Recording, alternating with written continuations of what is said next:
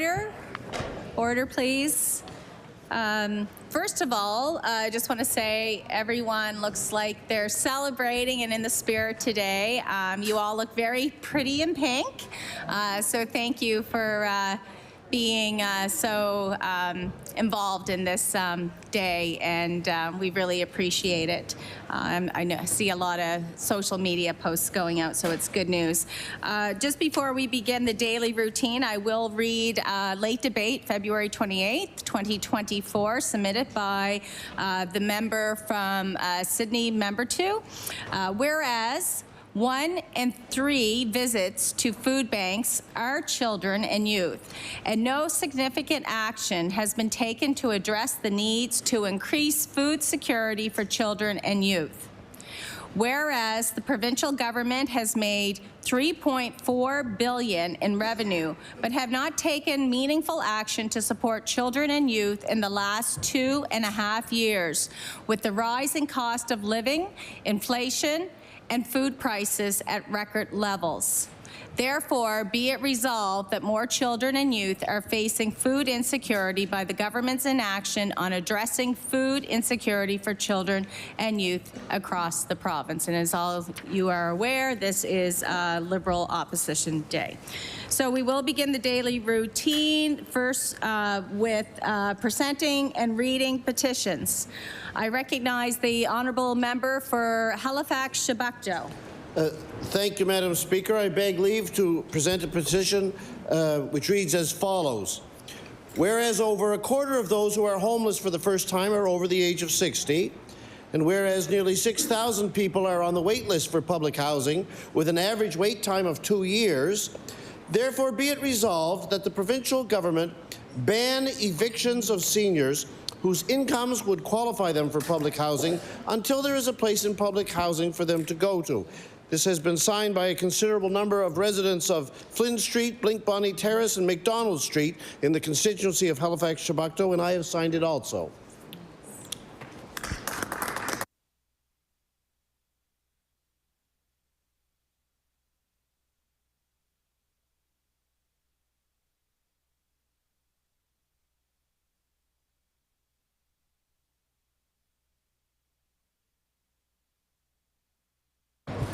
The petition is tabled. Any further presenting and reading of petitions? Presenting reports of committees. Tabling reports, regulations, and other papers.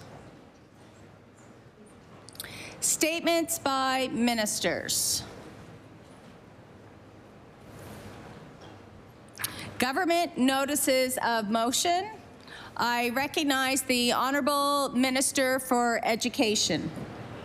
Thank you, Madam Speaker. I hereby give notice that on a future day, I shall move the adoption of the following resolution. Whereas almost 17 years ago, 2 Nova Scotian students started a movement that has gone around the world, raising awareness for anti-bullying by wearing pink. And whereas every day the teachers, staff and students in our schools work to build safe, inclusive and supportive environments in which to learn and work. And whereas we should all strive to build up, take a stand when we see someone in need of our help, and end all forms of bullying, no matter where they may be taking place. Therefore, be it resolved that members of this legislature recognize the importance of the Born in Nova Scotia Pink Shirt movement and do all we can to end bullying today and every day. Speaker, I ask for waive of notice and passage without debate. There has been a request for waiver. Is it agreed? Agreed. It is agreed. Would all those in favor of the motion please say aye? Aye. Contrary minded, nay. The motion is carried.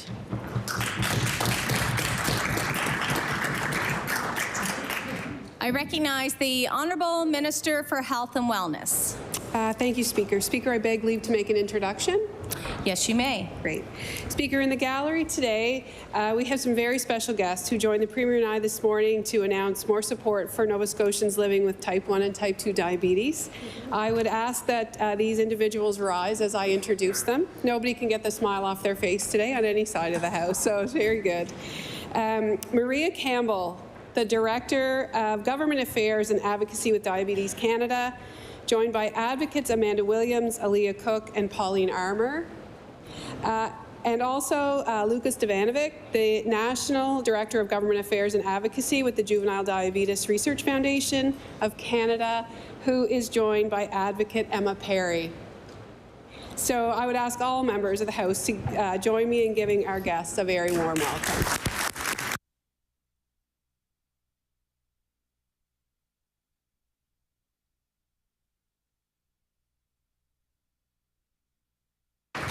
Congratulations and welcome to the House. It's a pleasure to have you. I recognize the Honourable Minister for Health and Wellness.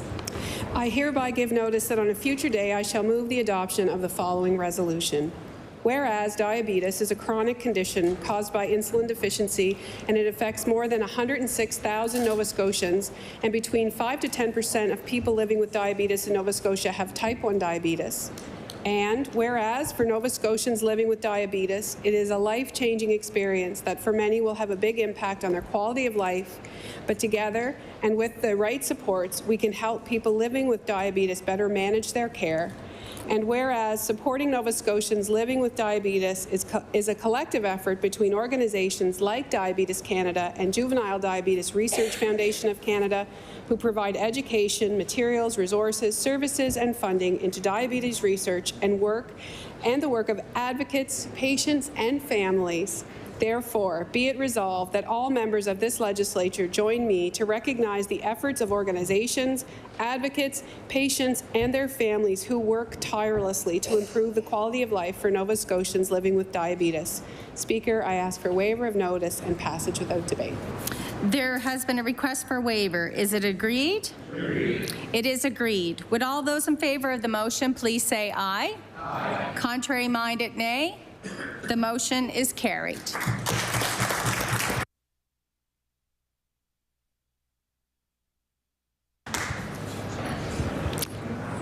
We will now move on to introduction of bills. I recognize the Honourable Leader of the Official Opposition. Thank you very much, Madam Speaker. I beg leave to table a bill entitled An Act to Amend Chapter 27 of the Acts of 2000, the Employment Support and Income Assistance Act.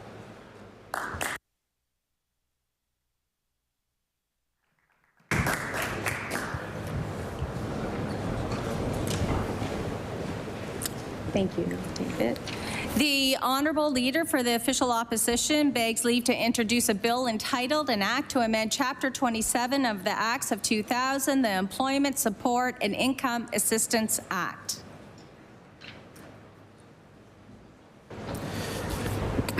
Bill 413, an act to amend Chapter 27 of the Acts of 2000, the Employment Support and Income Assistance Act. Ordered that the bill be read a second time on a future day. I recognize the Honourable Member for Dartmouth North. Thank you, Madam Speaker. I'd like to introduce a bill on behalf of the member for Dartmouth South, a bill entitled An Act to Amend Chapter 293 of the Revised Statutes 1989, the Motor Vehicle Act, respecting fees.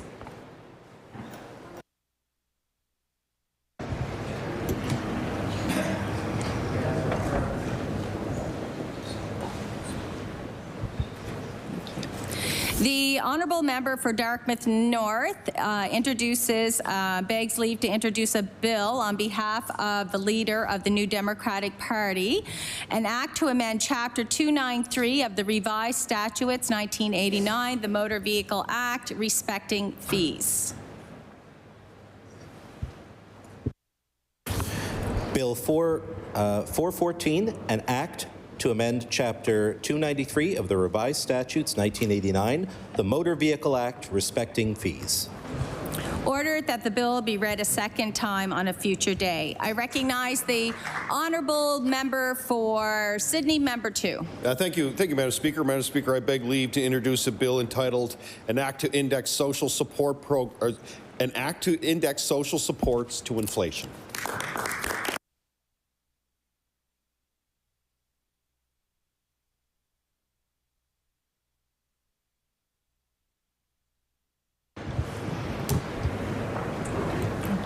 The Honourable Member for Sydney, Member 2, begs leave to introduce a bill entitled An Act to Index Social Supports to Inflation.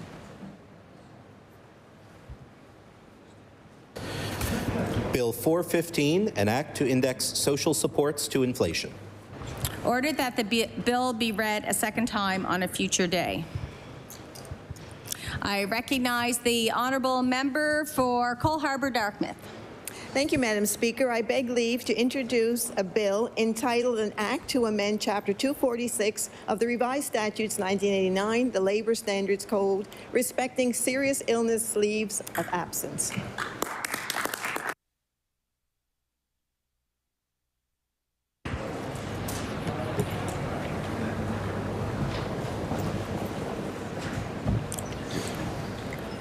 The honourable member for Cole Harbour Dartmouth begs leave to introduce a bill entitled An Act to Amend Chapter 246 of the Revised Statutes 1989, the Labour Standards Code, respecting serious illness leaves of absence. Bill 416, an act to amend Chapter 246 of the Revised Statutes 1989, the Labour Standards Code, respecting serious illness leaves of absence. Ordered that the bill be read a second time on a future day. Any further introductions of bills? Notices of motion. I recognize the Honourable Minister of Justice and Attorney General. Thank you, Madam Speaker. Madam Speaker, I hereby give notice that on a future day I shall move the adoption of the following resolution. Whereas the Nova Scotia legislature was established in 1758 and is Canada's first legislature, and whereas Province House opened in 1819 as the home of Nova Scotia's House of Assembly and the first such legislative assembly building in Canada, and whereas the member for Preston is the first African Nova Scotian woman to serve as a member of Nova Scotia's Executive Council, and the member for Pictou West is the first woman to serve as the House of Assembly's Speaker. Therefore, be it resolved that a permanent recognition of these two singularity firsts of member of Preston and the member of Pictou West be established in Province House by the Chief Clerk of the House of Assembly. I ask for waiver of notice and passage without debate. There has been a request for waiver. Is it agreed? Agreed. It is agreed. Would all those in favor of the motion please say aye? Aye. Contrary-minded, nay? The motion is carried.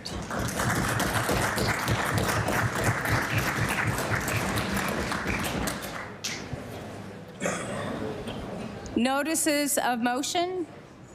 Any further notices of motion? Statements by members. I recognize the Honourable Member for Kings West. Thank you, Madam Speaker. On this last Wednesday of February, we come together to raise our voices against bullying and to promote kindness. Pink Shirt Day is about more than just wearing pink. It's a powerful symbol of solidarity and compassion. The Pink Shirt movement began in the Berwick area when Valley residents David Shepard and Travis Price, two high school students at Central Kings Rural High, wore pink shirts in solidarity with a classmate who was bullied for wearing pink the day before. So as we wear our pink today, let's remember the students who ignited this amazing movement.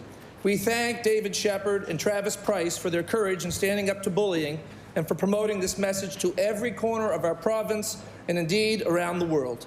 Let us stand together, shoulder to shoulder, against bullying in all its forms as we create a safe and inclusive environment for everyone. Thank you, Madam Speaker. I recognize the Honourable Leader of the Official Opposition. Thank you, Madam Speaker. I beg leave to make an introduction before my statement. Yes, please. Madam Speaker, I'd like to direct the attention of the House to the gallery, the West Gallery, so I may introduce Mr. Dennis Adams, Executive Director of Leave Out Violence Everywhere in Nova Scotia, Mrs. Marika Paris, Director of Operations, and Mr. Nathaniel Days, Referral Officer. We welcome them to the House as February 28th is Pink Shirt Day, a day designated to draw attention to worldwide efforts at counteracting bullying of all types. I'd like to thank our guests for joining us, and I'd like the House to offer them a warm welcome.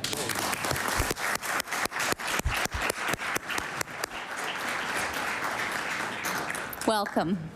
I recognize the Honourable Leader of the Official Opposition. Madam Speaker, I rise today to recognize the contributions of Love Nova Scotia in working towards the elimination of violence due to bullying in our province. You may recall Pink Shirt Days, a global anti-bullying movement that had humble beginnings in 2007 in small-town Nova Scotia. It represents a peer-inspired campaign to prevent bullying in schools, workplaces, homes, and online. Pink Shirt Day increases awareness of these issues. Leave Out Violence Everywhere Nova Scotia is a Halifax-based nonprofit organization, the aim of which is to provide support for disadvantaged youth aged 12 to 18 who are at risk of becoming victims or of participating in violence themselves. Love provides arts and leadership programs, after-school programs, summer camps, 24-hour crisis support, and on-site social workers. Participants learn about where to go for help if they do indeed have a problem. Nova Scotia's at-risk youth emerge from Love's programs with greater resilience, heightened skills, and the confidence to be leaders. Please join me in showing our deep appreciation for the leadership provided by Love as they work across our province with at-risk youth in reducing the impact of violence in Nova Scotian homes, schools, communities, and workplaces.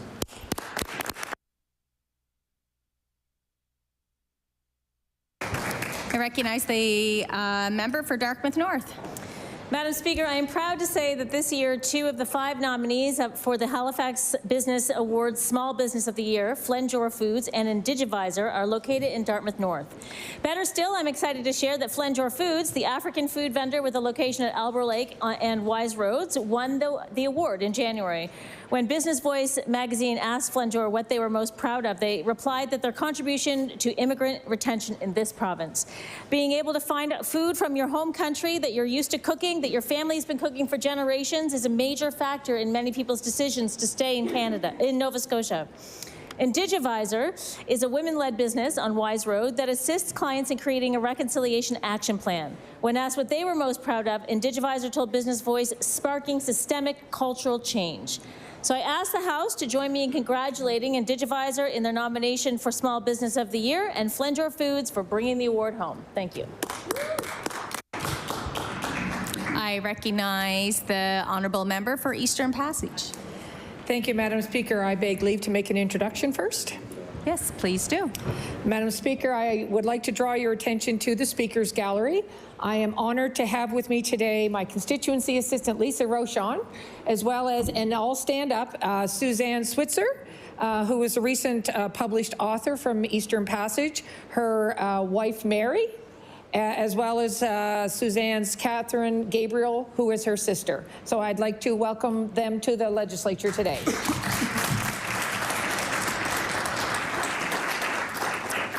Welcome. It's a pleasure to have you. The Honourable Minister, a member from Eastern Passage. Thank you, Madam Speaker. I rise today to congratulate Suzanne Switzer on publishing her book, Jake the Chain Snake, and the recent publication of the associated coloring book, Jake's Colorful Ocean Adventure. Jake the Chain Snake is a children's book which was inspired by Jake the Snake, located beside the boardwalk in Eastern Passage. Jake the Chain Snake is a meandering compilation of painted rocks left by local residents and tourists alike. The outpouring of community involvement sparked an inspiration in Suzanne to tell the wonderful story of Jake the Chain Snake. Suzanne, along with community members, hope that Jake the Chain Snake grows in number to reach a world record. Madam Speaker, I ask all members of the Nova Scotia Legislature to join me in congratulating Suzanne on her wonderfully written and beautifully illustrated, heartwarming book and coloring book, and for being an inspiration for kindness throughout our community. Thank you, Madam Speaker. Jake the Chain Snake. Say that 5 times. The Honourable Leader of the Liberal Party. Thank you very much, Madam Speaker. I rise today to recognize my friend and colleague, the Honourable Member for Cole Harbour, who has been named one of the most influential Black Canadians in the country. The member for Cole Harbour was first elected as MLA in 2013, defeating a sitting premier, and he has made incredible strides advocating for the African Nova Scotia community ever since. He's a driving force of the Canadian Congress of Black Parliamentarians, focusing on how government can better serve African Canadians by building trust and increasing engagement within the community. The member for Cole Harbour's passion and compassion are truly unmatched. We're grateful for the strong voice he brings to our caucus and to the legislature. Our province is a better place for his contributions, and I certainly fondly recall one of the most moving speeches that I've heard delivered in this House by the member for Cole Harbour, where he reminded every single person in the House that what the African Nova Scotia community was looking for were not saviors, but allies. And so let's all continue to be allies as African Heritage Month comes to a close. I also want to recognize all African Nova Scotians for the contributions they make to our communities and our province, and reaffirm that there is more work to do to make our province a more equitable place. Thank you very much, Madam Speaker.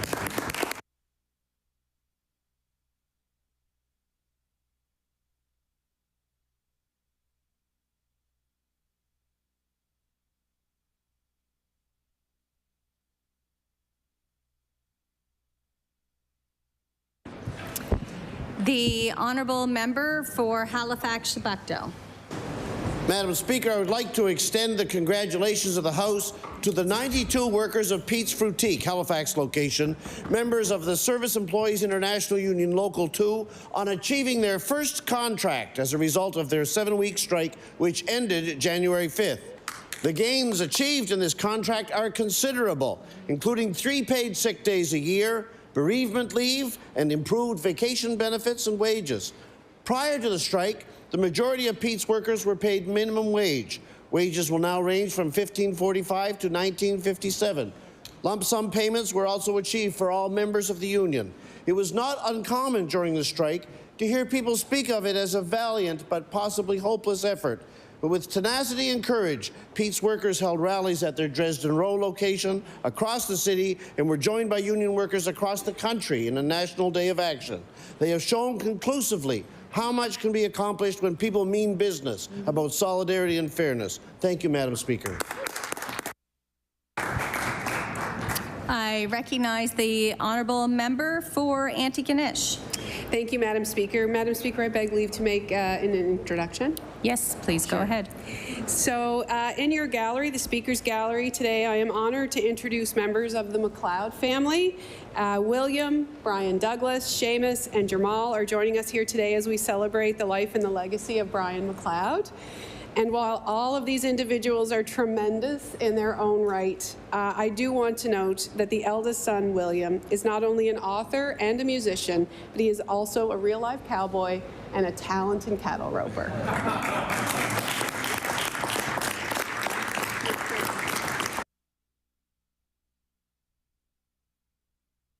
Thank you and welcome to Province House. I recognize the honourable member for Antigonish.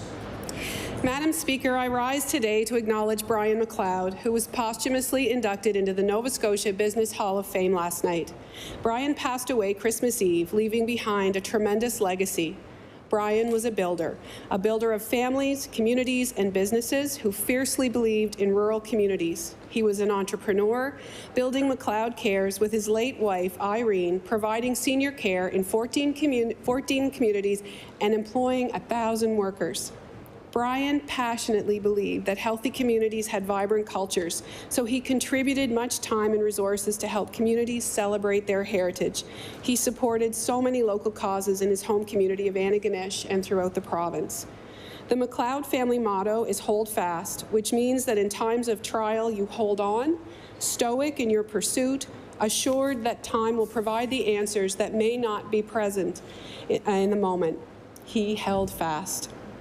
William, Brian Douglas, Seamus, and Jamal, please accept the condolences of the House on the passing of your father, and also our deep gratitude to him and your mother for their lasting and significant impact in Antigonish and in our province.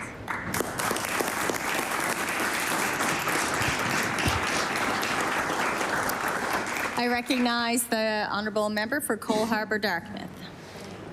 Thank you, Madam Speaker. Today I stand to recognize a local health and wellness business owner, Dan Purcell of Protex Portland Hills in Cole Harbour, Dartmouth.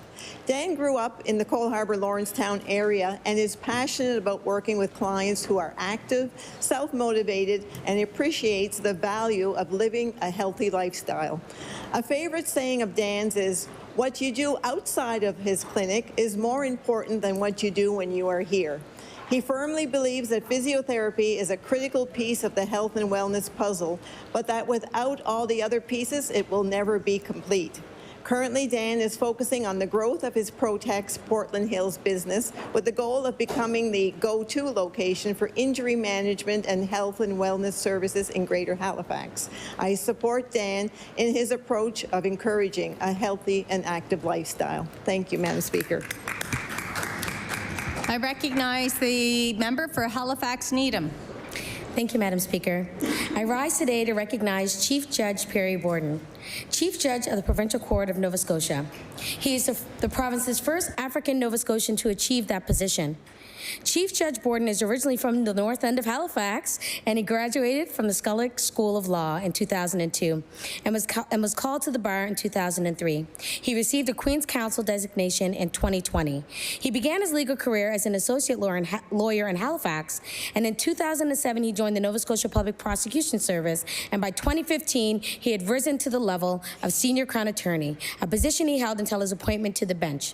As a lawyer, Chief Judge Borden spent countless hours giving back to his community, and I'm grateful to have mentors like him in our community to inspire us to be successful, to give back, and never forget where you came from. He has improved access to justice and legal services for historically marginalized groups, and I would like to thank Chief Judge Perry Borden for always looking out for us in community and having those real talks with us. You are truly an inspiration. I recognize the honourable member for Truro, Bible Hill, Millbrook, Salmon River. Thank you, Madam Speaker. I rise today to recognize Earl Casey of Casey Concrete Limited for his invaluable contributions to the construction industry and to offer my congratulations for his induction into the Nova Scotia Business Hall of Fame last night. Earl's leadership and the dedication of the Casey family have been instrumental in shaping the landscape of our communities. The commitment to excellence, quality, and innovation sets a remarkable standard in the industry. Earl's vision and tireless efforts have not only built structures, but also forged enduring relationships and strengthened communities. Here's to celebrating the legacy of Casey Concrete Limited and the visionary leadership of Earl Casey, who inspires countless others in the construction sector. Madam Speaker, I would like to once again congratulate and thank Earl, Eleanor, Stephen, Bruce, Peter, and the entire Casey family for their contributions to our community and province. Thank you, Madam Speaker.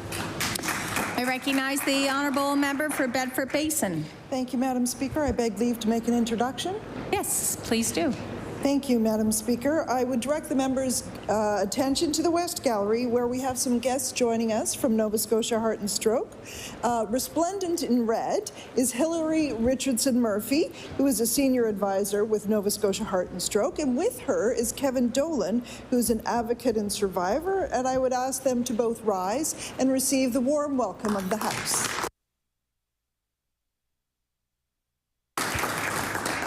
Welcome and thank you for being here. I recognize the honourable member for Bedford Basin. Madam Speaker, February is Heart Month. This month we raise awareness of heart disease and shine a spotlight on a condition that can happen to anyone at any age, at any time, cardiac arrest.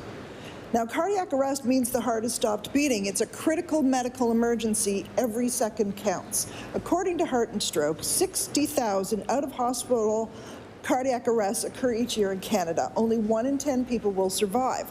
But this doesn't have to be the case. Kevin Dolan was playing pickup basketball back in 2019 when one of his friends noticed he had collapsed. It was his 42nd birthday. The quick action of those around him doing absolutely the right things, calling 911, performing CPR for 24 minutes, and using an AED, an automated external defibrillator, saved his life. When you perform CPR and use an AED, you can double the chance the person will survive, as happened with our guest. So I encourage everyone to learn CPR and AED use. They're easy to learn, simple to do, and training can be completed with friends or colleagues, even your caucus. I want to remind Nova Scotians they can connect via heartandstroke.ca to schedule an educator to come work with your group and save a life, like Kevin's. Thank you. I recognize the honourable member for Cape Breton Centre, Whitney Peer. Madam Speaker, I rise to recognize the 39th Annual Tom Miller Human Rights Award recipient, Reuben Rocky Coward. for his dedication and outstanding service in the community, especially to those disadvantaged by discrimination or poverty.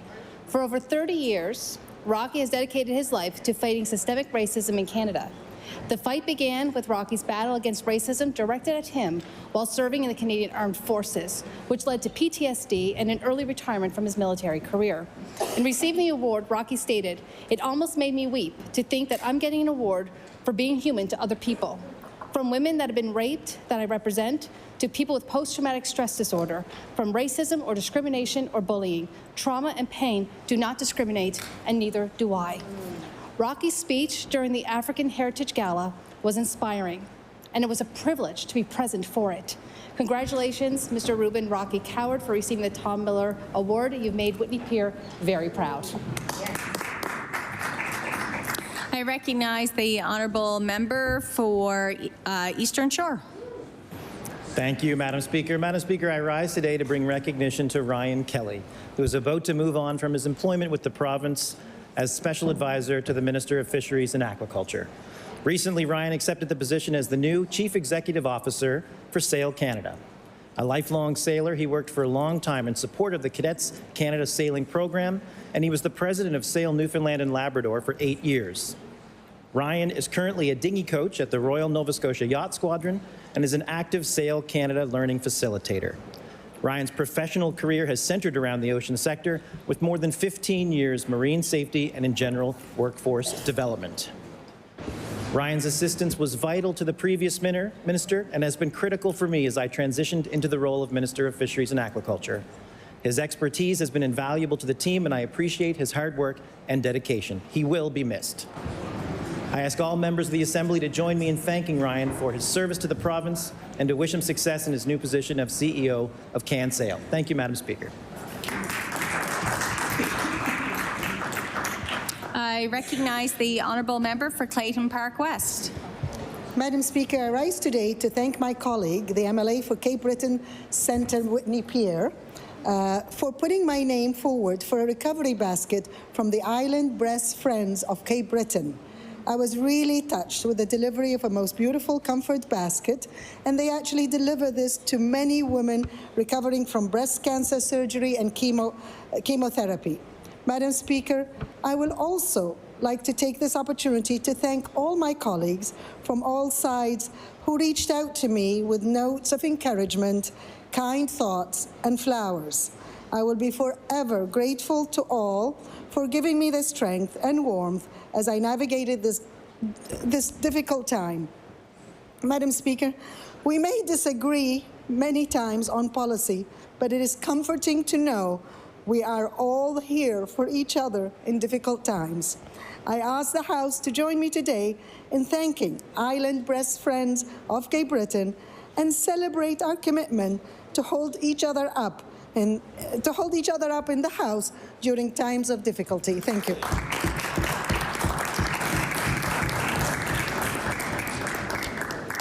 And it is such a blessing to have you back. It really is nice to see you. Yeah. The honourable member for Cumberland North. Thank you, Madam Speaker. May I make an introduction? Yes, you may. Thank you. I would love to introduce my friends in the gallery today, Sasha Toman and Miss Sandra Woodford. So I'm so pleased to have them here with us today. Welcome. Sandra and I have since 1992, I believe, yes, and she just retired as a registered nurse, and they are from Liverpool, so welcome. Madam Speaker, today I rise to give recognition to a great man from our area of Cumberland North, Mr. Lyman Bacon. Mr. Lyman Bacon just retired from the Trumanville Volunteer Fire Department, where he served for 38 years as a firefighter, as well as 29 years as the fire chief. Recently, we had a celebration in our community that was organized by his two sons, and I want to thank them for taking the time to bring everyone in our community together to honor Mr. Lyman Bacon. He's a humble man, so it was hard for him, but he took all of the praise very graciously. So, Madam Speaker, I just want to mention and bring him and honor him today here in this House, Mr. Lyman Bacon. He was not only a leader in Trumanville, but also provincially and maritime-wide, as he held various positions as firefighter here in the Maritime. So thank you, Madam Speaker, and we bring praise to Mr. Lyman Bacon. Thank you.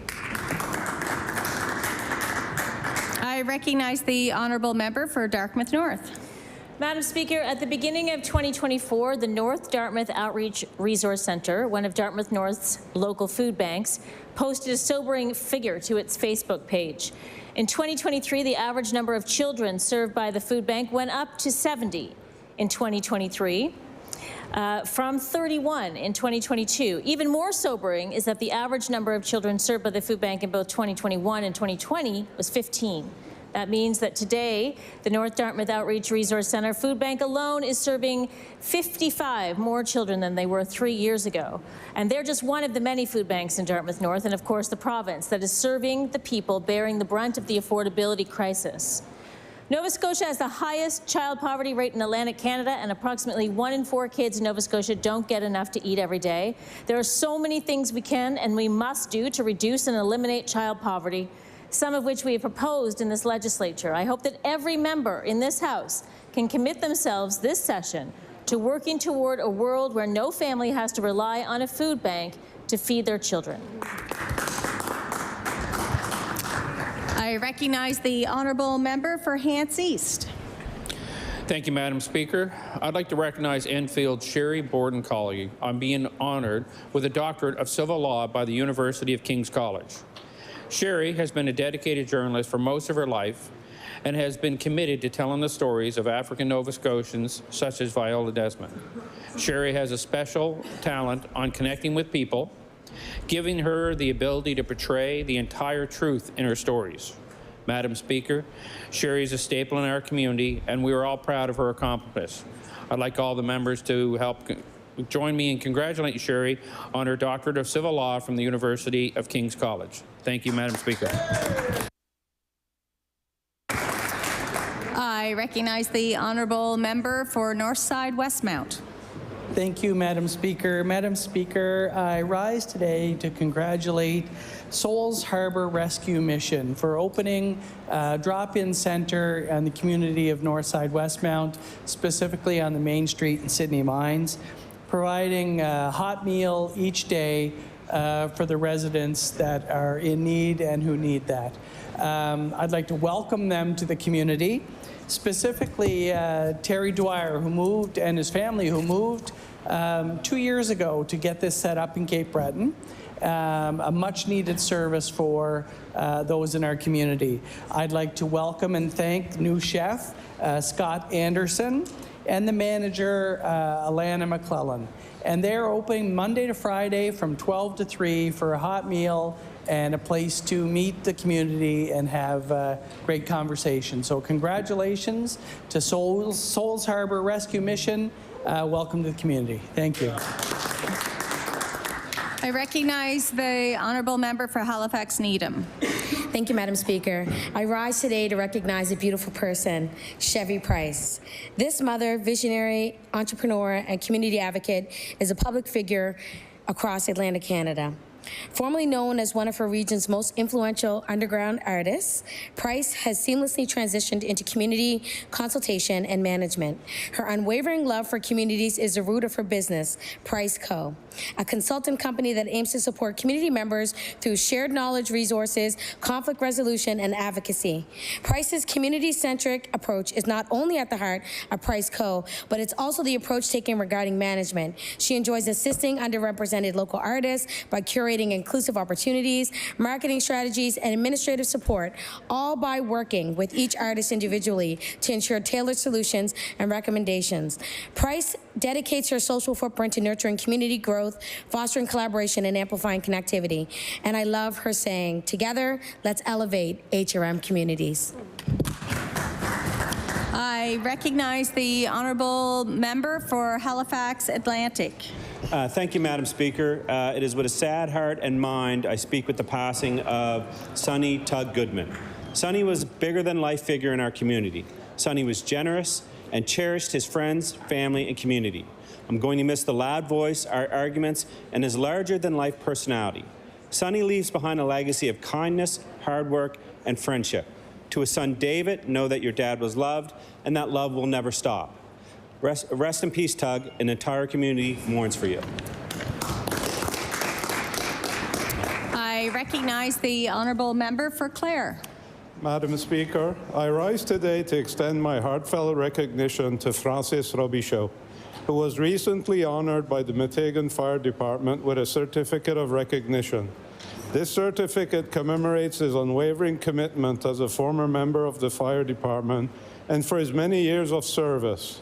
Mr. Robichaud, now in his 90s, not only dedicated himself to serving as local undertaker, but was also played a pivotal role in providing ambulance services. These early volunteers not only responded to emergencies in our communities, but also played a key role in expanding and shaping the fire departments into the organizations we see today.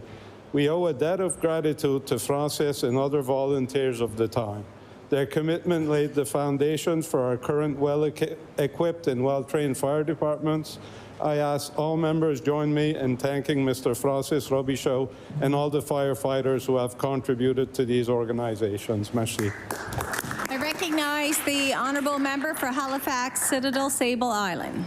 Madam Speaker, this past winter, my office building, which is just up the hill from the house, welcomed Mishnat Fashion House to their brand new studio location. The Mishnat brand has been going strong since 2020 and now has a space where clients can come to peruse textiles and designs and even get fitted for custom outfits. Mishnat specializes in unique Afro-centered clothing designs and ships their merchandise all across Canada. Everything is designed by Funmi Odiniye, whose goal is to increase diversity in the fashion industry in Atlantic Canada. She makes her pieces by infusing traditional African prints into contemporary designs with amazing results. Madam Speaker, I invite all my colleagues in the House to join me in welcoming Funmi and Mishnat Fashion to Halifax, Citadel, Sable Island. I recognize the honourable member for Queens. Thank you, Madam Speaker. I rise today to wish 4 Queens County athletes the very best of luck as they take part in the Special Olympics National Games in Calgary this week. Jillian Young, Michael Moreau, and Rebecca Delaney will be competing in the snowshoe competition, and Ben Terrio will be competing in curling. Whether veterans to national competition or first-timers on the national stage, I am confident that each of these incredibly talented and dedicated athletes will represent Team Nova Scotia with pride and bring their A game to their events. It gives me great pleasure to pass along my best wishes for success to these athletes. I hope they enjoy their travels, make new friends, and most of all, have fun doing what they love. Always remember, Jillian, Michael, Rebecca, and Ben, I am your biggest fan. Thank you, Madam Speaker. I recognize the honourable member for Annapolis. Madam Speaker, paramedics are a critical part of our emergency medical team in our province, and we owe them a debt of gratitude for the tremendous sacrifice they make to help their fellow Nova Scotians. The Emergency Health Services Exemplary Service Medal honors paramedics who have demonstrated exemplary service in their careers for at least 20 years, including 10 years in an emergency medical services position that involves potential risk. We have amazing paramedics in Annapolis, and I was pleased that this year 2 of them, Scott Vino and Laura Maston, were among the paramedics who were honored with this prestigious award. I invite all members of the House of Assembly to join me in congratulating both Scott and Lorna and all the recipients of this medal and in thanking them for their exceptional service. Thank you. I recognize the honourable member for Cape Breton Centre, Whitney Pier. Madam Speaker, I rise to recognize 2 incredible individuals whom I have had the privilege of knowing for 35 years, Harold Williamson and Benedict Benny Hawley. Harold and Benny are longtime serving members of the Scotchtown Volunteer Fire Department. As of October 1st, 2023, Harold Williamson has been serving the community for 54 years, and Benny Hawley has been serving the community for 50 years. Both remain active members of the department and are significant assets to the fire service. They serve their community with honor, pride, and distinction. On behalf of a grateful community, I ask the House to join me in thanking them for their combined 104 years of service. Thank you. I recognize the honourable member for Digby Annapolis. Thank you, Madam Speaker. Madam Speaker, today I rise to recognize a very popular family-owned business in Smiths Cove. Lazy Bear Brewery is a microbrewery owned and operated by Andy and Aaron Norman. They started their business in 2016 with one beer called the Gut View Amber, a brown ale. They began by selling it at the Annapolis Royal Farmers Market and sold out on the very first day. They've come a long way since then. Now they offer over 10 different products, including cider and mead, and they offer wood fire pizza at their brewery and often host events and pop-up vendors. Andy is a professional engineer and specializes in process improvements and operations at Lazy Bear, and Erin earned her Master's of Food Science and Process Engineering at Dalhousie University. Together, they welcome visitors and tourists from all around the province and beyond. Thank you, Erin and Andy. Keep up the great work. Thank you, Madam Speaker. I recognize the honourable member for Cole Harbour. Thank you, Madam Speaker. I stand to also recognize two other Nova Scotians who made that list of 100 most influential Black Canadians. There is Dr. Rustin Southwell, who was the Executive Director of the BBI, and also Mr. Russell Gross, who is the Director of the Black Cultural Center. Thank you. I recognize the honourable member for Halifax, Citadel, Sable Island. Madam Speaker, I'd like to recognize an organization in our community that works hard to promote inclusivity and celebrate cultural diversity in the HRM.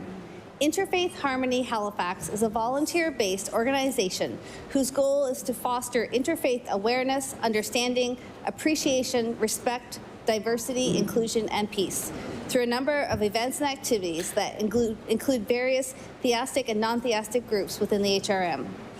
Every year during the first week of February, Interfaith Harmony Halifax organizes a World Interfaith Harmony Week, packed with a wide array of events that celebrate and teach about different cultural traditions. This year, they held a very successful week, the theme of which was being together at the table, emphasizing the importance of inclusive collaboration and conversations about diversity and peace. I ask my fellow members to join me in recognizing Halifax Interfaith Harmony for all their hard work, hosting another uplifting Interfaith Harmony Week this past year. Yes. I recognize the honourable member for Sackville-Cobequid. Oh, thank you, Madam Speaker. I rise today to congratulate the Connect Club of Lower Sackville.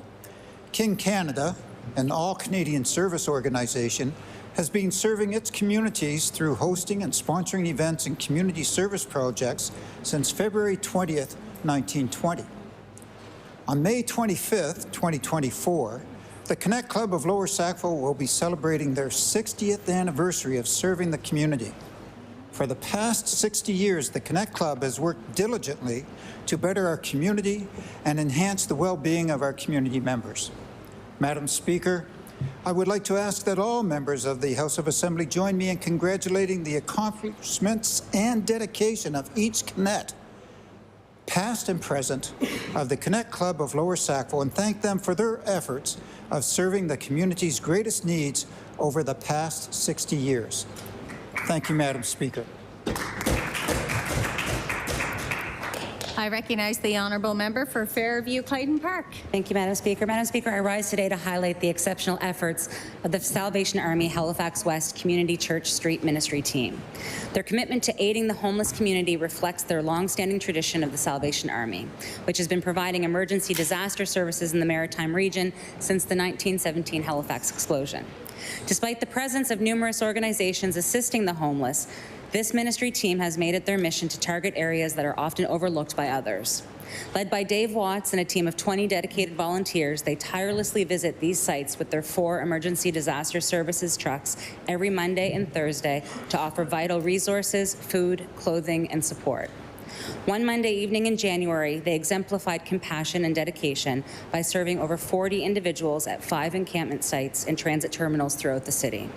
Madam Speaker, please join me in recognizing and applauding the invaluable contributions of the Salvation Army Halifax West Community Church Street Ministry team. Their selfless service embodies the spirit of compassion and community support that makes our city a better place for all. Thank you.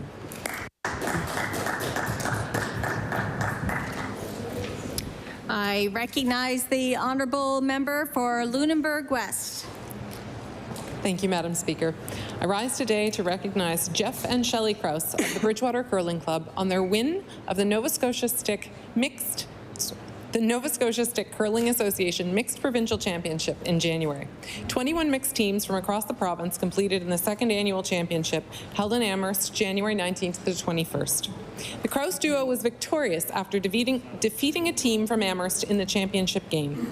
This is an incredible achievement, as it's only Shelley and Jeff's second time competing at this level. They'll now move on and proudly represent their club in Nova Scotia at the Maritime Stick Curling Championship in Prince Edward Island this March.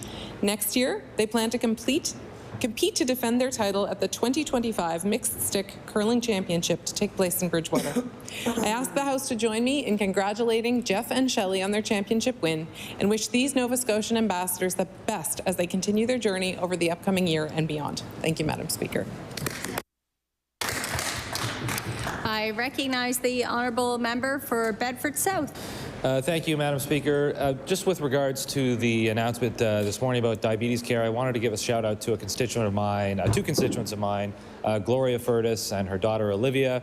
Over the last 2.5 years, they've been instrumental in my understanding of the issues around diabetes care, in the profound differences that continuous glucose monitors can make to the lives of diabetics, particularly children and seniors. So I just wanted to give Gloria and Olivia a shout out, and all of those in my constituency of Bedford South and beyond who will benefit from the fact that they will no longer have to prick their finger 8 times a day and worry constantly about where their blood sugars are at. So I just wanted to give a shout out to Gloria, Olivia, and everybody else who will benefit from that. Thank you.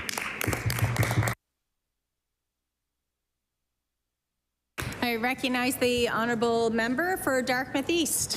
Thank you, Madam Speaker. Madam Speaker, I rise this afternoon to recognize Affirmative Ventures from Dartmouth East.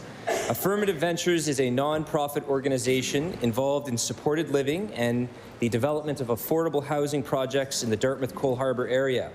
One of these projects is on Main Street, within a clear view of my constituency office, and I always enjoy observing the progress they are making every day. The province of Nova Scotia is a strong supporter of the Main Street Centre, which will provide more affordable housing. Affirmative Ventures' commitment to addressing the pressing need for affordable housing and their willingness to partner with the government of Nova Scotia and the federal government and HRM exemplify the collaborative approach required to tackle this important issue. Their work not only benefits the community, but also sets a positive example for other organizations to follow. Madam Speaker, I ask the House to please join me in expressing our sincere appreciation for the Affirmative Ventures Association for their contributions to increase the availability of affordable housing in our province. Thank you, Madam Speaker.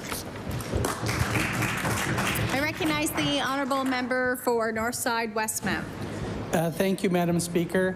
Madam Speaker, like my colleague from Bedford South, I'd like to thank a young man by the name of Nathan McNeil, who came to my office early on after being elected and advocating for continuous glucose monitoring, and he explained to me the benefits and the health prevention of those monitors and how expensive that they actually were for people.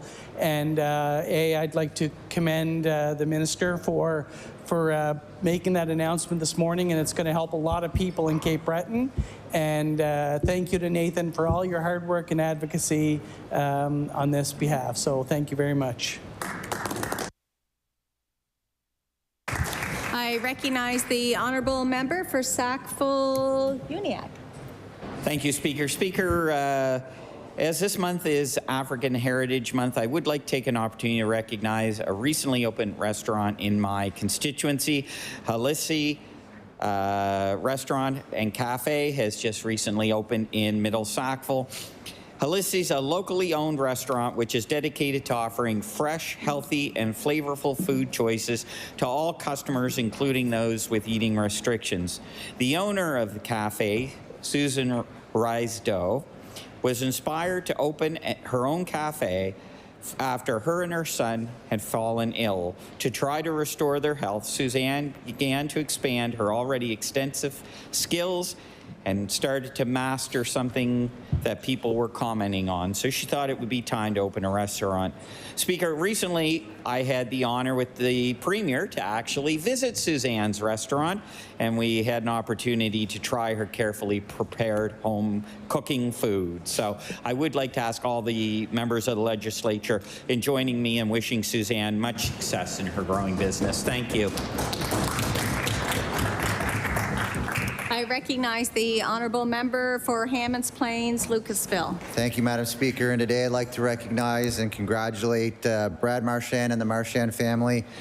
Brad recently celebrated 1,000 games in the NHL. He was drafted in 2006, 71st overall.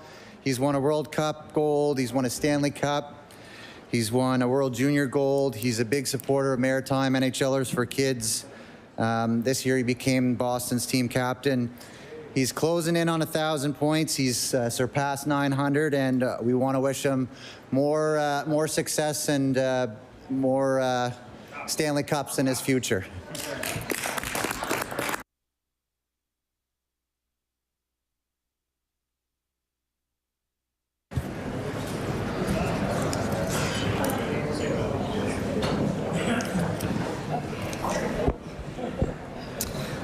Order.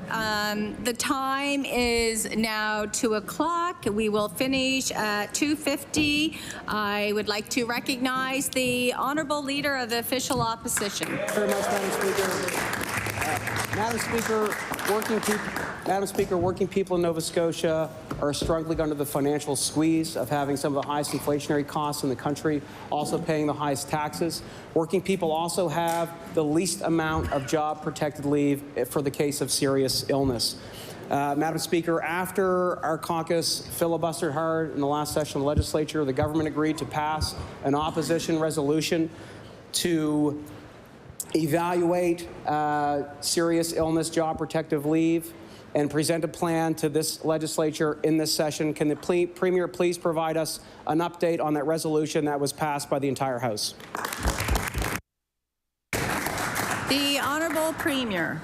Thank you, Madam Speaker. I thank the member for the question. The consultations are ongoing. The minister is kind of trying to move that file along, but consultations are ongoing with Nova Scotians as to what may be possible in that space, and we're certainly open-minded as we do those consultations. I recognize the Honourable Leader of the Official Opposition on his first supplementary. Madam Speaker, this was a resolution passed by the House. There was supposed to be an update presented to this chamber in this spring session. I'm worried about the government still telling us that this is in consultation, because we all know with this government, that's where issues go to die. That's where issues get brushed under the rug. That's where they try to push everything off until after the next election. We've seen how they consulted on pallet shelters. We've seen how they consulted on the Coastal Protection Act. We've seen how they consult with municipal governments in this province, Madam Speaker. We've got people in Nova Scotia who have serious illness, and they don't have job-protected leave over 3 days. Will the Premier please commit to ensuring that Nova Scotians who have serious illness actually know that after they deal with that illness, they can go back to work? I recognize the Honourable Premier. Thank you, Madam Speaker. This is a serious issue. We're taking it serious. We're being mindful of those Nova Scotians and respectful of their situations for sure. I want to be very clear on that. And when we say we're going to consult and listen to Nova Scotians, we do that, Madam Speaker, and we invest in Nova Scotians. And you know, Madam Speaker, listening to the member opposite, I was reminded of something I read in the Auditor General's report yesterday. The Auditor General talked about a Liberal policy, a no-trust policy. I'm not kidding. The Liberals actually have a no-trust policy. And Madam Speaker, if you're in the chamber and you close your eyes and you just listen to the member, you can see he embodies that no-trust policy. I'd like to ask the member, did he create the Liberal no-trust policy? Because he certainly preaches it and practices it. I recognize the Leader of the Official Opposition on his final supplement. Thank you, Madam Speaker. And here we see the problem with the leadership of the province. Here we see the problem with this government. We are talking about Nova Scotians who are struggling to make ends meet, struggling to get by, who don't have job protected leave when they have cancer. And what's the Premier's priority? Taking shots at the opposition. Like he's got nothing better to do. And like there aren't bigger issues in the province that are affecting people every single day of the week. Affecting a constituent like his, Kathy McNaughton, whose husband was dying of cancer and had to take on a manual job to pay their car insurance. Does the Premier really think that taking shots at us is going to help his constituent, Kathy McNaughton, and other Nova Scotians who have to go to work when they have cancer? I recognize the Honourable Premier. Speaker, I know Kathy well and have great respect, and I've worked with her through this process, and we're sincere. We're doing the consultations. When we say we're doing something, we actually do it. And the Leader of the Opposition can talk about leadership. I'll talk about leadership with him any day of the week. The Auditor General just yesterday said that the Auditor General had concerns with respect to the management integrity of the Liberal Party. And this, I know this leader says he inherited the problem from somebody, Madam Speaker. That's what I don't know who he inherited the problem from, but I can tell you this, Madam Speaker, he did nothing for 2 years except look the other way and try to, in the Auditor General's words, conceal the misappropriation of funds. That's not leadership. On this side, every single day we go to work on behalf of Nova Scotians. We invest in Nova Scotians and we support them. That's I recognize the Leader of the New Democratic Party. Thank you, Madam Speaker. Let's talk about housing. While the Premier maintains that increasing supply alone will fix our housing crisis, the tents across the province, the seniors being forced out of their apartments, and the families being priced out of this province tell a different story. Despite an improvement in rental housing completions last year, the vacancy rate is unchanged, 1%, and homelessness has tripled. When is this government going to recognize and prioritize the need for truly affordable housing? I recognize the Honourable Premier. Thank you, Madam Speaker, and this is a serious issue, and I know the member and I have a philosophical difference on the housing situation. I firmly believe that the solution to a housing crisis is more housing across the spectrum. That's why we did the province's first, and I think it's the first, but it's certainly a first in a long time, housing strategy where we understand the need for 40,000 units over additional ones. But that is also why, under the work of the minister, we see the first investment in over 20 years in public housing. That's action. It's why we see the first investments in making over 17,000 additional affordable units. We are getting to work, rolling up our sleeves and getting it done, and we will continue to do so, Madam Speaker. I recognize the Leader of the New Democratic Party. Our philosophical difference is on the scale of effort required to address the affordable housing that we need, which we are losing much faster than the government cares to replace it. One housing scholar calculated that Halifax alone is losing as many as 31 affordable units per week, and I'll table that. The wait list for public housing across the province is nearly 5,000. So, Madam Speaker, those 247 units that might be built someday in the next several years will not make a dent. We're talking about a few months of loss of affordable housing units. The pallets and the shelters aren't going to make a dent either because they're not housing. We need to protect the housing we have, and the programs in place are not moving fast enough.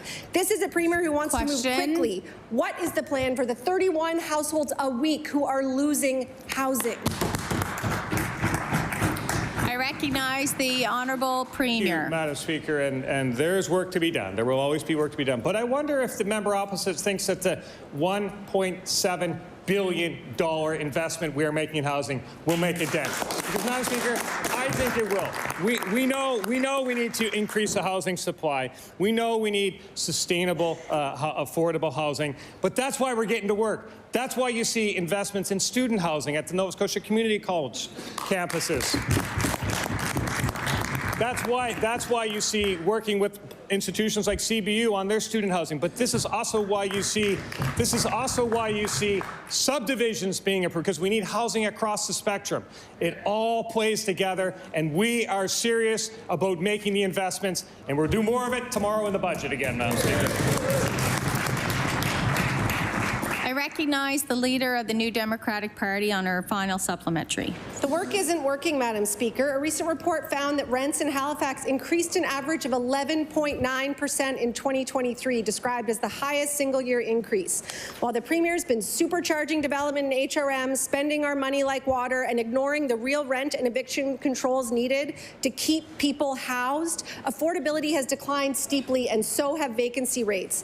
Even in affordable buildings, when tenants move out or are forced to move or made to sign a fixed-term lease, rents go up, way up, and increasingly this is a province where young people and families are priced out.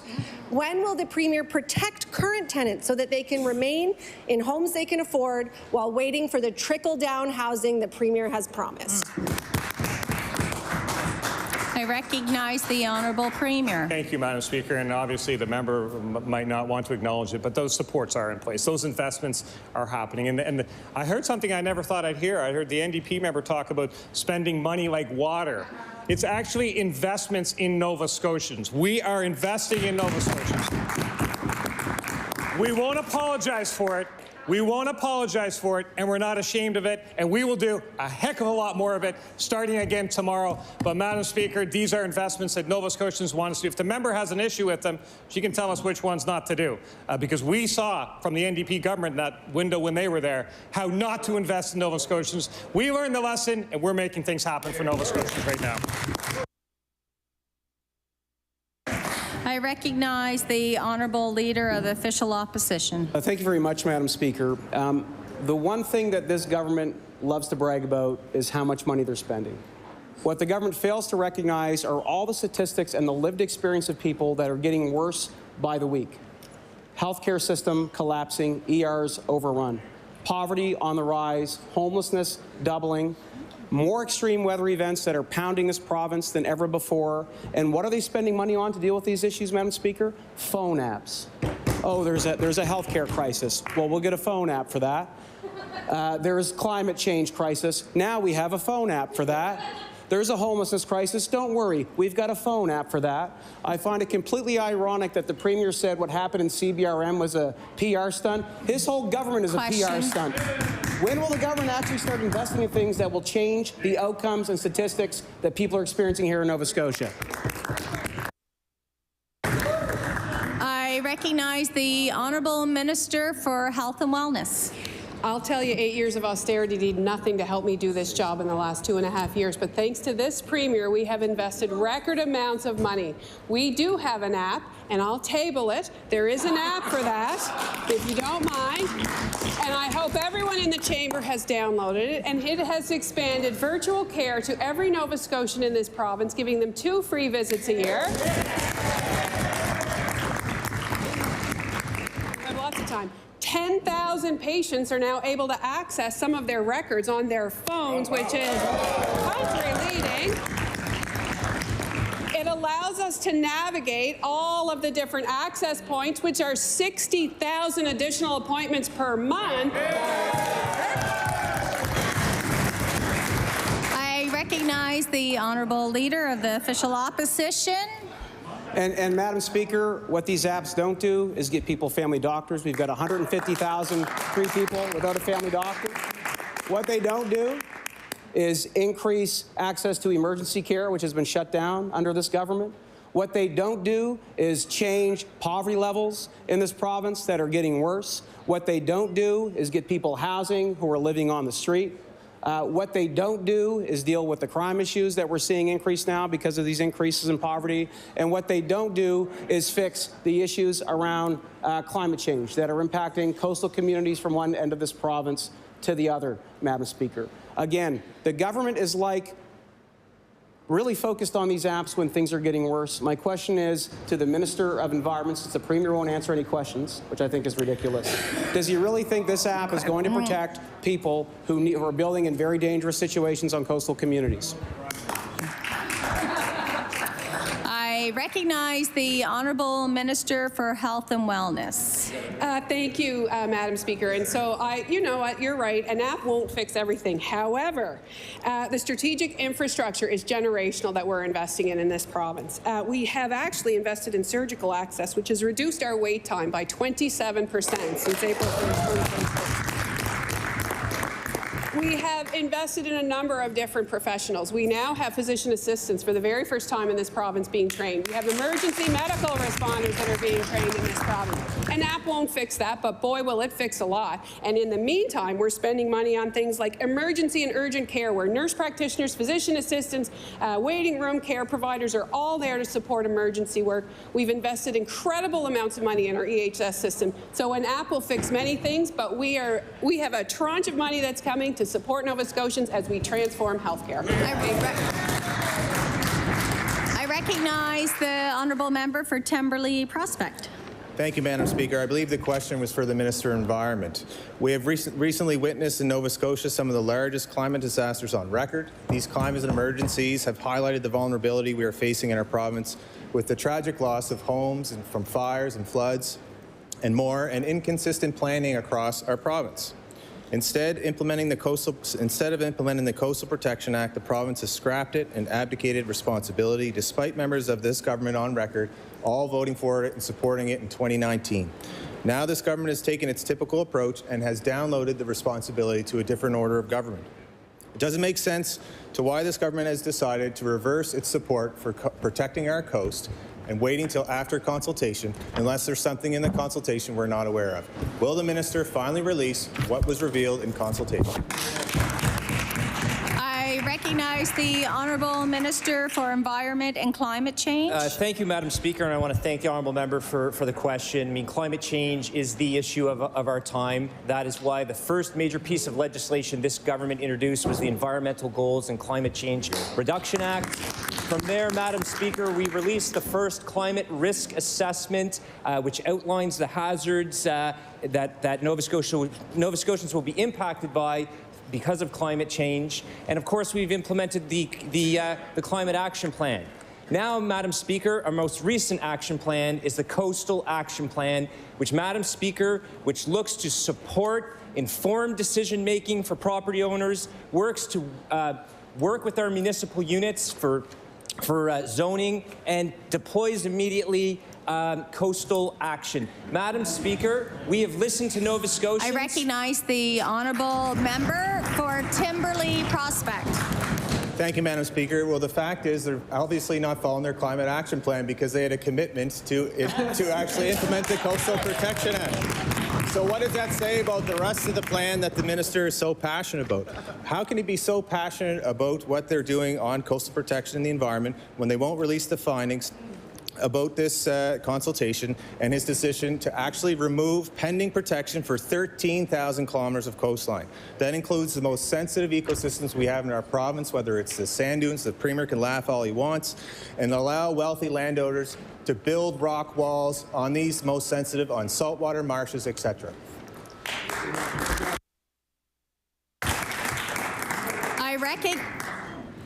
I recognize the Honourable Minister for Environment and Climate Change. Thank you, Madam Speaker. We are absolutely focused on working with our municipal units to ensure coastal protection. We are focused on listening to Nova Scotians. And in the process of listening to Nova Scotians, we know there is a diversity of opinion on how coastal protection should take place. Now, Madam Speaker, our government is absolutely focused on protecting the environment. And you saw that when we protected Owl's Head. Now, Madam Speaker, I know the Liberal Party at this moment might be a little distracted by covering up misuse of funds, but Madam Speaker, we know on this side of the House we are focused on climate policy, implementing good climate policy, and implementing the Coastal Action Plan. Thank you, Madam Speaker. I recognize the Honourable Member for Timberley Prospect on a new question. Thank you, Madam Speaker. I find it funny that the minister is talking about one small section of land on the coastline when he has effectively removed the rest of the coastline of Nova Scotia from pending protection. All this government can come up with is less than 1% of land protection in this province so far in 2 years, when our government came in with over 2%, actually more than quadruple what this government looked at for conservation efforts. Is he really going to tell this House that there are some people in this province that are asking him not to pass the act except for wealthy landowners? When we hear from municipalities, when we hear from environmental experts that they want this act proclaimed, who is he trying to protect with this move? Before we continue, I will ask the Minister of Environment just to retract his words of cover up. I recognize the Honourable Minister for Environment and Climate Change. Thank you, Madam Speaker. I retract that term and I replace it with conceal. Thank you. Thank you, Madam. Go ahead, Madam please. Speaker. Thank you, Madam Speaker. So, with respect to the honourable member's question, the outcome here with the Coastal Action Plan is to support property owners to make the most informed decision about their property. There is a diversity of opinion on this topic. I have had many government MLAs here on this side of the House express to me different perspectives on how coastal protection should take place. And I have a question for the honourable member. When he had the privilege of serving as Premier of this province, why didn't that member enact that piece of legislation?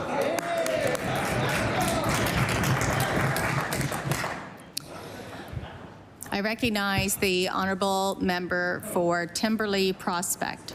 Thank you, Mr. Speaker. And the member knows that there's time that has to be put into putting regulations in place so that we get the act right. He just explained that it's important to listen to Nova Scotians. So we supported the act, and at the time, they supported the act. Now, we're looking at a government that's backtracking on protecting our coastline, Madam Speaker. If he won't release the consultations, we tried through FOIPOPs, and we got a decision from them that we're not entitled to any of what has come out in consultations. Surely the minister can tell us anything, or even a breakdown of who was for and against, and he mentioned some MLAs he heard from that are against the act. Which MLAs, which regions of the province do they represent where they're against protecting the coastline and their constituencies? I recognize the Honourable Minister for Environment and Climate Change. Thank you, Madam Speaker. And this government has always acted and will continue to act in an open and transparent way. That is why we've listened to Nova Scotians. We know there's a diversity of opinion. We have a coastal action plan that is a balanced plan that respects the rights of property owners, that gets them the information they need to make the most informed decision about their property, to help them identify the hazardous areas. And Madam Speaker, as far as I'm concerned, that party over there is in no position whatsoever to talk to anyone about openness and transparency, given the scathing Auditor General report. Thank you, Madam Speaker. I recognize the Honourable Member for Dartmouth North. Madam Speaker, my question is for the Minister of Health and Wellness. In the Auditor General's report on the Hogan Court Hotel deal, it was revealed that the highly unusual and concerning transaction was negotiated with a developer who didn't even own the property, and then included a $500,000 payment to cover the developer's deed transfer tax after they bought and flipped the hotel to the province. So my question is, and I think we would all like to know this, why is the government paying this developer's tax bill? I recognize the Honourable Minister for Health and Wellness. We continually talk about Hogan Court, and I'm so pleased to be able to stand up and talk about that first in the province transition to care facility. This is a monumental change, and I can appreciate that they've... Order. We're all a little bit too loud in here today, so we're going to start again. And I will recognize the Honourable Minister for Health and Wellness. Please go ahead. Thank you. I'd like to thank the members opposite for just helping me prompt my response there. I might have missed that opportunity if they hadn't said something.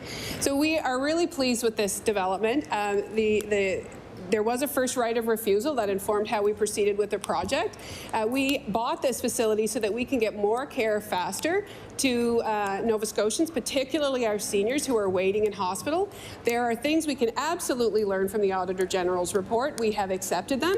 And certainly the last Auditor General report I had said I was going too fast, doing too much, and I will take that any day over other. I recognize the honourable member for Dartmouth North. Madam Speaker, many may find it hard to believe, but despite spending a massive amount on the shell of a hotel, the government missed a pretty important part, the driveway.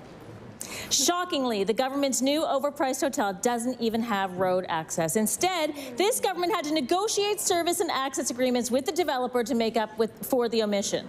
So why did the purchase of this hotel fail to include a driveway, and how much are we paying the developer for road access to our own building?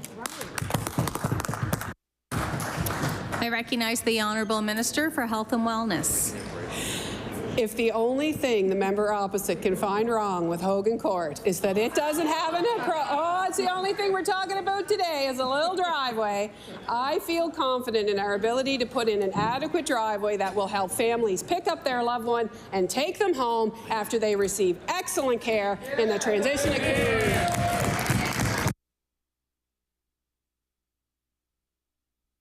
I recognize the Honourable Member for Bedford Basin. Thank you, Madam Speaker. Last year, this government quietly reduced and restricted requirements for rent supplements. For years, you could qualify the program if you spent 30% or more of your pre-tax income on rent. But last year, the government decided it needed to restrict access to those spending 50% of their pre-tax income on rent. As a result, many people were excluded from the program. And since then, the cost of living and the cost of rent have only increased. Many more people need help to pay their rent. My question to the minister is, in this year's budget, will the government reverse the punitive decision on the rent supplement requirements and increase spending on the program? I recognize the Honourable Minister for Municipal Affairs and Housing.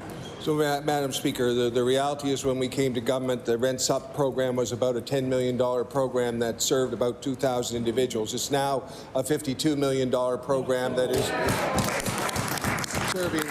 serving 8,500 individuals. So that program has grown under our watch substantially. We're very proud of that program. We have one of the most successful rent sup programs in Canada. We realize that their need is great out there. One of the things we've done, which is not really related to that, but in my opinion fits the same venue, is to do the secondary suite program. We recognize if we put in a secondary suite somewhere and add to the actual amount of stock of housing, those people get the same benefits. I recognize the Honourable Member for Bedford Basin. So, Madam Speaker, they talk about an increase in demand for the program. Like they don't connect the dots there. The reason there's an increase in demand for the program is because people can't pay their rent. They need help. And instead of restricting access to the program, they should be actually increasing the program further to make sure that more people can qualify for that. They should go back to the 30% rule instead of this 50% rule. It doesn't make sense. When will this government support people who need housing support by investing more into the rent supplement program and reversing last year's punitive, cruel decision? I recognize the Honourable Minister for Municipal Affairs and Housing. So, Madam Speaker, as the member might recall, in 2021, this was a 50-50 program, federal government and the provincial government. Right now, this is $42 million us, $10 million of Fed. So Feds come in, and I've asked them that a number of times. They come in, our program changes. We have their support. So that's the reality.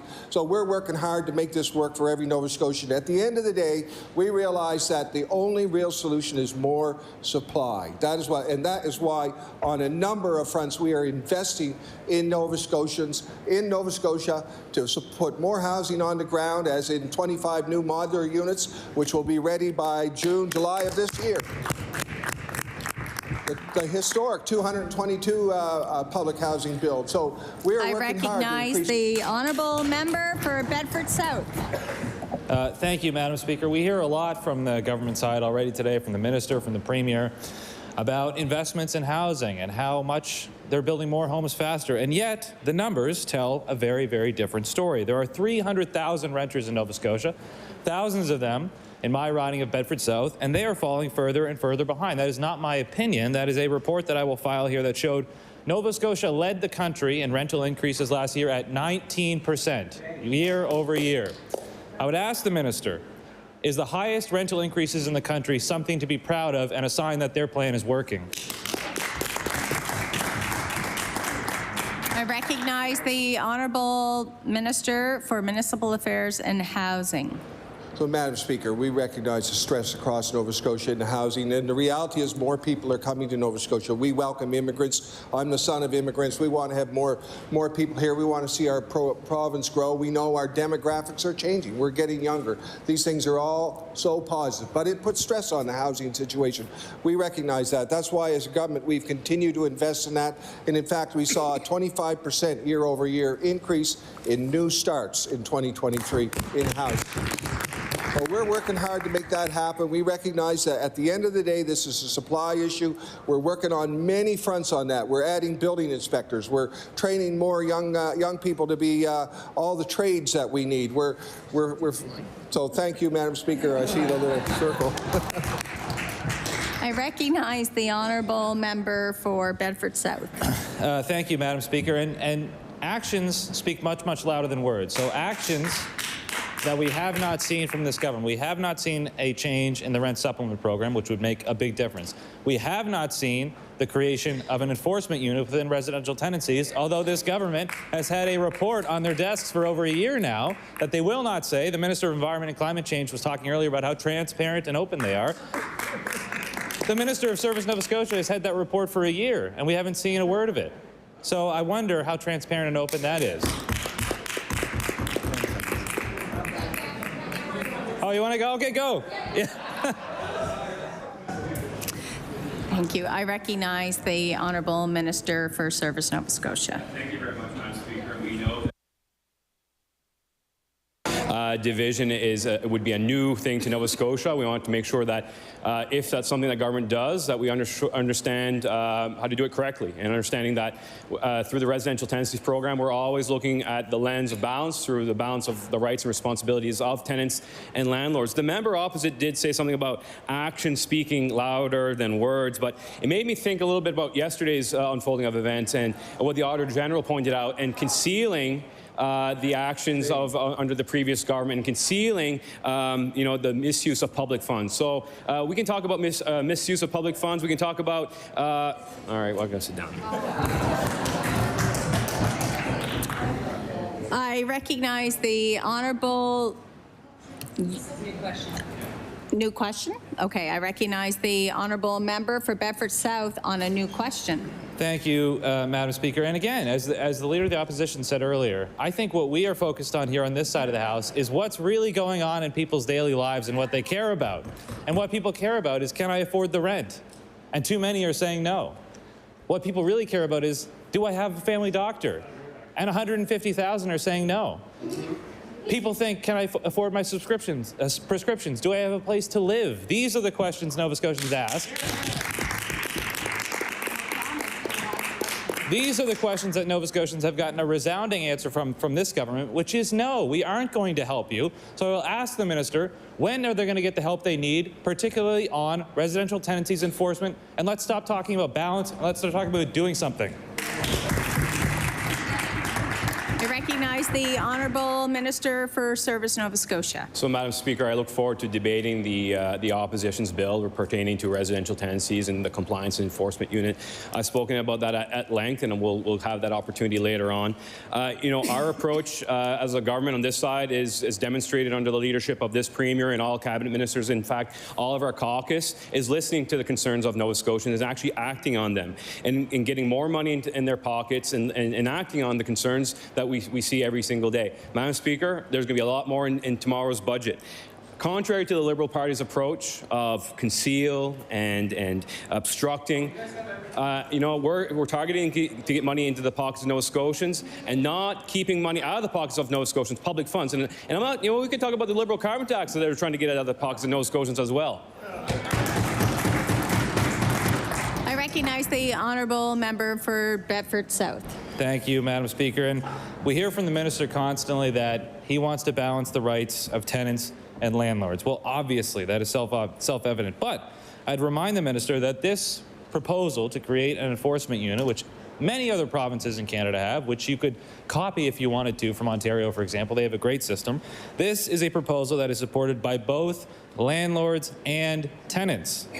Documents that we've obtained through a FOIPOP show that there was a consultant's report that recommended that training and testing of this system would happen in December and January, with the intention for the system to go live next month, March of 2024. I would like to ask the minister, is he going to follow through on the advice of his own internal report and have a system in place next month?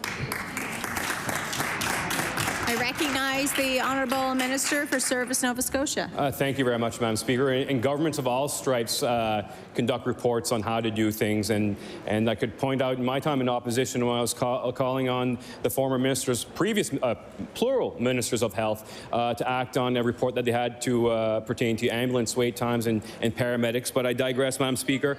What I would say is pertaining to the report that we've obtained and that we've engaged those professionals is how such compliance enforcement could be implemented here in Nova Scotia. But what I would also caution the member opposite is based on things I've read in the media from both tenants and landlords, is perhaps their understanding or what they think that the compliance enforcement unit should be or would be in Nova Scotia may not be exactly what it should be. I recognize the honourable member for Halifax-Chebucto. Madam Speaker, my question is for the minister responsible for residential tenancies, who I think should hear this tweet this week from Adsum for Women and Children. So far today, we've had anxious calls from 7 families with a total of 17 children who are facing eviction or the end of a fixed-term lease on Thursday. It's very disheartening. Makes you want to throw up every time you say no. Madam Speaker, by refusing to curtail the abuse of fixed-term leases and by allowing new tenancies to be exempt from the rent cap, the government is in fact incentivizing landlords to evict these 7 families and thousands like them. Does the minister not see that the pain of all these families is directly caused by the government's incentivizing of eviction? The honourable minister for Service Nova Scotia. Thank you very much, Madam Speaker. And of course, any time a tenant is faced with an eviction or the end of their lease, it certainly causes some stress for them. And as a government, that's why we are taking steps to build upon the true solution to our housing crisis, and that's more housing, Madam Speaker. Under the leadership of the Minister of Housing, we're making significant and unprecedented investments in housing. Certainly appreciate the feedback from the members opposite. We're always looking at the residential tenancy program of how to, again, balance the rights and responsibilities of tenants and landlords. We've heard, pertaining to the rent cap, that we needed to make some changes, and that's why we did that last year, to protect tenants, but also to give a little bit more buffer for the smaller landlords as well.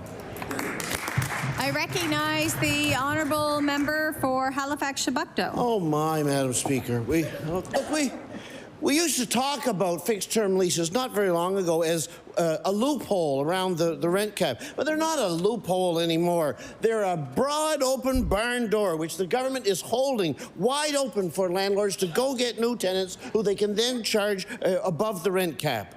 We've got a 5% rent cap, but rents that actually went up last year by 12%. Does the minister not see? Certainly there's no reflection of an understanding of seeing this in his earlier response. Does the minister not understand that as long as the government does nothing to curtail fixed-term leases, all we've got is a no-cap rent cap here in Nova Scotia? I recognize the honourable minister for Service Nova Scotia. Thank you very much, Madam Speaker. And I'll go back in time to spring of 2023 when we brought amendments to the Rent Cap Act. again, we recognize that we need to balance the rights and responsibilities of tenants and landlords, and I know the NDP don't want to hear the message of balance. But again, Madam Speaker, we recognize that we need to protect tenants during this time as we invest in housing. We know the solution to the housing crisis. Order. Order. The Minister for Service Nova Scotia has the floor.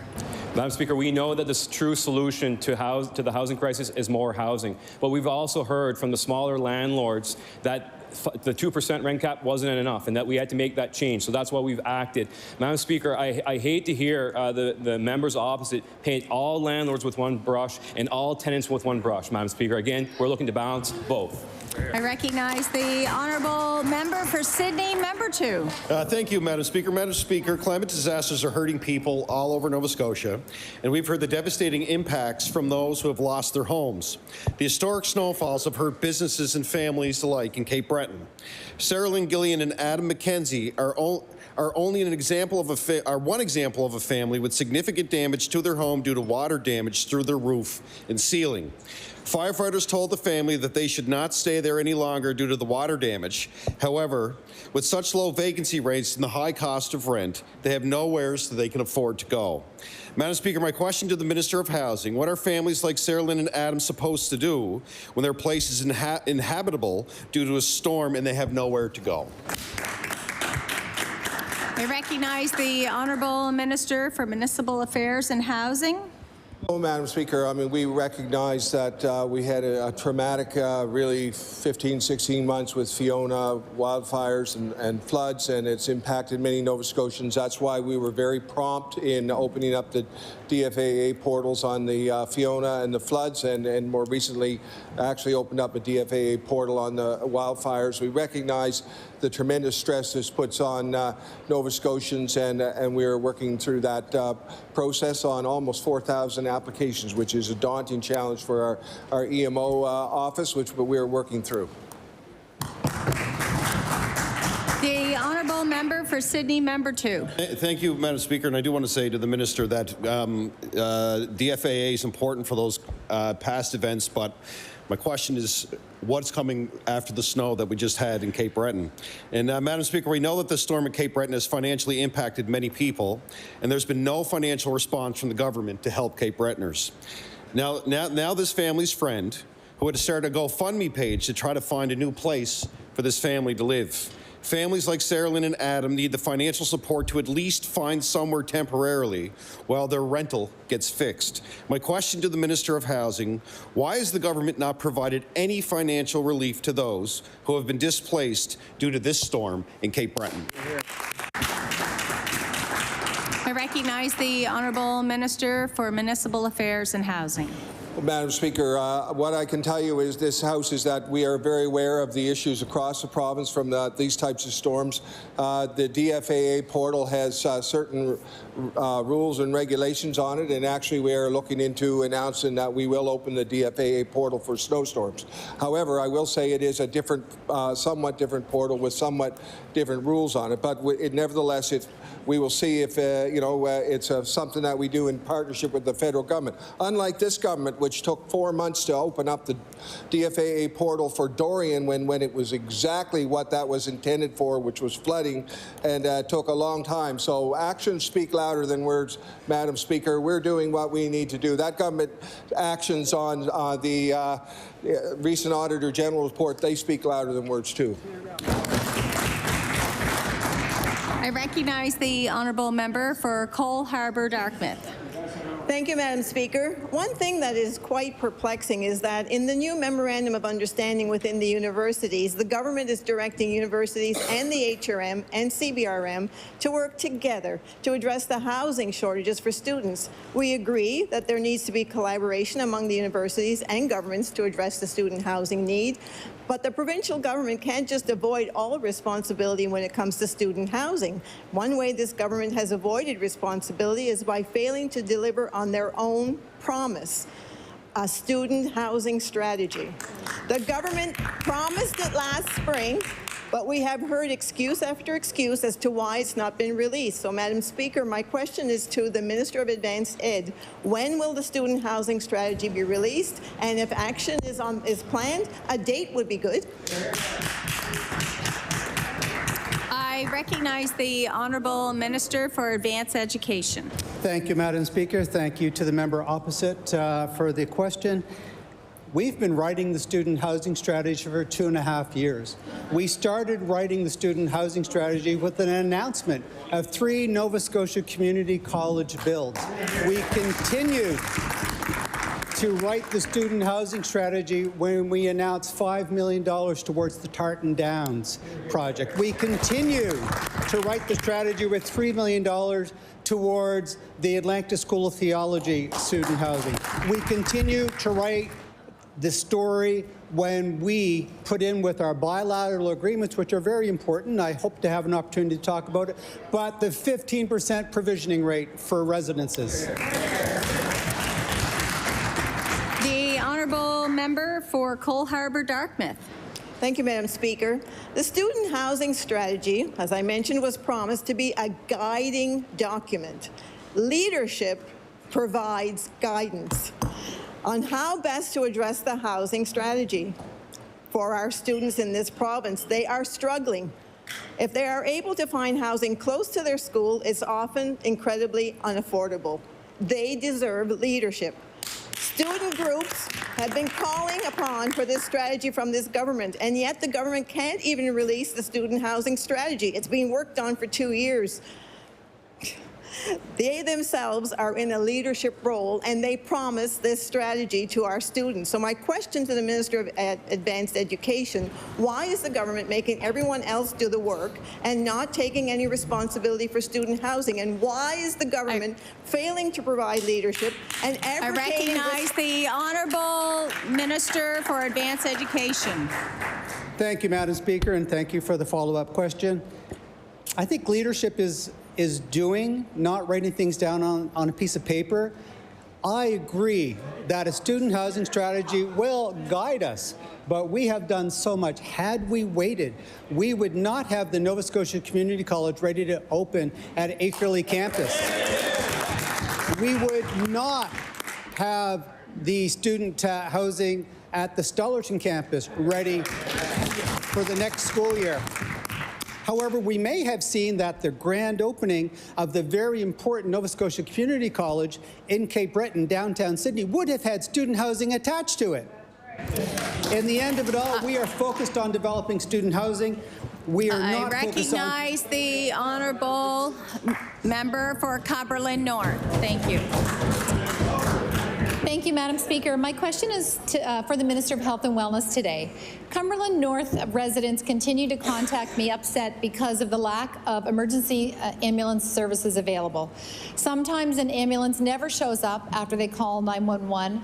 Sometimes an ambulance shows up after waiting for hours. It is causing great duress for patients, for their family members, for paramedics who know they're leaving their communities left unmanned without any emergency ambulances. It's also causing great duress for first responders, firefighters, RCMP, and police. Cumberland County has many empty EHS detachments that are left often without any staffed ambulances in the entire county. Thank you, Madam Speaker. Will the minister please outline for the House and the people of Cumberland North what her department is doing to find ways to hold Medavie accountable to meet the standards outlined in their contract? The Honourable Minister for Health and Wellness. Thank you, Madam Speaker. We certainly have worked very hard with the Department of Health, at the Department of Health and Wellness in our EHS division. We are really moving into the role of regulator more so than we have in the past. We've spent a lot of money on fleet infrastructure, making sure that we have a variety of different options. So the clinical transport operators have freed up a number of paramedics. We've implemented fixed-wing aircraft that actually has put over 5,000 hours of ground ambulance back into the system. We work very closely with our first responders. Certainly, the Medical First Responder Program, we've been working with them on a regular basis to understand their needs and understand how we can best support them. And most importantly, we have a physician and a nurse that work in the Medical Comm Center to support people in the field. The honourable member for Cumberland North. Thank you, Madam Speaker. And the situation, despite all of these reassurances, the situation is not improving. That's the challenge. And it's been close to 3 years now since the government's been put in place. As we are all aware, just 2 weeks ago, in my colleague's area in Annapolis, we saw children, 3 children, waiting on the side of the road after an MVA and waiting for hours, and I'll table this article. It's just the latest in high-profile cases drawing public attention to this problem. Minister, why is the government not looking at taking over control of ambulance services and removing it from this private company that's clearly not meeting the needs of the people of this province? I recognize the Honourable Minister for Health and Wellness. So certainly this is a contract that we inherited from our former government, and we are working very hard with EMCI and EHS to build a more robust EHS system. We have made record investments. We have actually, in the month of January, hired over 35 new people into the EHS system as a result of a fairly negotiated contract with these individuals. The nurse and the physician now have access to a video link that they can now actually see what's happening in the field. We are testing, trying that with our Good Sam camera. We are working in each community. We need to have a static system. We are increasing a number of funding opportunities, and I look forward to speaking about them in the budget process over the coming days. I recognize the honourable member for Halifax Needham. Madam Speaker, my question is for the Minister of Education and Early Childhood Development. I don't know about the member across the aisle, but I can't focus on an empty stomach. We can't expect children to be able to learn with growling tummies. And yet, despite the patchwork of pilot programs, despite the selfless work of school staff and community members, we know that many children are still going hungry at school. The scale of this issue goes beyond a few scattered salad bar pilots, granola bars, and crackers. Can the minister tell us when we will see a universal school food program in Nova Scotia? I recognize the Honourable Minister for Education. Thank you, Madam Speaker, and thank you to the member opposite for the question. Madam Speaker, we have been focused on increasing access to food in schools since we took office. We recognize the importance of children having access to healthy, nutritious food in their school environment, and we have been adding programs, we've been adding funding, and we're going to continue to do that work, Madam Speaker. Thank you. I recognize the Honourable Member for Halifax Needham. Thank you, Madam Speaker. And I only ask, when will it happen? I think there should be a timeline. There should be a plan in place to tell us today, tomorrow, next week. And that is not the answer that we received. I would love to have the answer. Order. Order, please. Order, please. The time allotted for oral questions to ministers has now expired. I recognize the Honourable House Leader for the official opposition. Thank you, Madam Speaker. So we'll move now into opposition business for the day. The first bill we're going to call is Bill 412, Residential Tendencies Act, an act to amend respecting administration and enforcement.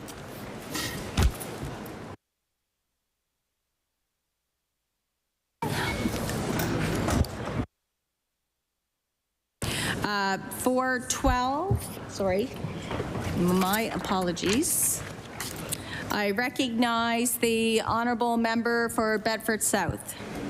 Thank you, Madam Speaker. Very happy here to speak this afternoon to Bill 412, which is a bill that I originally introduced, I believe, in October of 2022. So we're a year and a half away from that, and unfortunately still talking about it. I wish we were talking about a system that had been in place for several months now, but unfortunately we're not. So the basics of this bill, and I'm glad that we got a chance to talk about it in question period today, and I'd be curious to hear the minister's thoughts on this, if he's willing to speak to this when it gets to the government side, is to create a enforcement and compliance unit within the existing Residential Tenancies Board in Nova Scotia.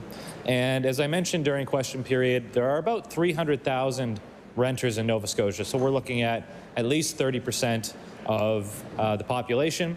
Obviously that varies from region to region. In my riding, for example, actually the majority of my constituents are renters, so it's a huge concern there in Bedford South. But across Nova Scotia, this is a huge concern. And all of us have been in rental situations before, I'm sure. Sometimes you get a great landlord, you have no problems, everything's peachy. Sometimes you get a landlord that you know, is less ideal, to be kind. Or maybe you're a landlord. Often you have great tenants. They pay their rent on time. They keep the place clean. They're easy to work with. Sometimes you have difficult tenants who might not pay their rent on time, who might damage the property, who might not move out when they're supposed to move out. And so when those collisions inevitably happen, and they do when we're talking about 300,000 renters, there needs to be some kind of mechanism to resolve a dispute quickly and easily and in a way that feels fair to both parties. That's kind of the baseline of any kind of system of justice, which is what the Residential Tenancies Board is supposed to do. Unfortunately, that system is fairly broken, and that is a position that both tenant advocacy groups and landlord groups agree on, which, as you might expect, is rare. Often landlord and tenants groups are kind of on the opposite sides of a debate, which is why when I started as the housing critic and I met with groups, I was impressed that there was a level of agreement here on the need for an enforcement division. And as I mentioned in question period, this is not a new idea. This is not a novel idea. We're not reinventing the wheel here, doing something that's never been done before in Canada. Many provinces have functional, effective, efficient, and fair enforcement divisions within their residential tenancies. Ontario, I think, is a great example of an existing system that is working, that has many provisions that would be very helpful to both parties. For tenants in particular, I think of provisions where in Ontario there is a registry where you can go online and you can find out, oh, this person that I'm talking to as a landlord, they have 7 violations of the Act in the last year. Maybe I'm going to look somewhere else. That simple thing alone would prevent disputes because you never go into a lease with a landlord who might cause problems down the road. So, as I mentioned, the government has in their possession, although we haven't seen it, we would love to see it, but they have in their possession, at least since August. I have a news report here from CBC, August 30th of last year, indicating that they've paid a consultant, thousands and thousands of dollars, I'm sure, to look into the need for an enforcement unit in Nova Scotia. And, not surprisingly, they have said, yes, we should have a tenancies enforcement division in Nova Scotia. And they have said, as I mentioned earlier, that the ideal timeline would have been to have testing of the system, because you'd need a new IT system, obviously, to manage this, in December of 2023, January of 2024, with the intention for this system to go live in March of 2024, which obviously is 2 days away. We're 2 days away from March, so I am very, very concerned that we're not going to meet this timeline. I think that's obvious. And I hope when the minister speaks to this bill, or a government member, whoever speaks to this bill, we can get an explanation as to why we have had a report in government hands for at least 6 months now. That's a long time. That's half a year. 6 months we've had this report in our possession, and we haven't done anything with it. And I'm confused because the minister in the past has spoken publicly to media and in the legislature, indicating, I think, I'm not misrepresenting his position, indicating that he supports the concept of a residential tenancies enforcement unit. I know he mentioned today that it may not be what it first appears, and I hope he can elaborate on that point, because it appears to me that this is a no-brainer, simple, transparent, there'd be more access to information, easy, relatively low-cost solution.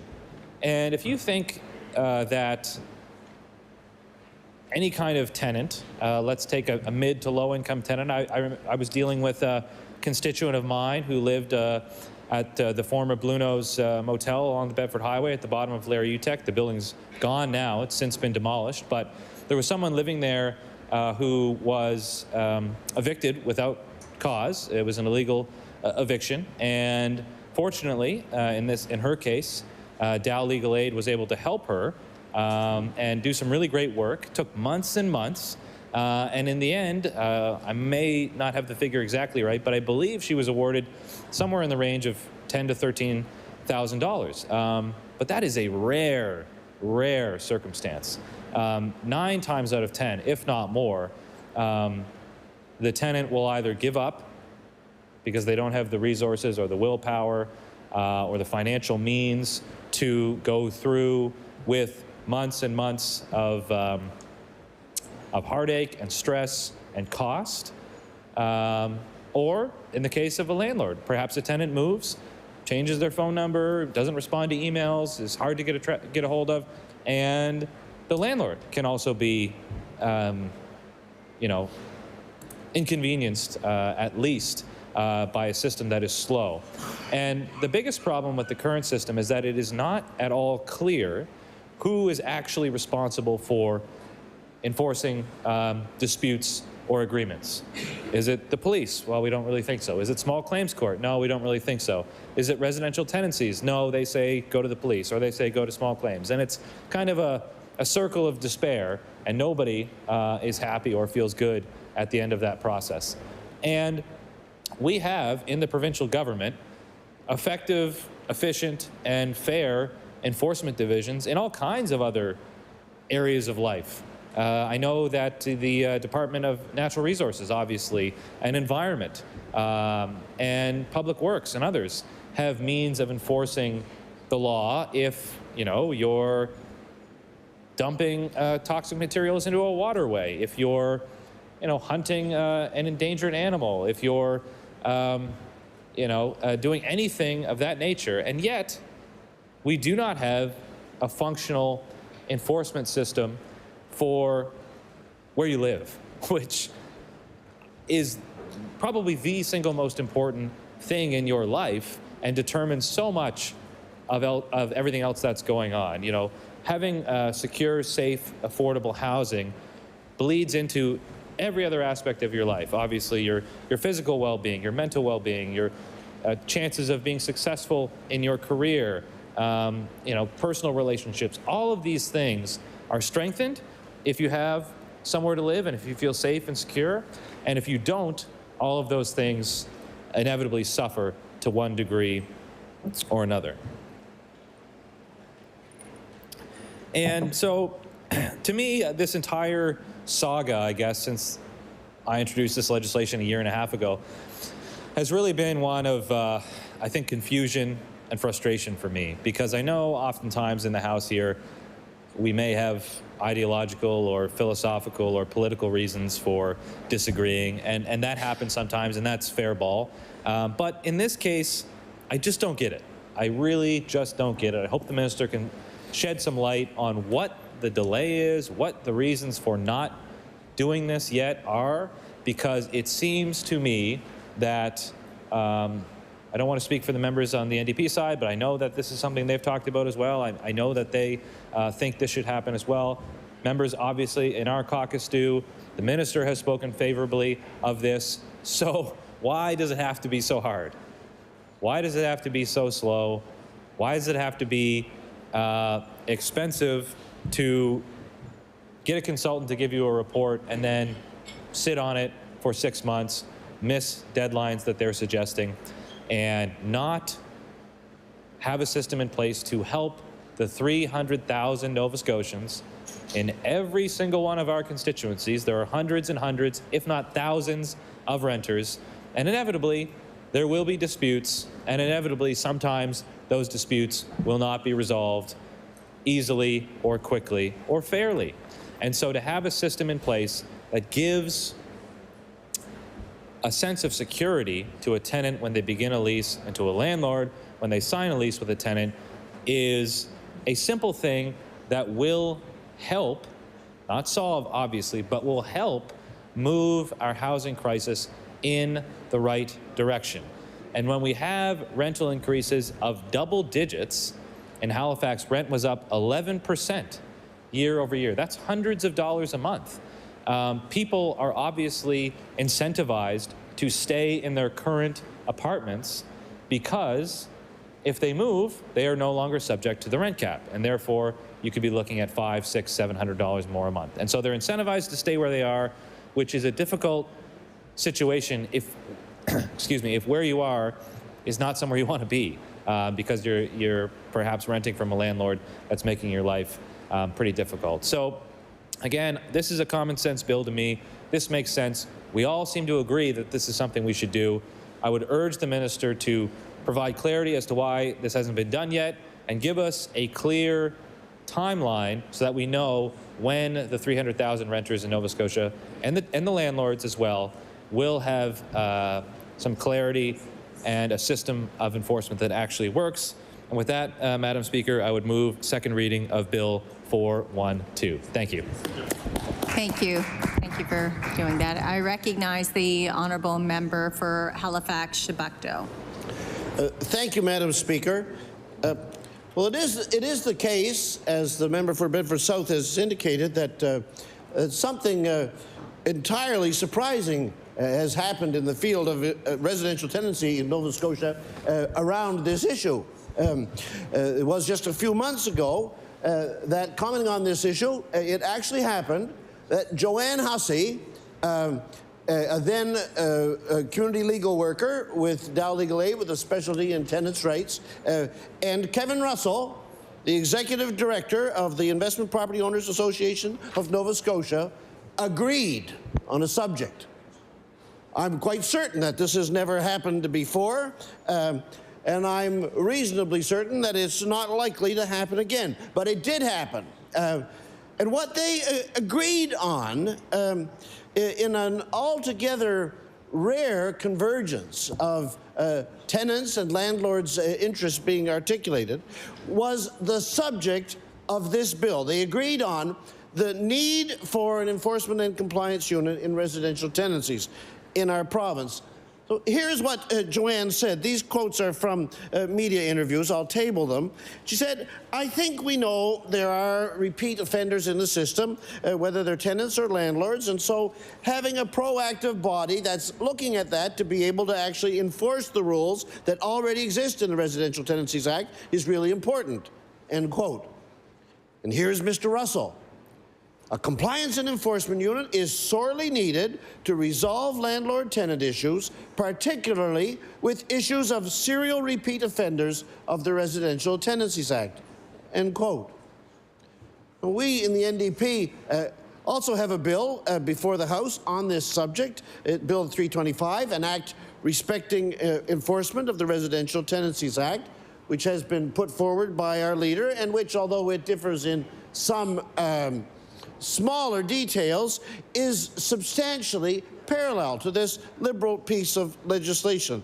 So we have here in this bill, in this subject, a real focus of agreement of all parties, of all sides, with the exception of the government. And what is being agreed upon by all parties and all sides on this subject is that the rulings of the Residential Tenancies Board should be accompanied by some timely, enforceable teeth, which they don't have at present, so that when people go to residential tenancies with an agreement, say, with their landlord, they can have a real confidence that the ruling that comes from that hearing is going to be enforced with the force and the clout that a citizen would normally expect from this kind of an administrative quasi-court. But that's not what happens now. What's happening now is the tenant has a disagreement with the landlord and they take the matter to residential tenancies. This goes through a mediation and then to a hearing. The residential tenancies officer assigned to the hearing makes a decision. It's called an order. And the order, then for its enforcement, must go through small claims court, a process that can take months and be costly, and not always even at that can necessarily result in a remedy to the situation. Now, other provinces have systems that are more effective and sensible. In BC and Ontario particularly, there are actual enforcement mechanisms within the residential tenancy system. In other words, there's no small claims court or anything like it or parallel that needs to be involved. And these enforcement units can, and they do, impose fines for non-compliance. And this is very important because in a tight housing market, that means that these compliance units serve as an effective counterweight to the imbalance of power, I will say again, the imbalance of power in favor of landlords that a restricted rental market causes. Now, the absence of a residential tenancies enforcement and compliance unit in Nova Scotia is particularly difficult for us in our present rental housing situation.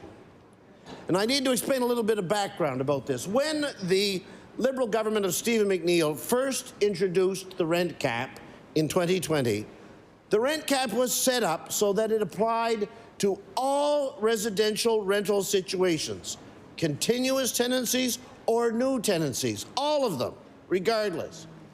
Within days, however, the Liberal cabinet altered this and restricted the new rent control measure so that it applied only to continuous tenancies, with new tenancies being exempted.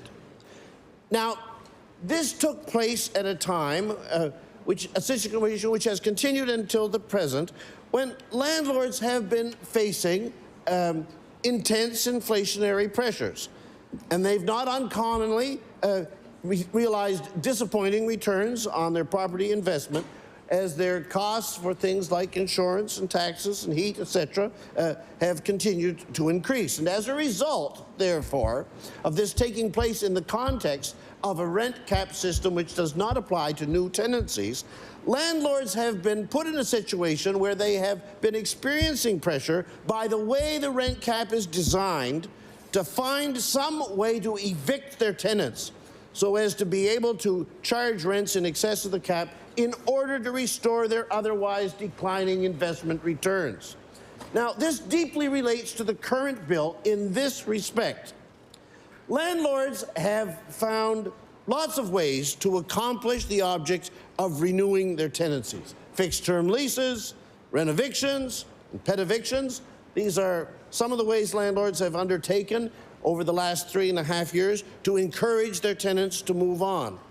One other way, however, that landlords are accomplishing this purpose that is less well known is by landlords failing to provide adequate maintenance as a way to pressure a tenant into leaving. Now, this kind of eviction by maintenance stealth is far more common than you might imagine. A tenant contacted me recently, for example, about how their rental company would not adequately deal with leaks in their home. And as a result, they had 3 different ceiling leaks every time it rained, and this went on for 1.5 years. No surprise, before long, they had recurring mold. And so the parents decided that the family had to move. And then the parents were shocked to discover that the unit rented to new tenants for $900 more than what they had previously been paying. Similarly, it's not at all rare in Halifax to be discussing these matters and hear people speak about leaving their apartment, and maybe they'll say something like, well, I'm not being evicted, I'm not being rent-evicted or anything like that, whatever, but I am tired of having a door that won't lock, and I am tired of having a stove that doesn't work, so I'm just moving on my own to another place. I got another spot. Now, you don't need to be an economist to know what's going to happen to that rent there just as soon as those people go out the door. So a proper enforcement and compliance system would address exactly this. A proper enforcement and compliance system in residential tenancies would mean that if that family had had residential tenancies on the case about those leaky ceilings, or if residential tenancies were on the case of that lock I was speaking about, or that stove, it would mean in that circumstance that enforcement officers with the power to impose fines for non-cooperation could ensure compliance with these fundamental standards, and the result would be that fewer tenants in Nova Scotia would leave their rental units in frustration, and more tenants, as a result, would be protected by the protections of the rent cap. Yeah. Now, the recommendation for the Enforcement and Compliance Unit it comes from a report commissioned by the provincial government to look into this issue. This report was received in the middle of 2023. One of the things the report recommended in August was that the new Enforcement and Compliance Unit be in place by this March, that it be in place, that is, by the day after tomorrow. As with so many issues related to housing, Madam Speaker, the government here has fallen far short of the mark. Thank you, Madam Speaker. I recognize the Honourable Minister for Service Nova Scotia. Thank you very much, Madam Speaker. It's a pleasure to rise my place to speak to Bill 412, I believe it is, an act, the Residential Tenancies Act, respecting administration of enforcement. I want to reassure all Nova Scotians and members of this House that our government is very well aware of the challenges being faced in our rental market. It's been debated over the past couple days so far, and I'm sure we'll have plenty more opportunities to do so throughout the remainder of this session.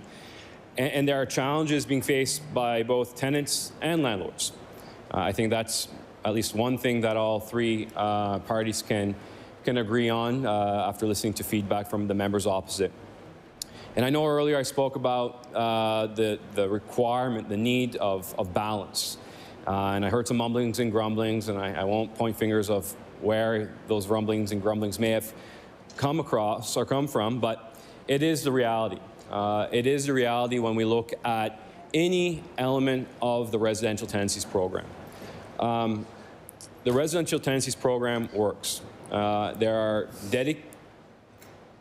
are folks apparently in this chamber that do not believe that it works, but I want to reassure Nova Scotians that there are dedicated folks that work in my department that strive to do the best that they can do to administer this program.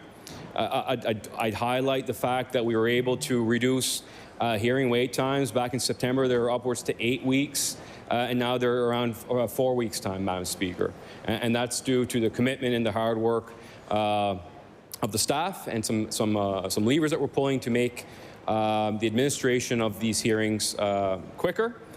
And also understanding, and I think it's fair to recognize that there are instances where there are more egregious acts that may be committed by either a tenant and landlord, and that we strive to do what we call an early adjournment. So those types of cases that are brought forward are addressed more quickly. And again, the program is designed that it's a reporting base. So either a tenant or a landlord comes to the program and makes a complaint, submits an application to the program, and then it's heard.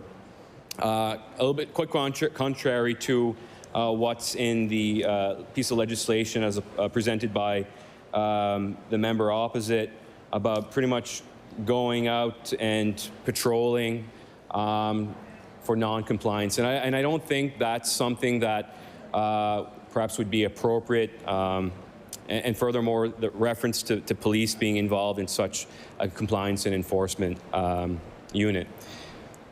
What has been said by members opposite pertaining to both tenants and landlords agreeing to a compliance and enforcement unit, yes, there has been mutual agreement from both parties that they agree that there needs to be, or that they think there should be a compliance and enforcement unit.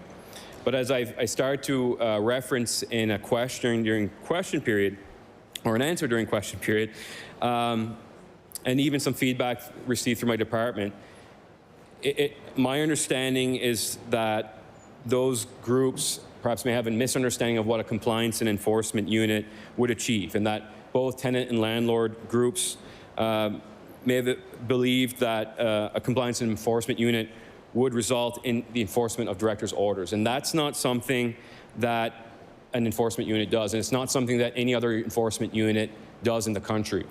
The member opposite said many other provinces or territories have this. In fact, there's only 2 between Ontario and British Columbia. And that it's a simple fix. The reference that it's being a simple fix, I respectfully disagree with. There's nothing within the residential tenancy program that should or could be perceived as a simple fix. We're dealing with, as the member opposite, my colleague from the Liberal Party spoke about, hundreds of thousands of tenants and thousands of landlords, and they all have different scenarios that and lived experiences and issues that they're dealing with and challenges that they're dealing with. And again, I do want to avoid the reference in this chamber that all tenants are the same and all landlords are the same. I spoke earlier about some of the reasons why last spring we amended in this House the Interim Residential Rent Cap Act. That was previously 2%. That is and continues to be a temporary solution as our government makes significant investments in housing, because that is the solution to the housing crisis. We've heard references to a low vacancy rate in this province, and I would argue, and perhaps I agree with some members opposite, that the low vacancy rate being experienced in our province is having a negative impact on different elements of the residential tenancy program. That said, Madam Speaker, that's why under the Minister, under the purview and the leadership of the Minister of Municipal Affairs and Housing, we are we're taking action to build more than 40,000 new units over the next 5 years. The creation or the potential creation of a compliance and enforcement unit is not going to be the silver bullet of fixing a housing crisis. Those other provinces that I referenced earlier that have a compliance and enforcement unit, they're dealing with housing challenges as well. I think that's very important to recognize.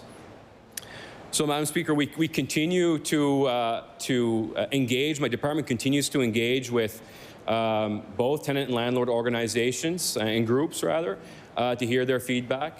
We're not sitting on our hands. Again, the first piece of legislation that I brought forward as Minister of Service Nova Scotia was amendments to this Act. And I noted it before, and I know members opposite have said it before as well, that it's not a closed book, and it's not a closed book. The fact is that the marketplace, the landscape of housing is ever changing based on unprecedented population growth. We know there are challenges with population growth, but we're accepting those challenges because we know that there's opportunities. And that's why it's there are cross-government efforts to address and work on solutions to address those opportunities to build up our province, Madam Speaker. The challenges that we are experiencing today within residential tenancies, within health, within housing, within Department of Public Works, and Environment, and Natural Resources, all the departments, Madam Speaker, did not happen overnight. And that's why some of these solutions don't happen overnight as well. I do want to caution, and I don't want to go into down the road or the rabbit hole of leaked documents and reports, but briefly, ever so briefly, on the report that government commissioned, the mandate of that report was how, if government decided to do a residential tenancy compliance enforcement unit, how could it look? Not when should it be put in place, and how could it be in place? It was more about what should it look like. So I just want to put those statements on the record, Madam Speaker, based on feedback that the members have shared this afternoon, based on, and I won't go into where perhaps they have found that information. It was noted by my colleague of the NDP pertaining to rent evictions. This was a topic that's been discussed many, many times in the last couple sessions, Madam Speaker, where our government took action. Our government took action to put in a process, recognizing that infrastructure such as apartments and rental properties do have a life expectancy. And at times, like whether it be a vehicle or a home or or roads or any other piece of infrastructure that we're talking about, there's maintenance to be done. And at sometimes that building or that road has to have a big overhaul. And that's why our government took action to put into place a formal process that limits when rent-evictions can happen. And I urge all members of this House to share the information about that process, because at times I felt, Madam Speaker, that it was getting lost, and that members opposite were going to constituents and saying, tough luck, there's no way out of this, and that you get an eviction notice on your door and that's it, that's all. That's not the case, Madam Speaker. When a tenant is faced with an eviction notice, they can contest that and submit an application to the program, a program that's designed not to have any legal representation, and understanding there's folks that need that extra help, and I know a number of our colleagues here in the House do assist their constituents to go through that process. And for the record, since we brought forward those amendments to the Act, I believe it was, and proclaimed them, I think it came into force of spring of 2022, I believe.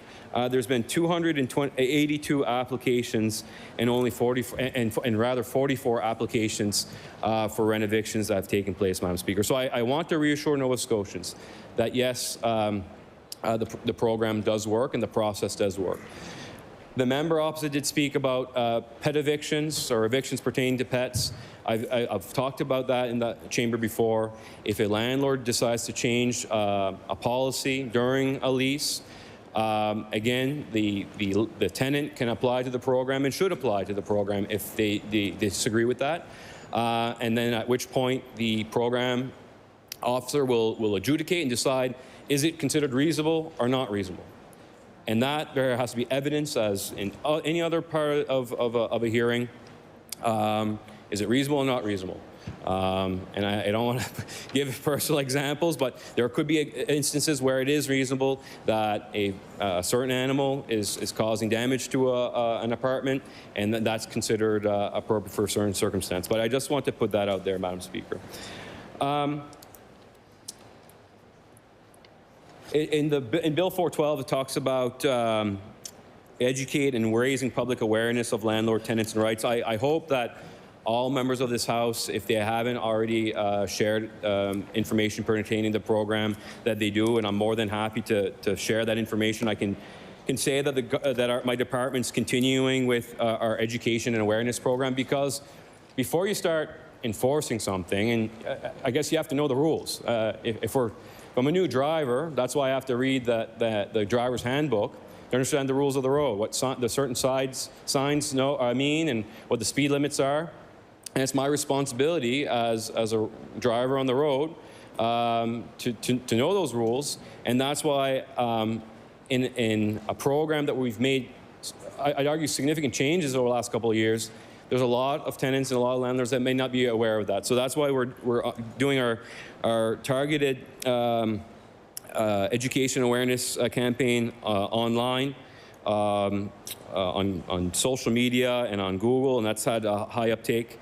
And we'll continue to do that, Madam Speaker, and we'll continue to work with different organizations, and from both tenant and landlord organizations. I've met even with Students Nova Scotia, part of their awareness week, and offered to work with them to ensure that their folks have access to that information.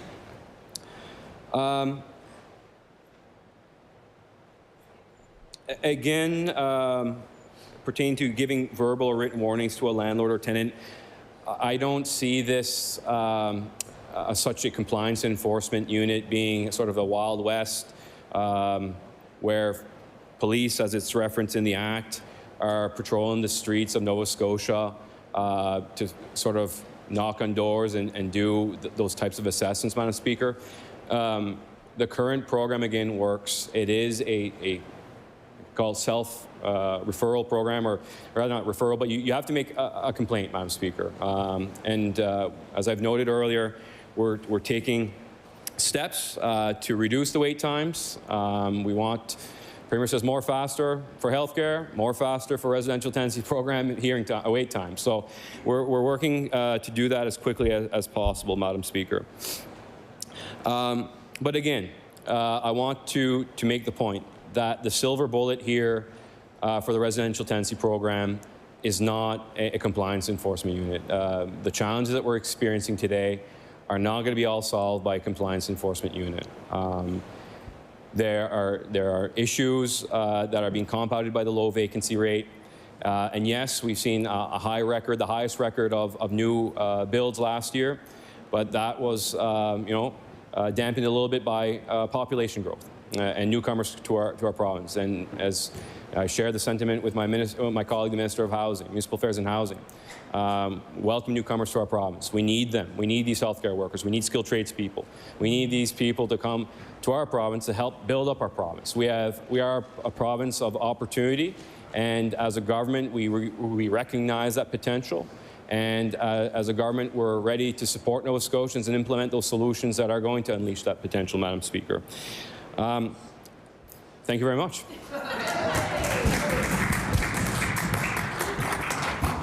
I recognize the honourable member for Cole Harbour, Dartmouth. Thank you. I've enjoyed listening to all sides on this, but it's interesting. I still wear the hat of a municipal councillor for 12 years, and what propelled me to run provincially was to help the people in the issues that they deal with on a day-to-day that the municipality cannot respond to.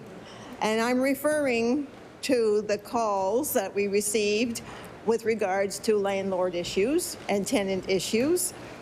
The police often get called. The police are told they can't do anything. Bylaw officers are called. They are told they can't do anything. And the people, in their frustration, then guess who they call next? Their elected officials. And if there is an awareness campaign, I certainly would like to know about it, because while everyone was speaking, I'm like, who are they going to call? Who are they supposed to call? No situation is the same. We know that. But for 15 years, I've been discussing and hoping to see a solution to, in that balance, seeing adequate housing provided. The member of the NDP spoke about doors falling off and things like that. That's inadequate housing. And to have it go before the board is a very long, long process. By the time a door could get fixed, that person is without a roof over their heads. I don't understand the reluctance of the government to actually explore, just explore, what it would possibly look like to have an enforcement unit that would create that balance, arm's length from government, that would support tenants as well as landlords. The government's own consultants said that it was needed. I mean, this is the third time that we've tabled this. So that speaks to the very fact of how important we feel that this bill is. And we want this government to take it seriously.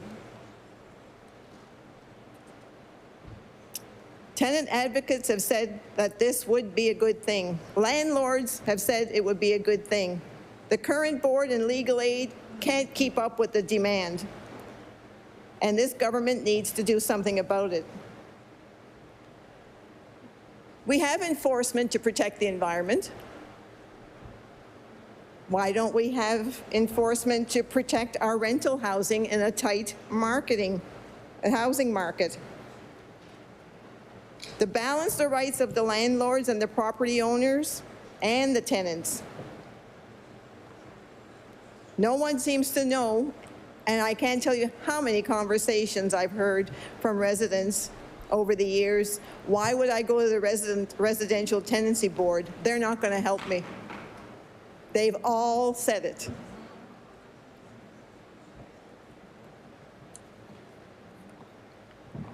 I just don't understand why they can't explore the idea. I don't think I would use the rules of the road analogy as a means of supporting not doing anything, because there's a lot of people out there not following those rules. A lot. It's critical, and we want to grow the population. We've said that. And if people in Nova Scotians don't know who to turn to to protect their and give them adequate housing, what about the people who are new to our community, new to our country? Who are they supposed to call? Many of them are living in inadequate housing. That's just not right. And the fact that the government is not willing to even explore what we have seen Ontario and BC do. You talk about not reinventing the wheel, but I don't see why you can't just sort of consider it. And on that plea for consideration, I move to adjourn debate on Bill 412.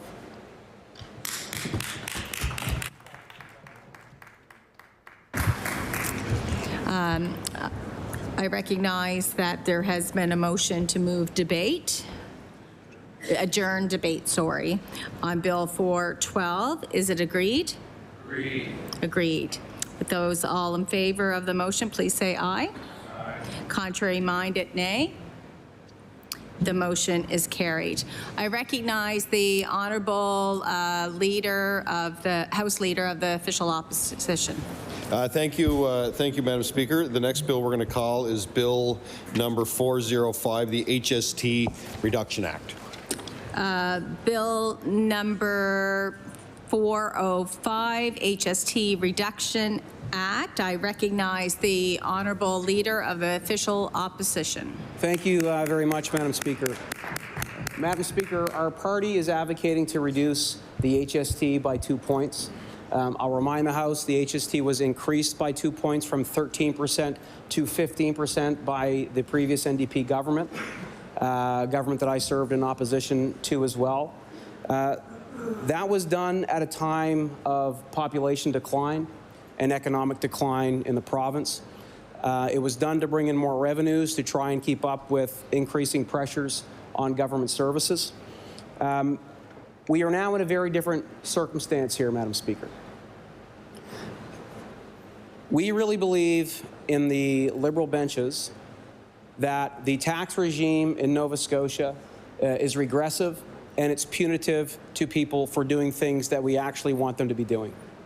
We have gone in 2 short years under the Houston government from being one of the most affordable places to live to one of the most expensive in the country.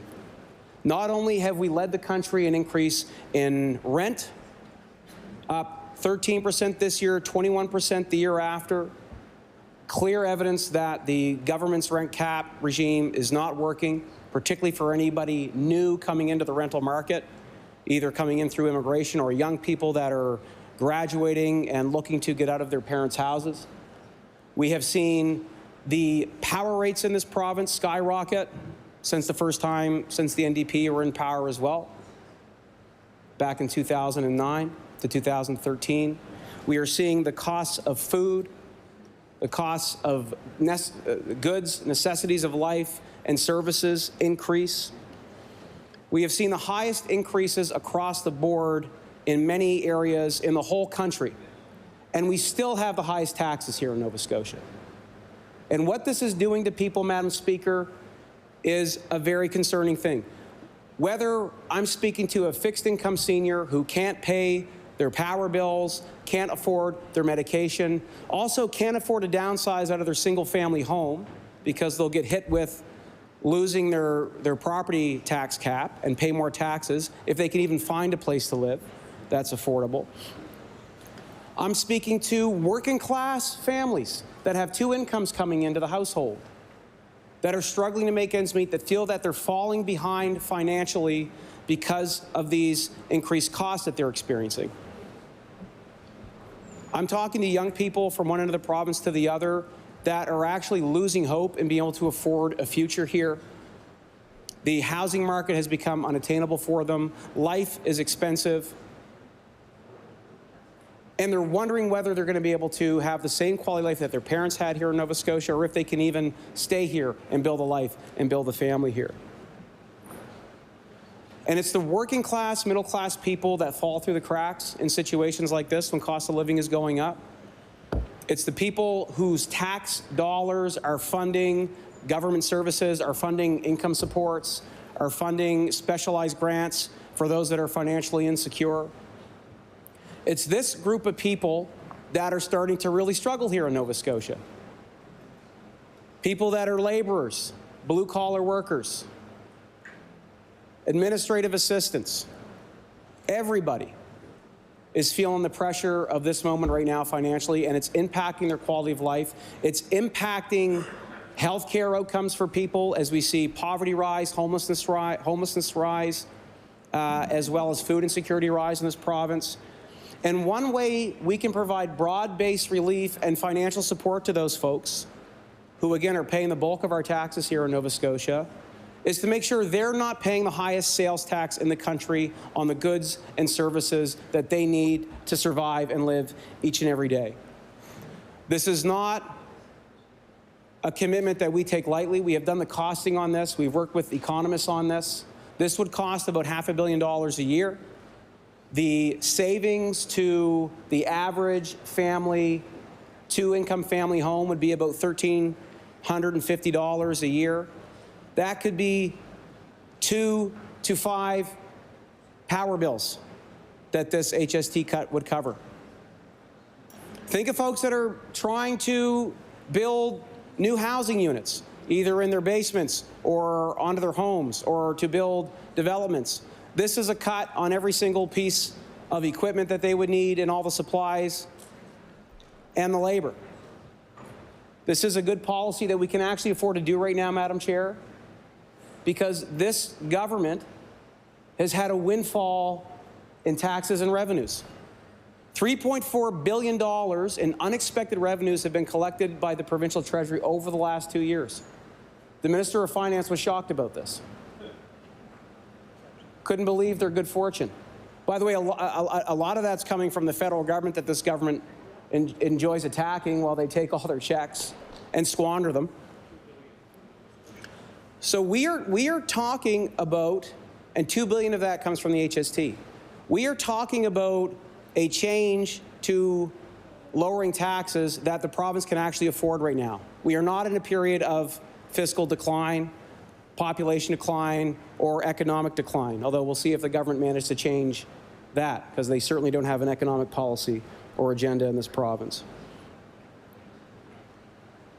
So we're talking about taking a fraction of the additional taxes and revenues that have come in and giving that back to people, helping make life affordable in a really meaningful way each and every day, every time they take their credit card out, every time they take cash out of their pocket to pay for the things that they need to live. Food, pet food, sporting equipment, studwood, plywood, nails. All these things that people are paying the highest taxes for in the country. We can change that. We can afford to change that right now. In fact, I don't think we can afford not to do this. I'm worried about the generational issue that is developing because of the affordability crisis here in this province. Again, we've gone from being one of the most affordable places to live in the country a few short years ago. It wasn't that long ago the cost of living was low here, to one of the most expensive places to live in the country. We are now rivaling some of the biggest provincial jurisdictions in the country that have had high cost of living for a long time. Again, the highest rental increases in the country. Some of the highest power rate increases. And people are still paying the highest taxes, and we don't have to pay the highest taxes anymore here. And I will say this is also a regressive tax. Taxing people on consumer goods is regressive, just like it is to tax income. Think about it. We are punishing people through the tax system to do things that we actually want them to do. We want them to be more productive. We want them to earn more income. What happens when that happens? Because we are the only province that does not address bracket creep, they lose more money in taxation to the province. We want people to be consumers. Our economy is driven by consumer behavior. We are seeing a retraction in consumer spending right now because of the high cost of living. Charging people the highest taxes in the country on consumer goods. Again, the necessities of life is a regressive thing to do. This is impacting businesses as well. And we have consulted with the CFIB on this. They've done surveys with their membership. Again, independent, small businesses in this province. 50% of our economy is driven by these folks, or more. These are the folks that are struggling the most right now to deal with the cost of living. The big corporations are doing fine. Many of them are doing better as a result of the current situation. It's the small businesses in each of our communities here in Halifax who are really struggling with the cost increases on the things that they have to purchase to do business, on the labor that they have to pay for. Sales tax is in the top 5 most harmful costs to small and independent business in this province. They have told us that through surveys. The CFIB has told us that. One of the most harmful taxes in this province to our small business community is the HST. Again, an HST that was increased by the NDP between 2009 and 2013 during a period of decline. Again, we're not in that period anymore. We've seen growth. Again, the government opposite will take credit for that growth, even though it happened in the years before from an economic perspective with increases in exports and sustainable population growth that wasn't overburdening all of our systems and infrastructure. And I know that the government will assert, well, if we're going to cut taxes, that means the Liberals are going to cut services. That's not true. As I mentioned, we would argue right now in this point in time we can afford to do this because of the additional revenues that this province this government has brought in. $3.4 billion in unexpected additional revenues. It's massive. They suggest that we have to cut things. We don't. But let's look at where some of this money's going. I really believe that this government is squandering hundreds of millions of dollars to chase headlines, to get political pressure off them, to issues manage, instead of actually achieving results for people in this province. We see it in healthcare where the government pats themselves in the back every single day about how great a job they're doing. Well, now 53,000 people don't have a family doctor. Well, the emergency departments have never been in a worse state where wait times now to see specialists and get MRIs are twice the national average. We see it when they brag about their spending on housing and poverty, when poverty rates are going up and homelessness rates are going up and housing stock isn't keeping pace with the growth of our population. I want to look at some of the specific spending that this government has done. Again, $464 million in spending to deliver what we were told would be a nursing retention and recruitment bonus. $464 million. We were told that would get 2,000 nurses back into the system. What did it do? 148 nurses. $464 million to increase our net population of nurses by 148 people. Is this good return on investment? The evidence would suggest not. $50 million, I think it's going to be up to $80 million on the most expensive hotel that's ever been purchased in this province. The most expensive hotel that's ever been purchased that was half done, that according to healthcare experts couldn't accommodate the healthcare needs of patients. That cost, to put that into perspective, just at the $50 million level before the untendered contract was awarded at $50 million, that cost $735,000 per bed. $735,000 per bed. Is that a good return on investment? Compare that to a hotel that was sold shortly after for a much lower price, $45,000 a bed. That hotel costs. Are we getting good returns for our investments? I would argue not. The apps that we're spending in untendered contracts. Again, let's look at the Happy Pad app. Last time I looked, that cost $1.3 million. It achieved 4 leases for people. 4 leases for $1.3 million. $325,000 per lease. What a broker fee that is in an untendered contract. So, Madam Speaker, I cannot allow this government to sit there and say we have to make cuts to services, that we can't afford to reduce taxes right now in Nova Scotia, because the evidence suggests that we can. The numbers suggest that we can. $3.4 billion collected in unexpected revenues. By the way, because I know the government's going to mention this, the carbon tax, yes, that has increased cost of living. Guess who's benefiting the most from that? The provincial government, who's charging HST on top of the carbon tax. It's all smoke and mirrors. We have a population that is falling behind financially. We have working class people that are not making ends meet. We've got a generation of young people coming up that are losing hope in affording a future here. And we have a government that so far is turning a blind eye on the real issues that matter, the real cost pressures on people, like paying the highest taxes in the country on their hard-earned income and on the sale of every single good and item they need to survive and live. We are in a position right now to provide financial relief to Nova Scotians, whether it's a fixed-income senior, a working family, or a young person that's going to be trying to make ends meet, find a place to live and get by here in Nova Scotia. We've got an opportunity right now, if this government moves and supports this motion, this piece of legislation, to cut the HST, we can start doing that important work of making life more affordable here. We can start doing that important work of supporting those working class people, those middle class families who are struggling as hard as anybody else right now in this province. If we move on this, the young people are going to be coming up into our workforce. We can ensure that they have a more affordable life here as they pay less and less for all the things that they need to live. We can do that if we have some vision from this government and if they move this bill and reduce the costs of taxes to Nova Scotians and help make life more affordable here. Thank you, Madam Speaker.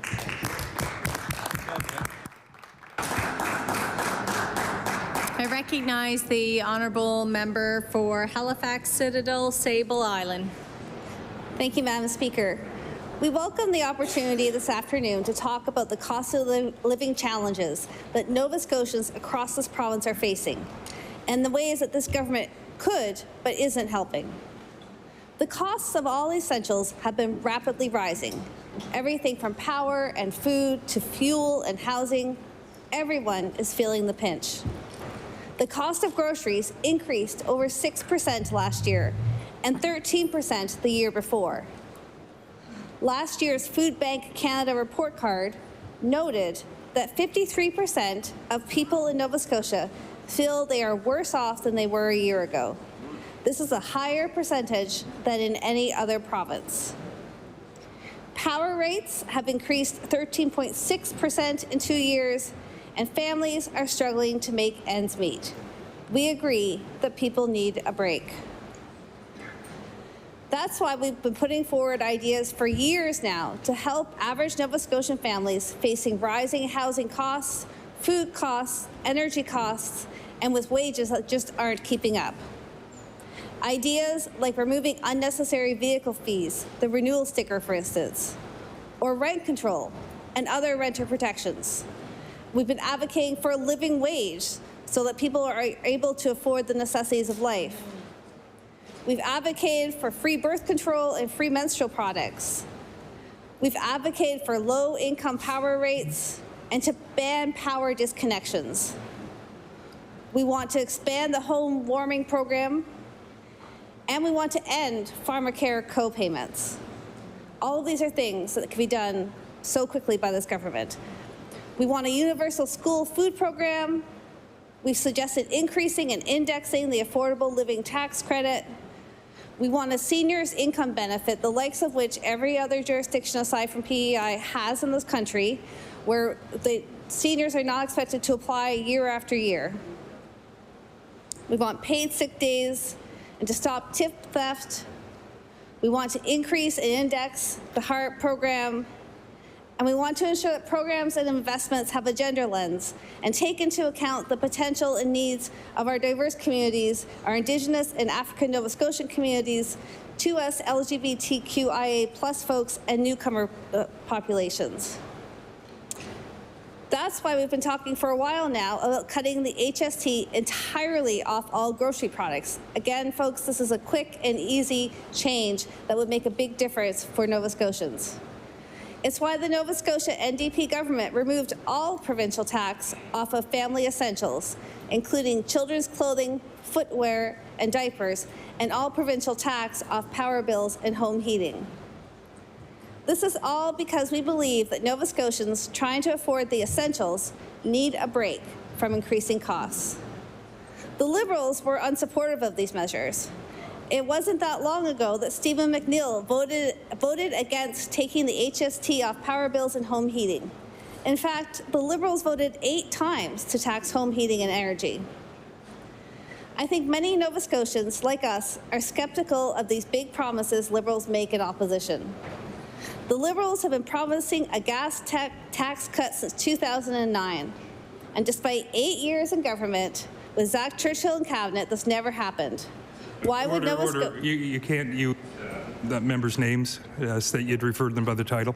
I recognize the honourable member for Halifax City, Sable Island. I apologize. Thank you for the reminder. Despite 8 years in government, the leader of the official opposition was in cabinet, but this never happened. Why would Nova Scotians trust him on this? And I would like to table that. We're also skeptical about the math that Liberals are using here. Estimating people will save $650 per year is based upon a false presumption that we all spend equally. Those with more disposable income will spend more and will therefore benefit more than others from an HST cut. A cut to the HST will give more money to people buying luxury goods than the families who deserve the break. We heard some of the pushback after this was announced last month.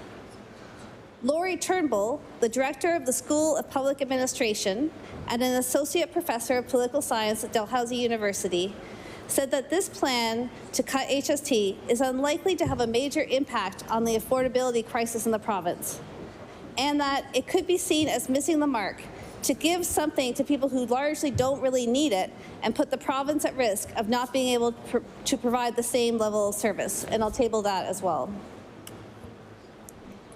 We heard last month from the Liberal leader that people need to eat, people need clothes, people need phones, people need the internet, and we agree. We've proposed no groceries should be taxed. Children's clothing already don't have the provincial tax on them at all. We could also be looking into removing the provincial tax from other essential services and products, the way the New Democrats did on power bills, which would help more people more directly. I also want to highlight the reality that sales tax is a massive revenue generator for our province, last year bringing in $2.3 billion in revenue. Revenue loss at this scale are undeniably going to mean cuts somewhere else. I'm curious where the Liberals are proposing these cuts to take place. Do they want to cut spending on healthcare, housing? How would this revenue loss impact our ability to create a universal school food program, our ability to hire more family doctors, or build enough affordable housing? We're looking to the Liberals to explain this, what they're hoping to accomplish here. Our caucus is in favor of increasing affordability for Nova Scotians, but we recognize that not all Nova Scotians are in similar positions. The measures that the Liberals are proposing would disproportionately benefit those with higher incomes and disproportionately disadvantage those in the middle class and those with lower incomes. There's lots to do that can help Nova Scotians who need it most, but cutting the HST isn't one of them. Thank you. I recognize the honourable member for Kings West. Thank you, Mr. Speaker. I am very honoured to rise again in the House, as always, today to speak on Bill 405. I guess I could begin, or I could just say I echo everything that the member for Halifax Citadel, Sable Island? Yep, correct. Said. But I will expand on a few things, and I would just like to say, Mr. Speaker, that Nova Scotians want their governments to be responsible. They want them to have a balanced approach when it comes to spending the public purse. They know that they want their government to address a lot of the services and the government initiatives that are important to them. And that's why I'm proud to be part of this government. This government knows that it is truly important to recognize the fiscal responsibility, yet at the same time addressing the needs that people have. We want to be good stewards of the financial purse. Mr. Speaker, we were very upfront with Nova Scotians when we came to power. We told them that after years of neglect of spending in health care, after years of neglect in spending in long-term care, after years of neglect in spending in our roads and infrastructure, after years of neglect in spending in housing, that it was time to catch up, Mr. Speaker. We were very upfront with them, and we told them that we would have to invest in those programs to give them the services that they truly deserved. And Nova Scotians have been responding to that. So, Mr. Speaker, I think it's important to understand the implications of what reducing the HST by 2 percentage points would have and the impact it would have on Nova Scotians. As has been mentioned, the decrease in HST revenue would equate to a projected loss of about $500 million, jeopardizing the sustainability of critical government programs. I would just like to maybe just ask a few questions here. Like, I know it's been mentioned that, we always want to look at fiscal responsibility and have a chance to pay less in taxes. Who doesn't want to pay less in taxes? Everyone wants to do that, right? But, Mr. Speaker, if I had to go back to the people that I represent and go to the village of Greenwood, for example, and say, the investment in your community in lighting around Civic Field that is going to give the residents of that community extended hours for recreational use and an investment in their trail system.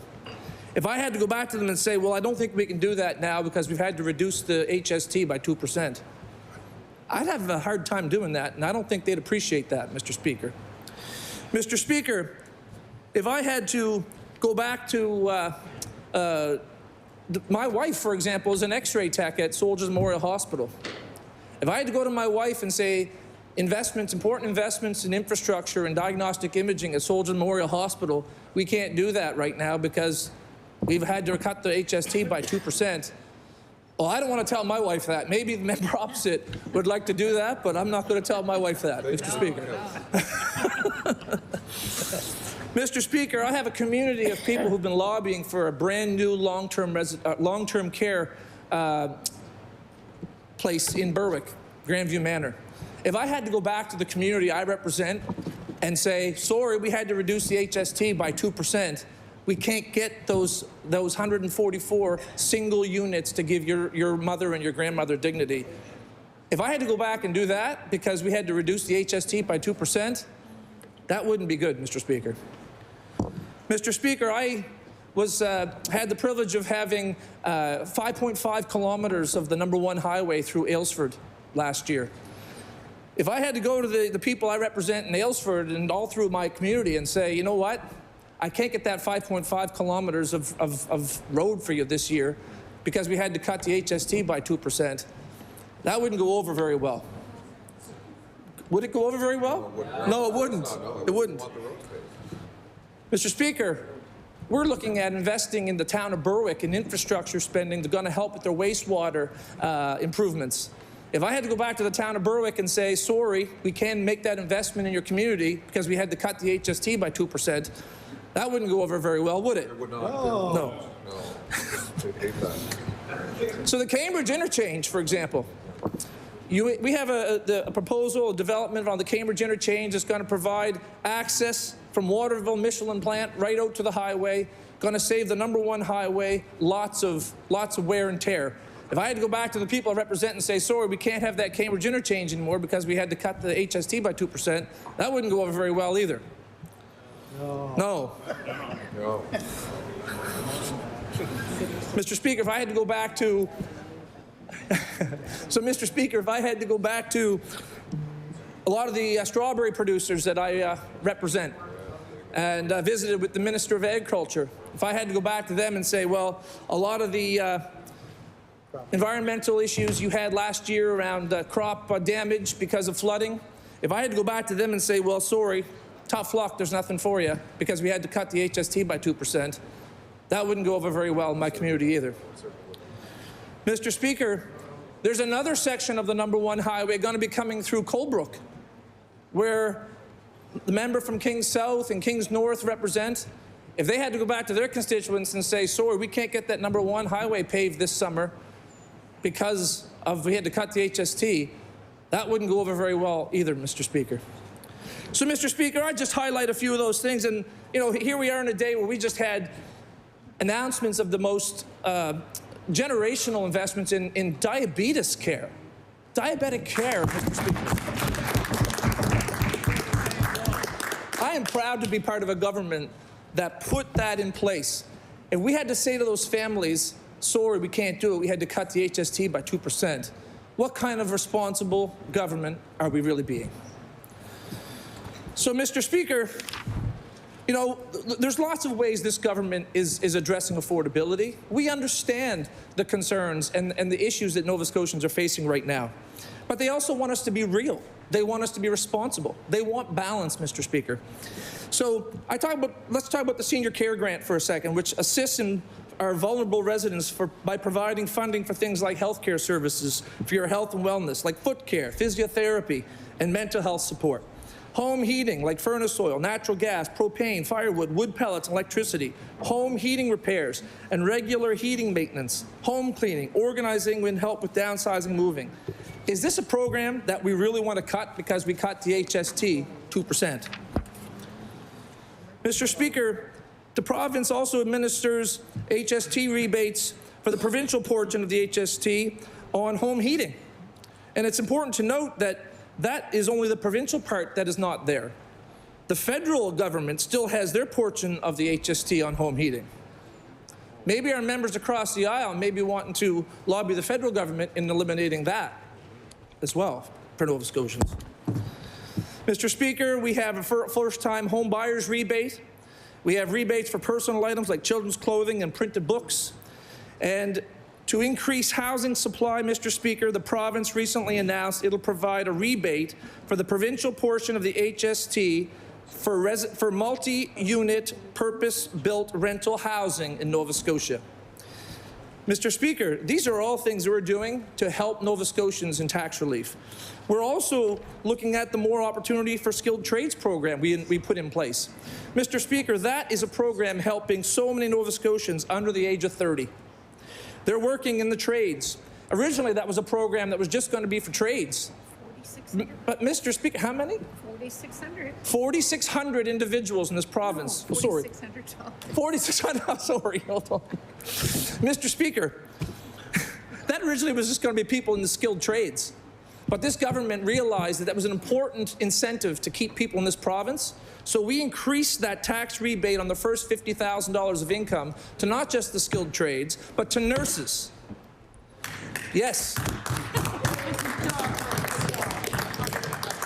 We expanded it to the film industry, which is growing in our province.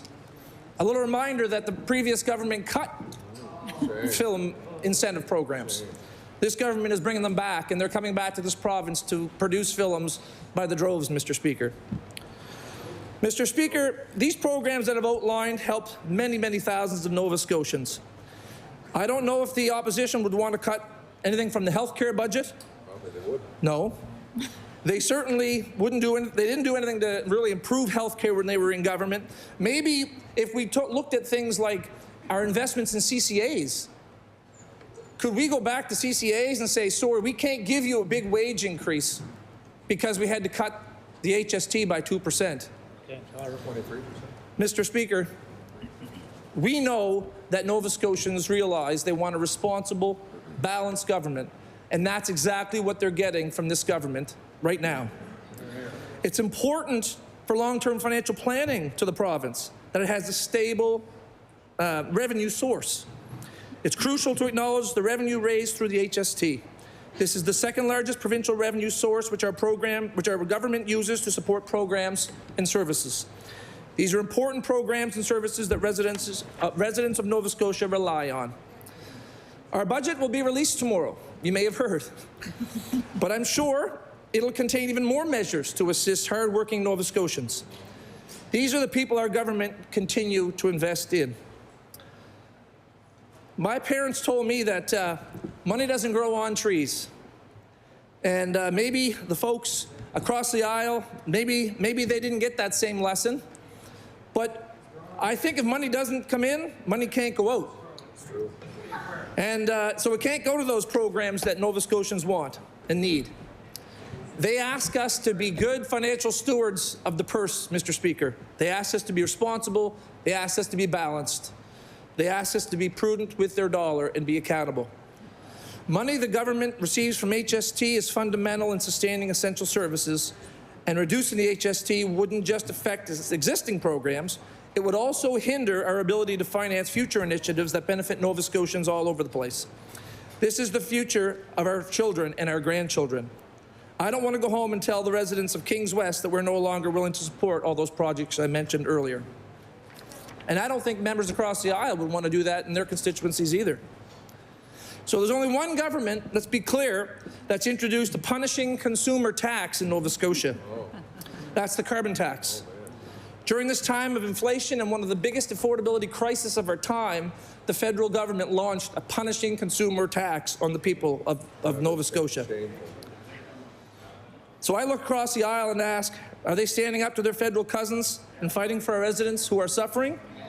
If the member opposite would like to table a bill titled a bill to lobby the Prime Minister to get rid of the carbon tax, we might be willing to support that.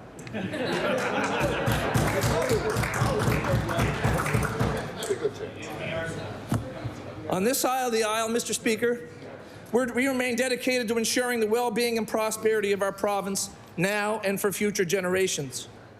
The member opposite, he says that this is the time when we could explore a reduction in the HST.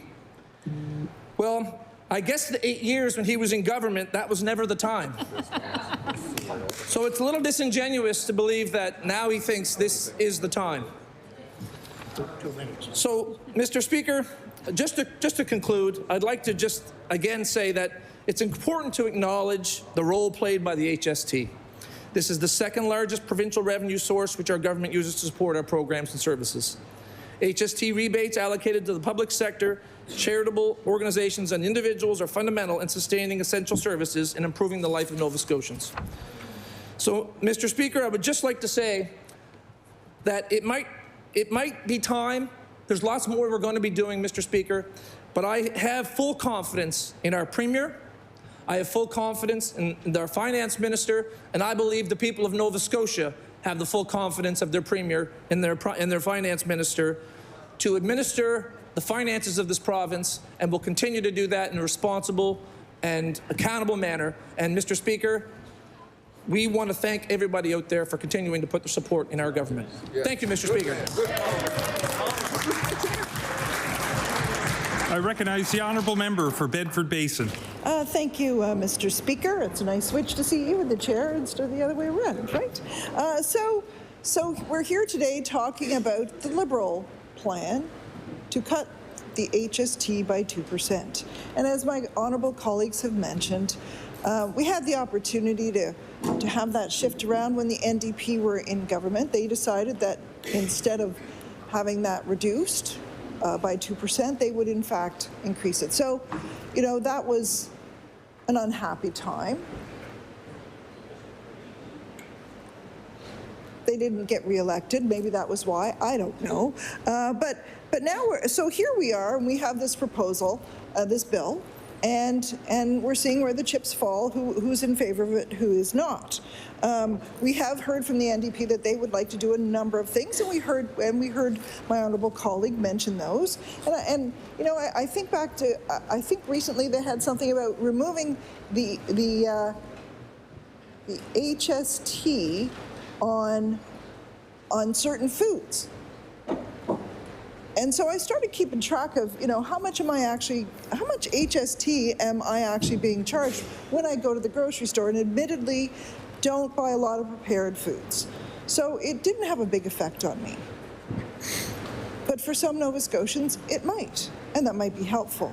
But it is nowhere near what people would get back with this particular proposal.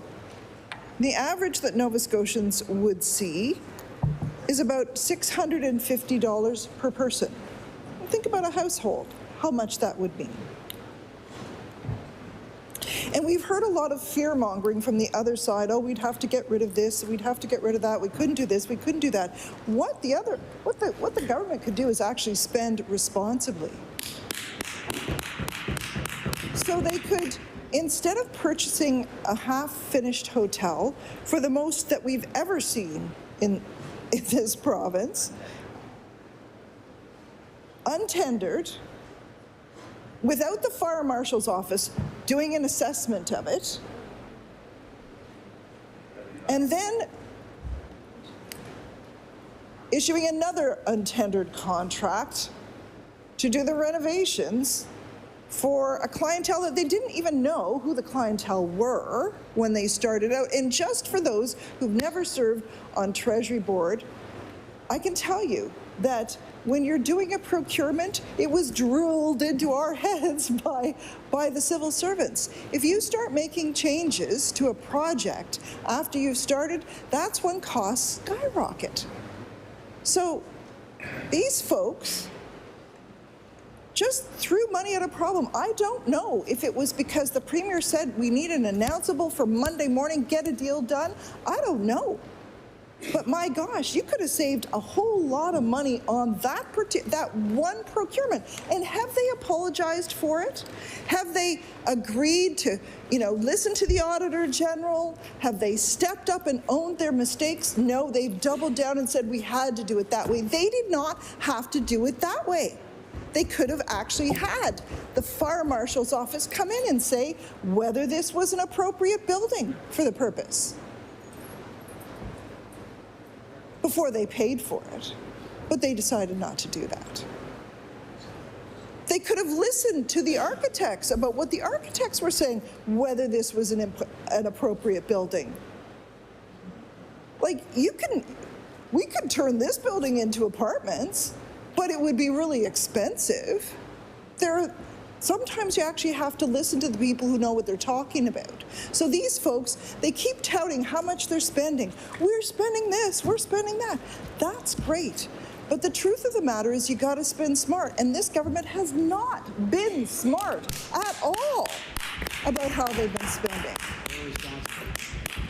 It's irresponsible, it's not prudent. And in fact, my honourable colleague just said, Nova Scotians want us to be prudent. We have not seen prudence. I don't know where she is. She has gone. Prudence has left the building.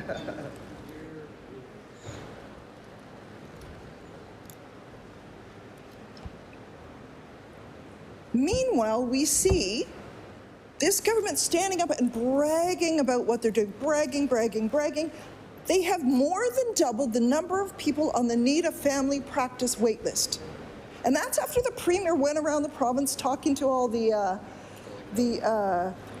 chambers of commerce and saying, oh yeah, the list isn't right, having used the list and said it was a crisis when it was at 72,000. But now suddenly, the list isn't right. And so what have they done? They have doubled the number of people who do not have a family doctor. There are more people in Central Zone alone on that list today than there were in the entire province when they took over. Yeah, well done. So that, well, heck of a job, Brownie, as George W. Bush would say, not somebody I quote a lot. You're doing a heck of a job. Yet more people without the care they need. Ambulance wait times through the roof, all in areas all across the province. Heck of a job, Brownie. Prudent spending, wow. And then today, we see that Community Services is going to do a one-time payment for community services recipients of $150. So, if you spread that out over a whole year, that's $12.50 a month. Historic. I mean, wow. What are people going to buy with it?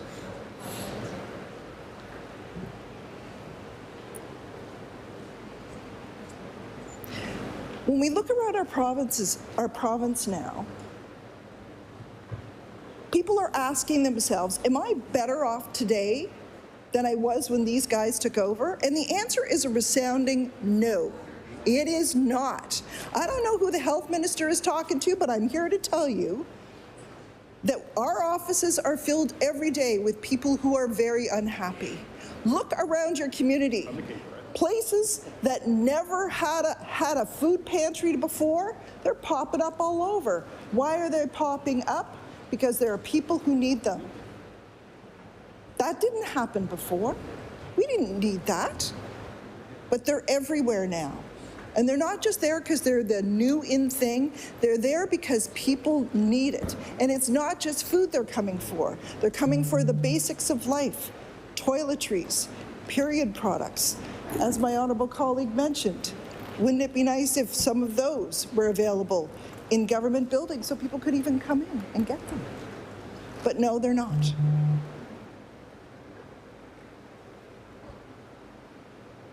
The average Nova Scotian is going backwards under this government.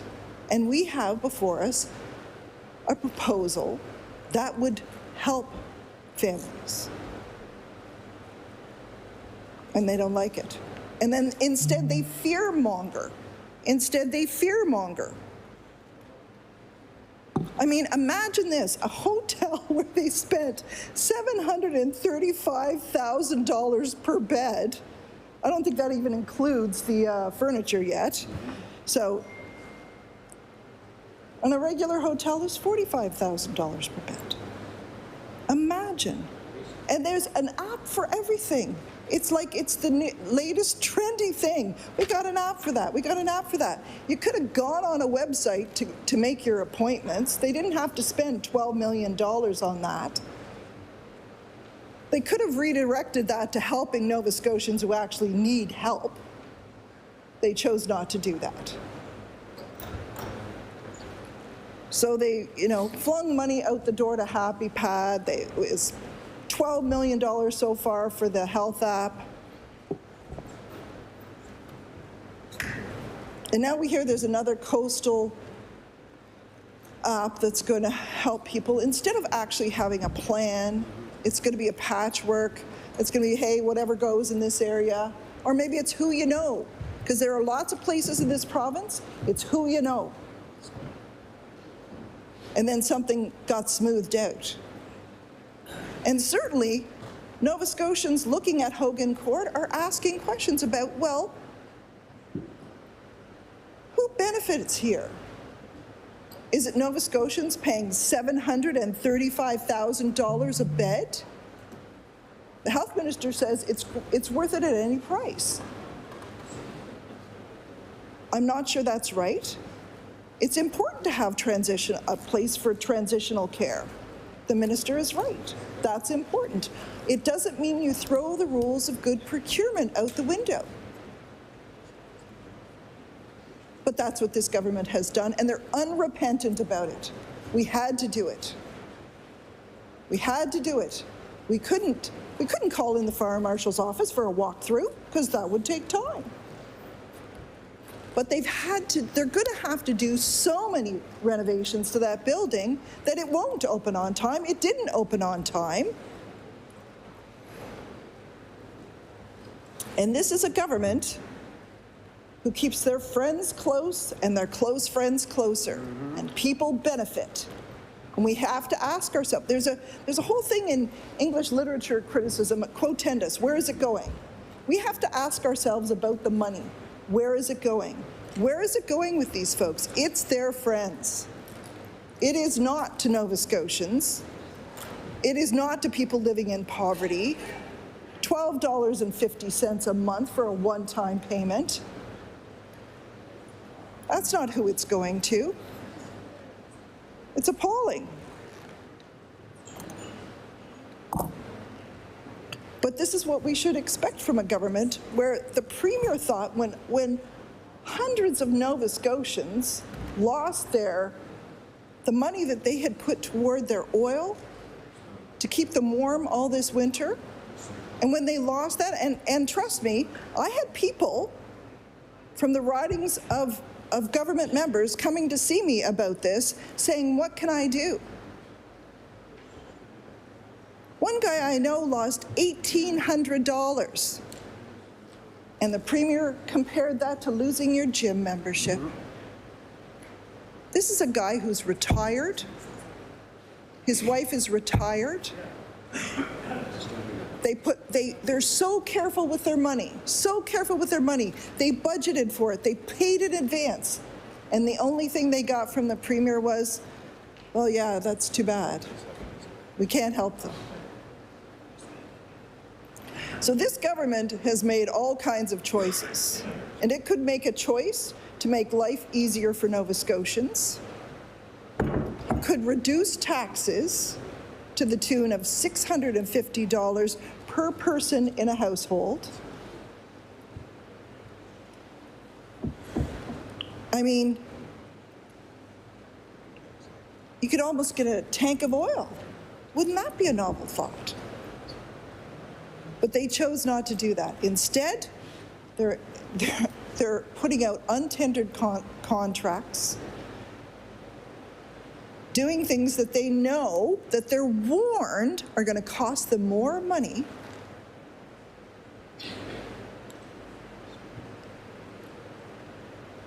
Because they don't want to reduce taxes. God forbid you should leave middle class, working class Nova Scotians with more money in their pocket, because they wouldn't know how to spend it. We know how to spend it better, is their attitude.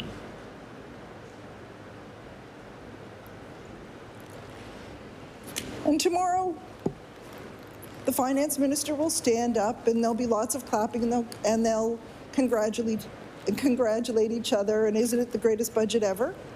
But Nova Scotians know that all these announcements that they're going to be making, all this money that's going out the door, that's coming out of their pockets. We have Nova Scotians who cannot pay their rent. We have Nova Scotians who cannot buy their medications. We have Nova Scotians who are going to food pantries and food banks for the first time in their lives. And the government of Nova Scotia is going to give them a one-time payment of $150 and pat them on their head and say, there you go.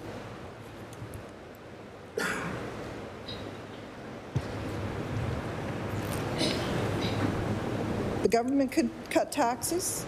The government could increase income assistance more, but they've chosen not to. And that pretty much tells you all you need to know about this government. Thank you. You're here. Good job.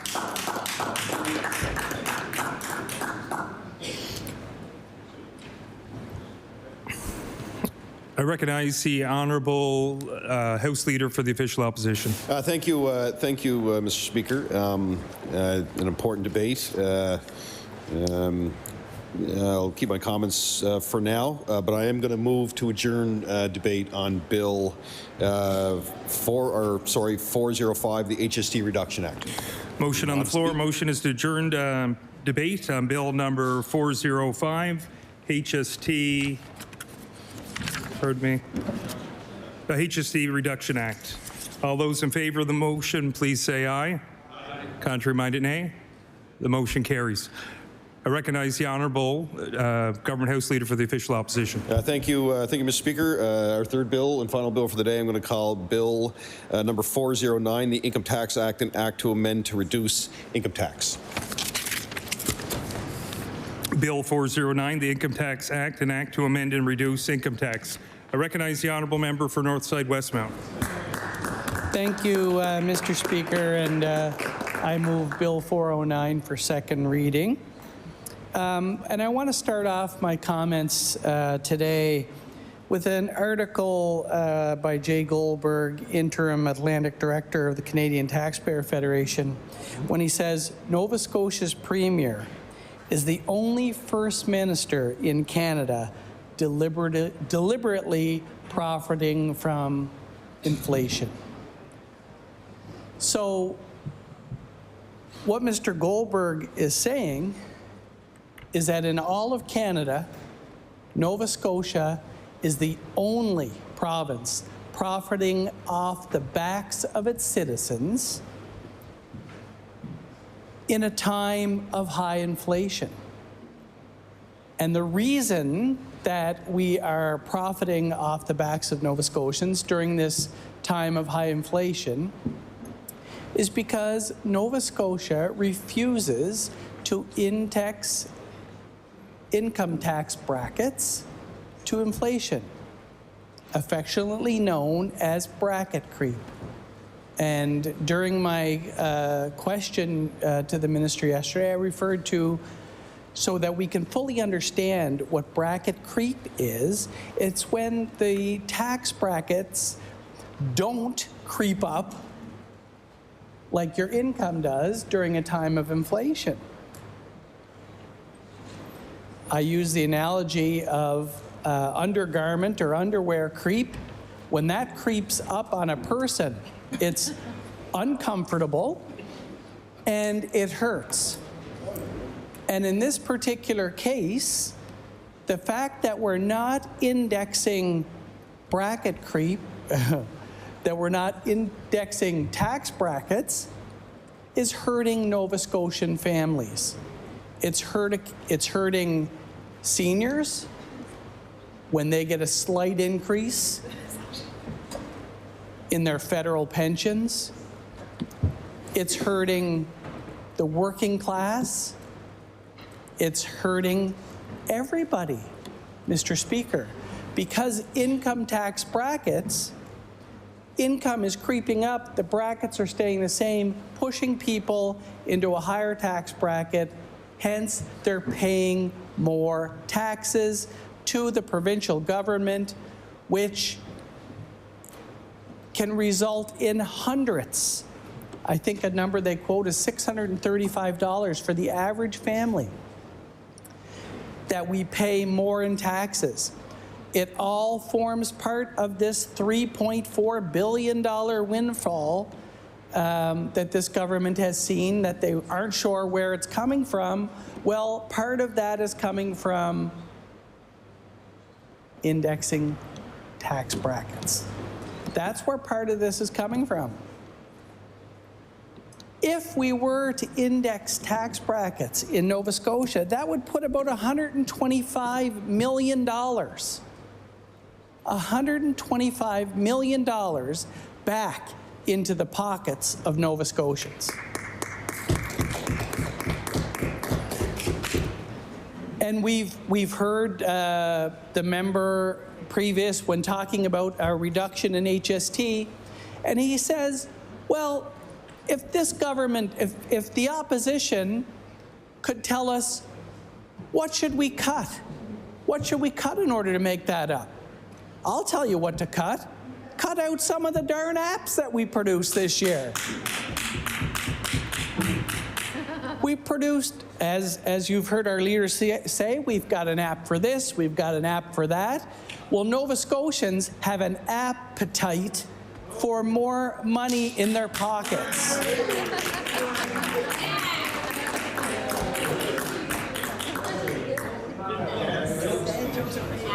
Yeah, you know, not a happy pad or not another app for coastal protection, which the government should be doing the protection, not an app. Nova Scotians need more money in their pockets. Everything costs more. Food costs more. Housing costs more. We've seen property taxes increase. Everything is stretching beyond its limit. And sooner or later, Nova Scotian families are going to be stretched out of their homes. They're going to be stretched out of the ability to provide healthy food for their families.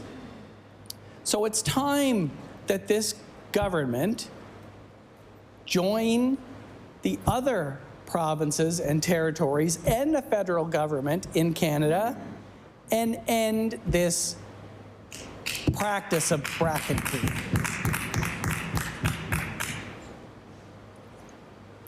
So I will table this document at the end. Jay Goldberg says, by failing to index income tax brackets to inflation, the Premier is raising taxes by pushing taxpayers into higher tax brackets, even though they can't afford to pay more.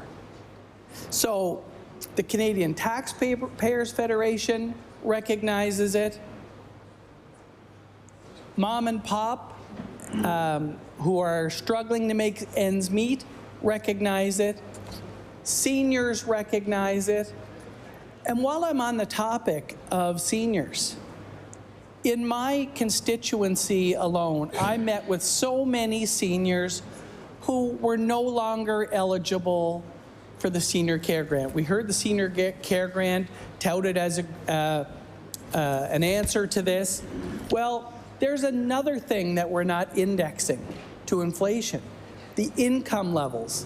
So as seniors get a $300 increase in their federal pension, they lose on $750, so it's a net loss to them.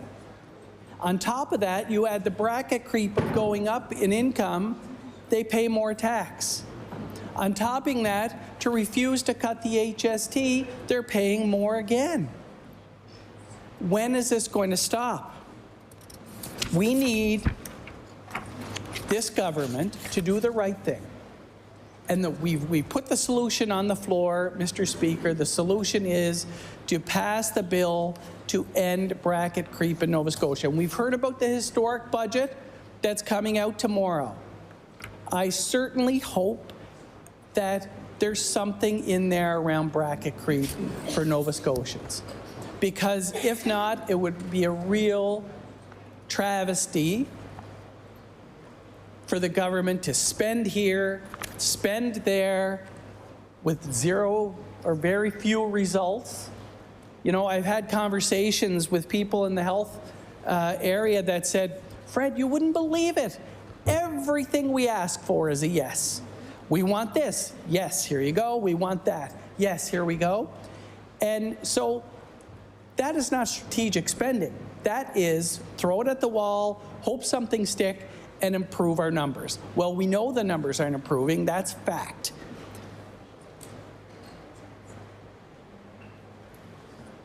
So $125 million in the pockets of Nova Scotians, which would then, Mr. Speaker, be pushed back into our economy. Right now, people are making that decision. Should I buy more food or should I get my medications? Should I get the medications or should I put fuel in my tank? What should I do with my money? Because it's stretched so thin. By reducing the number of apps, like we heard one app cost $12 million. $12 million, there's 10% of the revenue that would be gained, reduced by increasing bracket creep. And the point, so the point of the matter is that not everybody in the province, people of the province can't afford groceries, let alone a smartphone to use the government-produced apps. So maybe if we increase bracket creep, somebody could have a phone that they could access their health records. Maybe they could have a phone that could get an appointment at the doctor's office. But right now, people are more concerned about feeding their families, about heating their homes, about getting their medications to make them healthier. $653 more in the pockets of Nova Scotians, Mr. Speaker. That's what we're talking about. So can you imagine, that's $653 doesn't sound like a lot, but that's $1,000 in earnings. It's $1,000. It's a heck of a lot more than $100 given out to people if they meet a certain criteria, or $1,250 a month. It's necessary to increase all of these social programs because people really are struggling. In my office alone, you know, and we can talk about, you know, we'll need to get that revenue somewhere. Well, I would argue that if we used appropriate financial measures, we would be able to survive on the budget that we have, let alone a $3.4 billion increase in revenues, which is great for a government because the government can just, without restriction, just start spending all over the place. But if they actually listened to the Nova Scotians and actually listened to the experts, they would see that reducing bracket creep would have a huge impact on the lives of not only the most vulnerable people in our province, because they certainly could use help as well, but we're talking about working families, 2 people in a household working to try and make ends meet, looking for side gigs, Mr. Speaker, to bring in extra income into the family. And when they do that, what happens? They don't spend it in the economy. They pay more in taxes to the provincial government because it puts them into a higher tax bracket. Mr. Speaker, I would urge this government, you know, and again, put their own bill forward that will reduce bracket creep, because it doesn't matter who does it at this point. Nova Scotians will be the ones to benefit. And just like today, we saw, you know, from this side of the House, we've been advocating since we were all elected in 2021 for continuous glucose monitoring. We all have constituents that's going to help. And the government put their own bill together and going to pass that through this legislature so that people will benefit from that. And that's a good thing. I welcome things like that because it helps Nova Scotians. But here's an opportunity by reducing bracket creep to help all Nova Scotians. We hear this government say, we're targeting. Well, how about we take an opportunity to target everybody? And the 2 things that we put on the table in this session, reducing HST by 2%, helps everybody. It helps the most vulnerable. It helps the working families. It helps seniors. It helps everybody. Indexing income tax brackets helps everybody. It puts more money in your pocket that maybe you could then use for small businesses, or it will help you survive these months of the winter when things are colder and you need more fuel for your furnace or more power to heat your home. So, Mr. Speaker, again, we're the only province in Canada, we're the only jurisdiction, we're the highest taxed already, highest property taxes, highest HST, highest income taxes. Let's do what's right for Nova Scotians. Let's give them a little break in their pocketbook. Let's index income tax brackets. And while we're at it, let's reduce the HST. Thank you, Mr. Speaker. I recognize the honourable member for Halifax Citadel Sable Island. Thank you, Mr. Speaker. I'm glad to rise to speak to Bill 335, Amendments to the Income Tax Act. As we've been discussing, costs of everything are rising right now, and Nova Scotians are being pinched at every turn. Nova Scotians are struggling with the increasing costs of power, food, fuel, housing, and more. And that's why our caucus continues to push for real support for Nova Scotians. Indexing tax brackets is one piece of this puzzle. We know that Nova Scotia is the only province who hasn't taken action on this, and it's costing Nova Scotian families. That's why our caucus has also recognized this need, and I tabled similar legislation before this House. In the face of huge cost of living increases, we have to give Nova Scotians a break, and this is one way the Houston government could do that quickly and going forward. We've talked many times in this House about the report from Food Banks Canada, which was released last year, and embarrassingly gave Nova Scotia a failing grade, the worst across the country. The report condemned this government for taking minimal steps to address the issues of high poverty and affordability difficulties. A key recommendation from this report was the need for income bracket indexing to immediately improve material conditions for low and middle income earners. To quote the report, indexation should be introduced as a priority in the next provincial budget and extended to all provincial programs for both revenue collection and credits and income support, and I'll table that. I suppose we'll have to wait until tomorrow to see if this government took these recommendations to heart. The other area that we need to look at in terms of income tax is, in fact, the basic personal exemption limit. Again, in Nova Scotia, we're alone in the country. We haven't increased it. It's clear to see where the gap is if you have a look at how out of sync our basic personal exemption numbers are with the federal government. And, you know, I think we can think about that. So the federal government, for instance, is up to $50,000.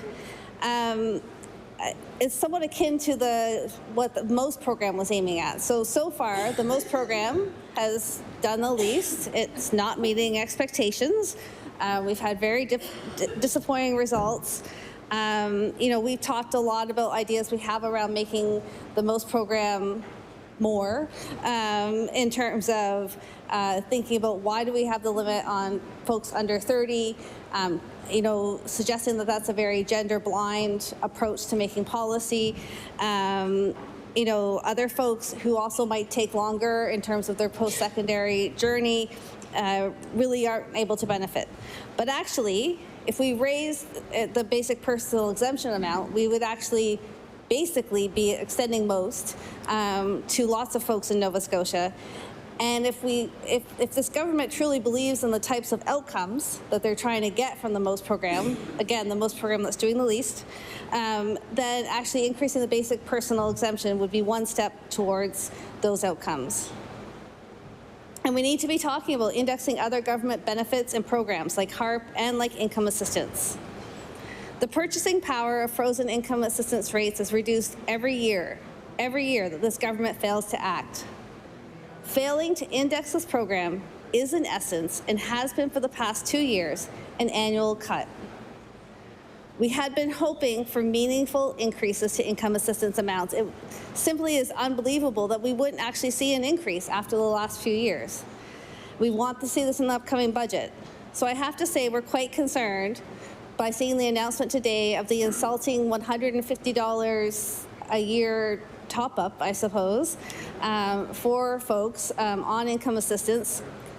This is not indexing. This is not meeting not overcoming the distance that people have sort of fallen back in terms of their income assistance rates.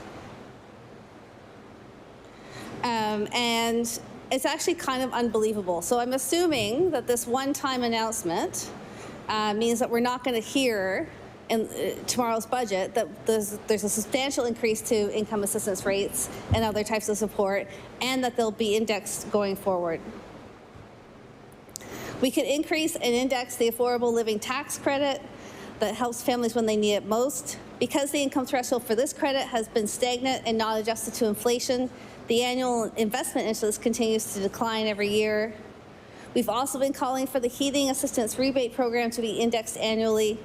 This program, which offered a $1,000 rebate to many Nova Scotian families in 2022, recently saw its eligibility and benefits clawed back by this government. And while we're talking about other ways to support Nova Scotians with cost of living pressures, let's look to pharmacare fees so that seniors and families don't have to choose between affording medication and affording food. Or a universal school food program so that every kid has access to healthy, nutritious lunches at school. And I understand that this government says that they're working on it, but especially when we're thinking about investments in children and their well-being and their development, the clock is always ticking.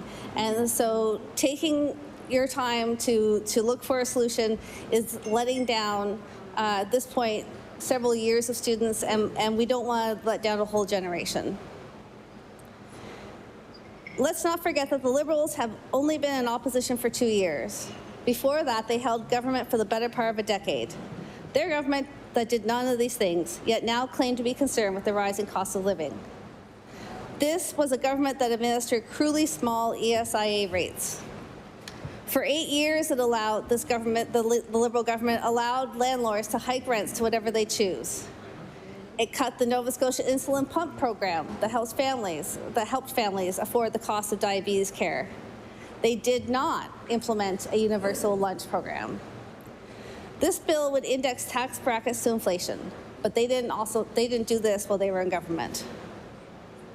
After many years of Liberals and Conservatives making tax cuts to benefit large corporations, we need to be having a bigger conversation. A conversation about fairness and really helping the thousands of people who need it.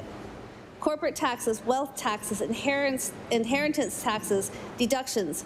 These are some of the important parts of the conversation of what we want our tax system to look like and who it should benefit. Our caucus is in favor of re-examining our tax system to make sure it is working for average Nova Scotians. Thank you. I recognize the honourable member for Colchester North. Thank you, Mr. Speaker. Mr. Speaker, I'm pleased to have the opportunity to speak about the potential or the prospects of indexations of our income tax system. It's a wonderful idea. Is it realistic? I honestly don't know. Clearly, I don't have the insight into the finances of our province that our Minister of Finance or the Premier have. I do clearly recall the demise of many of the critical services in Nova Scotia, such as health care, long-term care for seniors, or affordable housing, to name a few, as a result of the previous government's passion to balance the budget. Mr. Speaker, just a few minutes ago, the member for the Liberal Party suggested that the province could survive without the $125 million. Survive. So that's just it, Mr. Speaker. Nova Scotians survived for the previous 8 years, but just barely. So, Mr. Speaker, we want Nova Scotians to thrive. They survive. They survived for years. We recognize this as a challenge, but we really want them to thrive. So, Mr. Speaker, I am very much aware of the changes since Premier Houston became Premier. The decision to invest in our residents, the decision after recognizing the declining ability of current provincial essential services, the fact that there had been very little actual action to grow and to build healthcare's infrastructure as well as invest in human resources. Mr. Speaker, we all know about the great investments in healthcare. And Mr. Speaker, the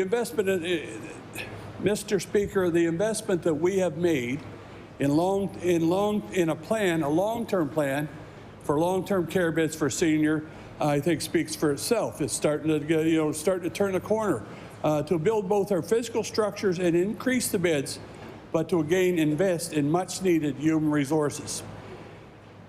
Mr. Speaker, think about this now. When we came into office, there were, and I was hoping the minister was here, long-term minister was here, so I get the exact number, but there were around 400 empty beds in long-term care centers because nobody had the foresight to look forward to staff them because there was no staffing for them. So clearly, as a result of a fixation on a balanced budget, so, Mr. Speaker, our government chose not to invest in deficit budgets. We chose to invest in our people. And I could go on and on about this investment in our residents, like today's investment of over $7 million to provide continuous glucose monitor. My colleague mentioned that earlier, as well as to remove the age cap for insulin pumps. Mr. Speaker, were you aware that there are over 100,000 people in Nova Scotia that suffer from diabetes. And just previously, a member across the floor told me that somewhere along the line, the Liberals cut that. So the question becomes, can we afford it? Well, I hope so. Mr. Speaker, I surely hope that when the time comes that there's a decision is made to remove the bracket, I guess is the right way to explain it. I truly hope that when that time comes to remove that bracket, that Premier Houston and the Minister of Finance, McMasters, are in charge of the finances of this province. Now, with respect to de-indexing, typically the rate of indexation is set based on the previous year's 12-month average, Consumer Price Index average. It is expected that eliminate brackets would cost the Treasury $123 million. That was confirmed by the Speaker earlier. He said we could survive without the $125 million. And I think it's expected it might drop a little bit in 2024. I think hopefully the inflation will go down a little bit, but it's cost $25 million for every 1% of inflation with respect to consumer price. So we couple that with the recent announcement that the Liberal Party would, if elected, reduce the HST by 2%, or approximately $500 million. Overall, around $625 million less for the Treasury of this province. So where will we be then? Will we be back to the days of balanced budgets, no investment in our province and our residents? Will all the great work our government has done start to erode away? Well, I sure hope not. There is no doubt that this government is mindful that Nova Scotians want tax relief. Mr. Speaker, we are analyzing how much budget flexibility we have for indexation given the multiple priorities government is facing. So, see, I got another pretty near 10 minutes left, and I can see that everybody over there is enthralled. So I just want to move to another topic here, a question that was asked earlier today. The question was, who in this caucus would stand up in support of the new Coastal Protection Action Plan? And I'm one that will proudly stand up in support of that action plan. I'm the one who will proudly stand up Order.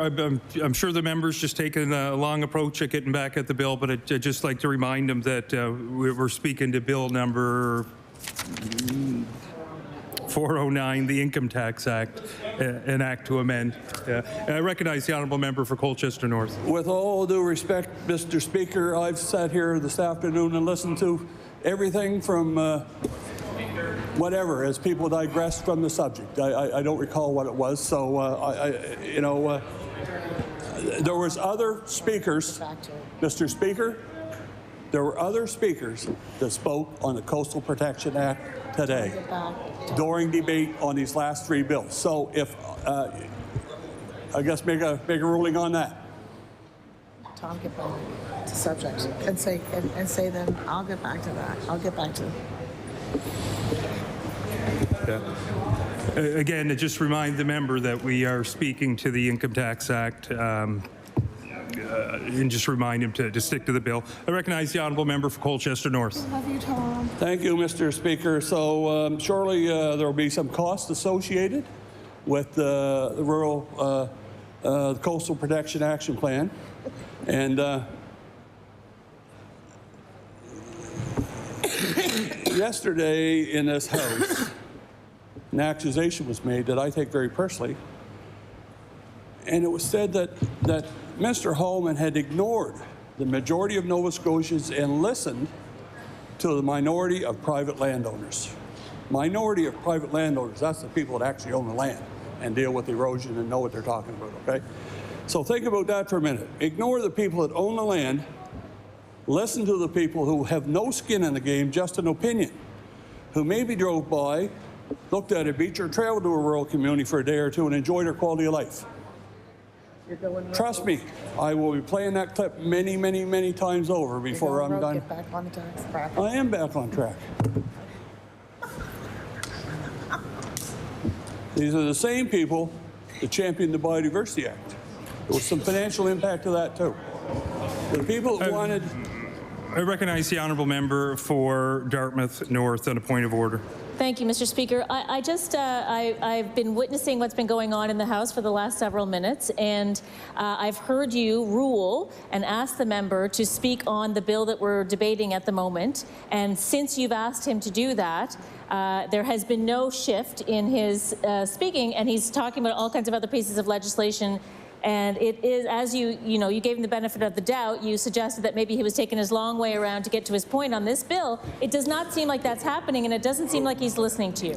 Order. Okay. I have been a bit more flexible today, if you notice, in some of the conversations that have been happening. So in all fairness, I've asked the honourable member to stick to the bill. Sometimes it's a long way, sometimes it's a short way around it. But I just remind him that we are speaking to the Income Tax Act, an act to amend respecting indexing of tax brackets. And I'll recognize the honourable member for Colchester North. Thank you. Thank you, Mr. Speaker. So I will respect your request, and I will recall that sometime in the very near future, as others like to stray from the topic at hand. I'll bring that to attention. But anyway, I guess in closing, I just want to say again that this government is not interested in surviving. We're interested in thriving. Thank you very much.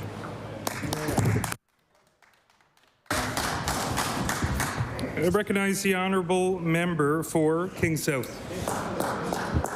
Thank you very much, Mr. Speaker. And I just wanted to put on the record in response to my colleague that the previous government, in fact, held power rates basically flat, raised the basic personal exemption by $3,000 and put $100 a month into income assistance under my colleague's term as Premier, and my colleague from Timberlake Prospect.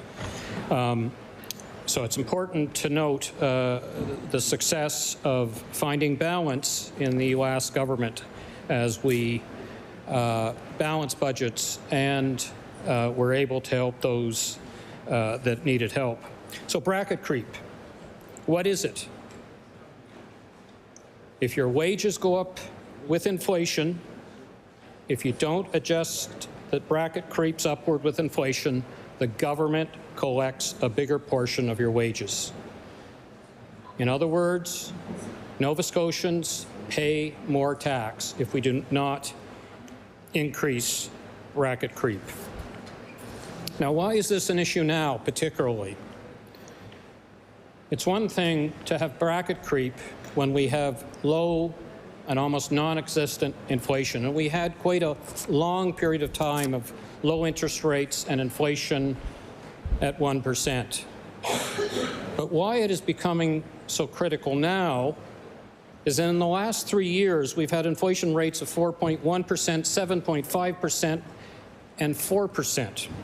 So roughly 16% of Nova Scotian wages are needed to increase just to keep up with the cost of living. Unfortunately, without bracket creep, the government is taking 16% just by not adjusting bracket creep from Nova Scotians in their taxes, in an effective 16% increase to taxes for Nova Scotians. Now, if we look, and I don't think this has been mentioned, but it's a critical fact that Nova Scotia is the only province now that doesn't increase bracket creep. The only province. PEI was with us until last year. And if you look at our neighboring provinces and you do a jurisdictional scan of our brackets, you can see how we as a province are known for being the highest tax jurisdiction in the country. In Nova Scotia, our first tax bracket that we have not moved for more than a decade, and I haven't been able to go back and find out how long it's been. It might be 20 years, I've heard. Our first tax bracket is $29,500. In New Brunswick, it's $49,958. In Newfoundland, it's $43,198. In PEI that didn't do the indexing, they're still at 32, but they're still ahead of us. In Ontario, it's 51,446. So here we sit, our first tax bracket is less than $30,000, and we charge tax of 8.79%.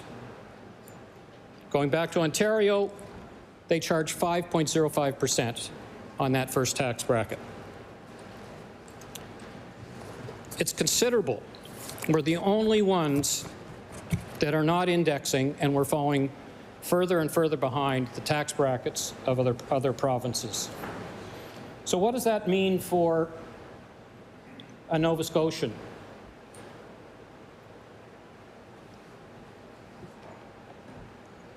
You make $30,000 a year, that's our minimum wage. Nova Scotia will collect about almost $2,500 in tax. If you live in Ontario, Ontario collects $1,700. We pay 45% more than someone in Ontario. If you make $50,000, you'll pay 72% more than in Ontario at $5,350. And if you make $100,000 in this province, you will spend 56 more. The government will collect 56% more tax than in Ontario. People moving from Ontario are shocked with our tax rates here. It is time to index inflation.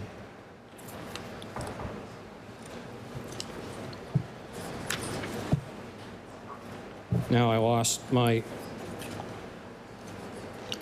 The federal government indexes inflation in every province in this country.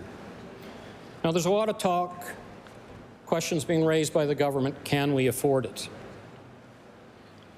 And they have listed a laundry list of things that they're doing. Fair enough, they're making choices. We've suggested that some of their choices are very poor and a waste of money. But this government is now collecting $3.4 billion more than 3 years ago. $3.4 billion. That's 30% more in 3 years. From Nova Scotians, we are collecting $2 billion of that. Personal income taxes, this government is taking $1 billion more each year than 3 years ago. $1,032 million. 35% more taxes from Nova Scotians in 3 years, when inflation's moved 16%.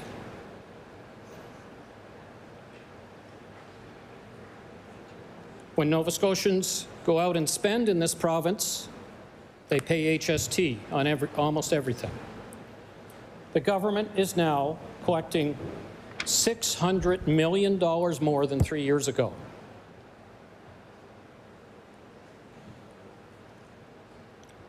And I think the government is saying Nova Scotians appreciate all that tax, all of their tax dollars being taken from them because government is making progress on things that are important. I think where we differ is we're not seeing that progress. And where we believe Nova Scotians want some of their money in their pocket to spend wisely instead of wasting money on untendered contracts that are not showing results. If you ask Nova Scotians if they are better off than 3 years ago, they are not.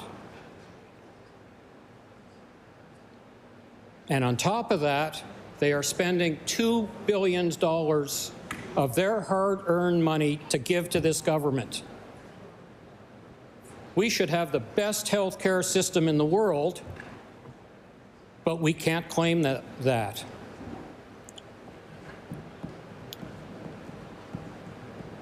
So the government officials provided, and my colleague referenced the number of $125 million that came from government officials. So ending bracket creep is $125 million when the government is collecting $2 billion more than 3 short years ago. And the other way to look at this is that $125 million that has been identified when we don't adjust bracket creep is an increase now this upcoming year of $125 million more in taxes. You are increasing taxes without announcing it or telling anyone. You're increasing taxes by 3.4% by not indexing our tax brackets. I hope the minister in a speech shares with Nova Scotians and is transparent that if he is not increasing or adjusting the tax brackets to inflation, that he will now collect 3.4% or $125 million more from Nova Scotians in higher taxes.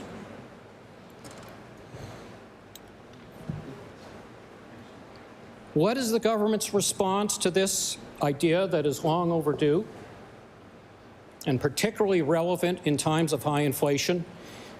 The government's response from the Premier is there will be no major tax reform until health care is fixed. So Nova Scotians need to ask the Premier, when is health care going to be fixed? He's not committed to any date on fixing health care. And how do you define when health care is fixed? It's a pretty lofty promise that is clearly not being met. So the Premier is effectively saying that we will increase taxes every year as your wealth is eroded by inflation. So what are the outcomes when you take more and more and more tax from Nova Scotians? Poverty. People making $15 an hour are basically at the poverty line, and you're taxing them more. Lack of competitiveness for our province. My colleague to the right of me has a friend who moved from Ontario and is paying $9,000 more in provincial tax for moving here. We did have an era when costs were lower in Nova Scotia than Ontario. I think we can admit that those times have changed. The price of our housing, the price of our food. It is no longer a cheap place to live. So we are now uncompetitive with the rest of the country as we dig deep into Nova Scotians' pockets to then throw the money around without tenders, without outcomes. Nova Scotians want some of that money back. They deserve it.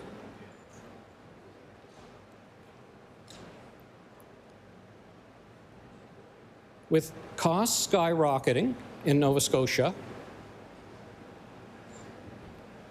and the highest taxes in the country that are going higher by 3.4%, as I've just stated, just with bracket creep hidden from the public, we run a risk of outmigration.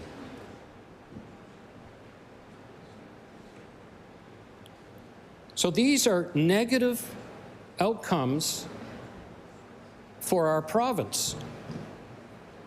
They will affect our economic growth. Open a business up in Ontario, and I don't have to pay $9,000 more to my employee to cover the taxes that the provincial government is taking. How can we be competitive in this country with the highest taxes? So our party is putting several ideas out there. This is one of the least expensive ones, $125 million on $15 billion worth of budget.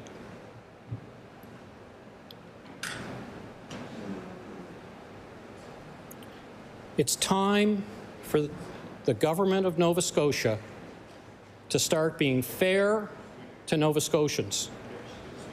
Stop raising Nova Scotians' taxes by the concealed use of bracket creep, untransparent to the citizens, $125 million more in taxes that you are going to be taking from Nova Scotians, 3.4% increase in taxes with no announcements about it. We in the opposition will continue to fight for Nova Scotians and fairness in taxation. Thank you, Madam Speaker.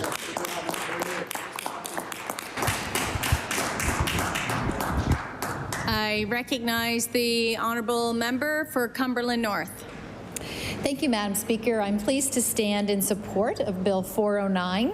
I have a bill on the order papers that's very similar and support the end of bracket creep here in Nova Scotia. As many speakers have already said, we are the only province left in the country that does not index our income tax brackets. And many people believe that this is unfair to the people of Nova Scotia, especially over the last 12 to 24 months, given the rate of inflation. So I do stand in support of this.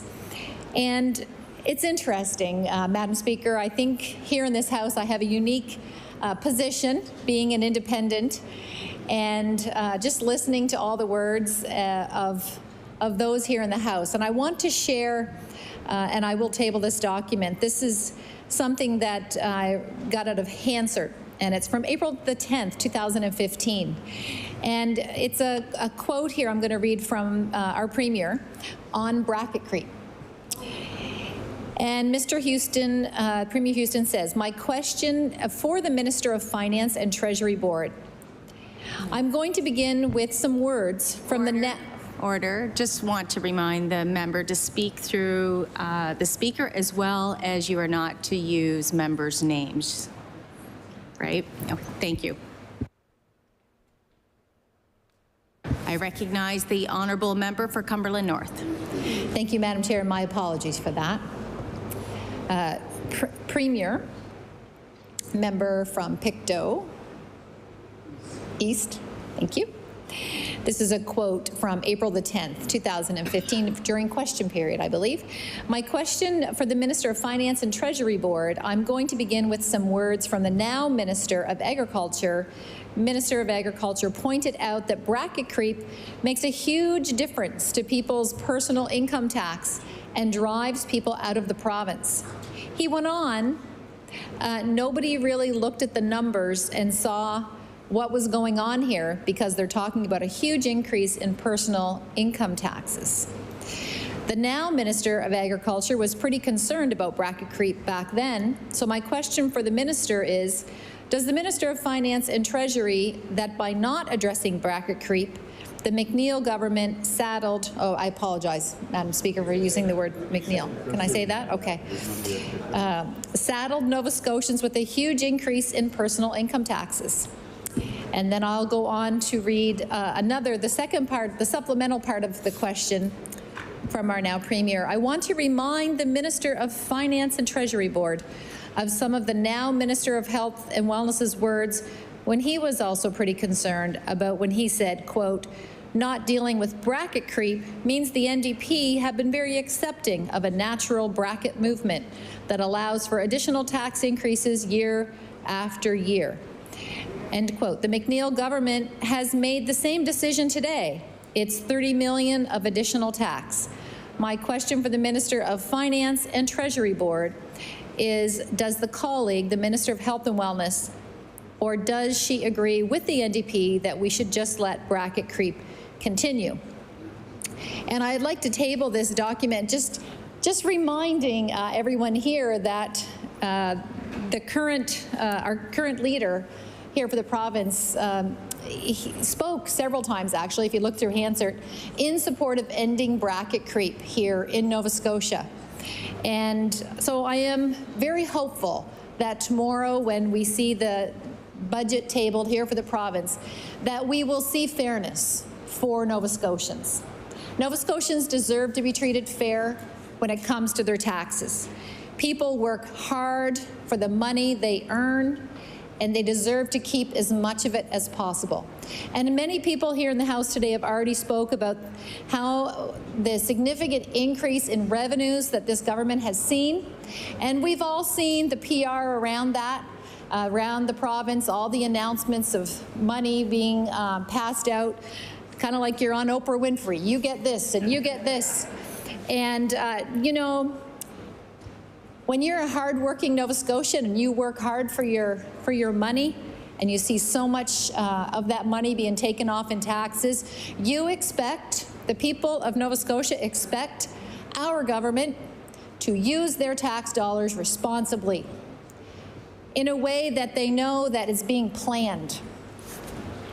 And when we see announcements made for this project, and you hear comments from universities and other people getting this money saying, oh, we didn't actually know we were getting this money. This is great. It shows Nova Scotians that there's very little to no planning, and people expect more.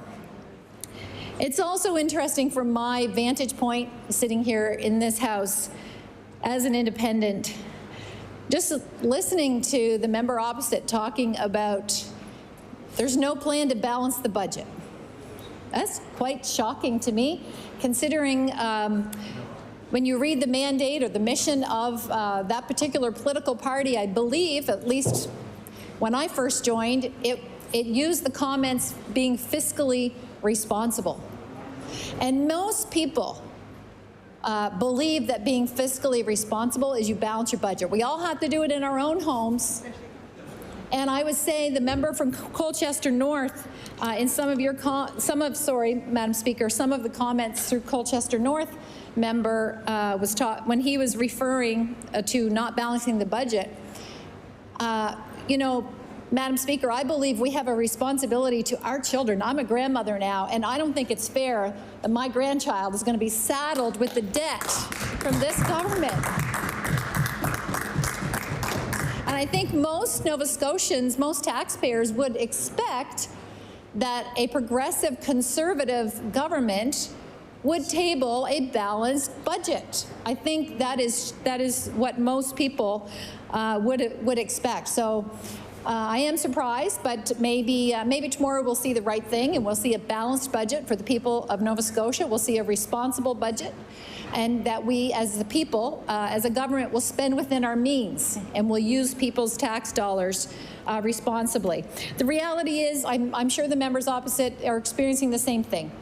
The phone calls, the visits that we get to our office are from people that are really struggling, and they don't have a lot of faith in government. You know, I'm sure we all get it. They're pretty cynical about the way governments perform. They say, you probably don't really care about me, but I just want you to know I can't afford my groceries. I've had to start using the food bank for the first time in my life. 2 weeks ago, I had a meeting with the local, some board members of the local food bank, and they were giving me an update on their usage, their numbers. And they said for the first time ever, for the Amherst Food Bank, over 10% of their users are seniors. They said never before. The seniors were not part of the population that were forced to use food bank in order to put food on their table and feed themselves. And it's very sad that the people that have built this province and worked for those years to now be in retirement, and they thought they had planned to be able to take care of themselves, and they due to inflation and due to taxes and all these reasons, they don't have enough money, Madam Speaker, to feed themselves and are standing in line to get food at the food bank. So these are the realities, and I'm sure everyone in this House are listening to the people in your constituencies as well. But the people I'm talking to in Cumberland North are having a hard time. And I'm telling you, they're hardworking people, and they expect government to use their tax dollars wisely.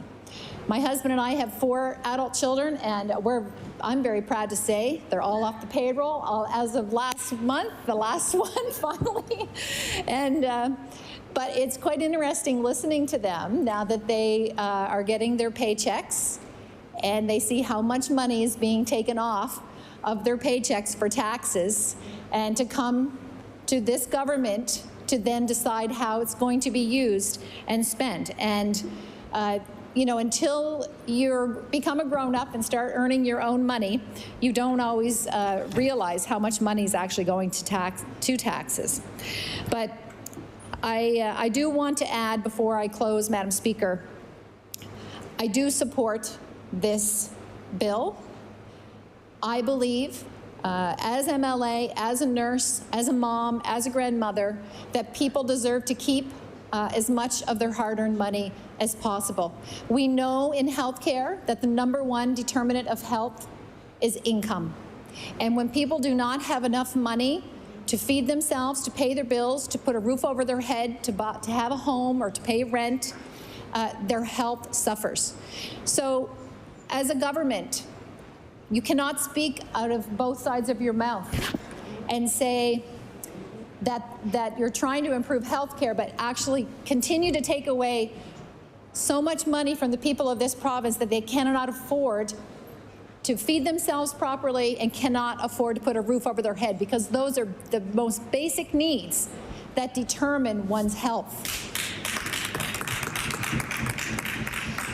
So, Madam Speaker, as I close, I would like to encourage the government to not just end bracket creep, but also increase basic personal tax exemption. We have the lowest in the entire country. That means Nova Scotians start paying income tax before anyone else in the entire country of Canada. Madam Speaker, we need to look at our taxes, other areas of taxation. I know some members opposite, and I hope that they have pushed the Minister of Finance that it will be in the budget tomorrow to end tax on used vehicles. People pay enough taxes, and every time it's sold, we should not be continuing to pay taxes on used vehicles. And a lot of the people that suffer from having to pay tax on used vehicles are our lower income people, seniors, because they cannot afford to buy new vehicles. Madam Speaker, we should also be seeing more help for our seniors, removing the late fee on seniors' pharmacare and removing the copay. Right now, many seniors are forced to work past the age of 65, yet when they apply for seniors' pharmacare, they're actually punished because they've stayed in the workforce longer. That needs to stop. Seniors need to stop being penalized for staying in the workforce past the age of 65, simply because they have to in order to afford to live. So there's many, many ways. Removing the tax on tax, the fact that we put HST on top of provincial motor fuel tax and federal excise sales tax and carbon tax. The fact is this government has the ability to change that and is not. Tax on tax, in my opinion, is just wrong. And that is something that this government could take action and change. We need to find ways to be supporting the people of this province, to make it so that they can afford to live in this province. And one of the ways of doing that, Madam Speaker, is ending bracket creep. So I encourage the government to do so. Thank you.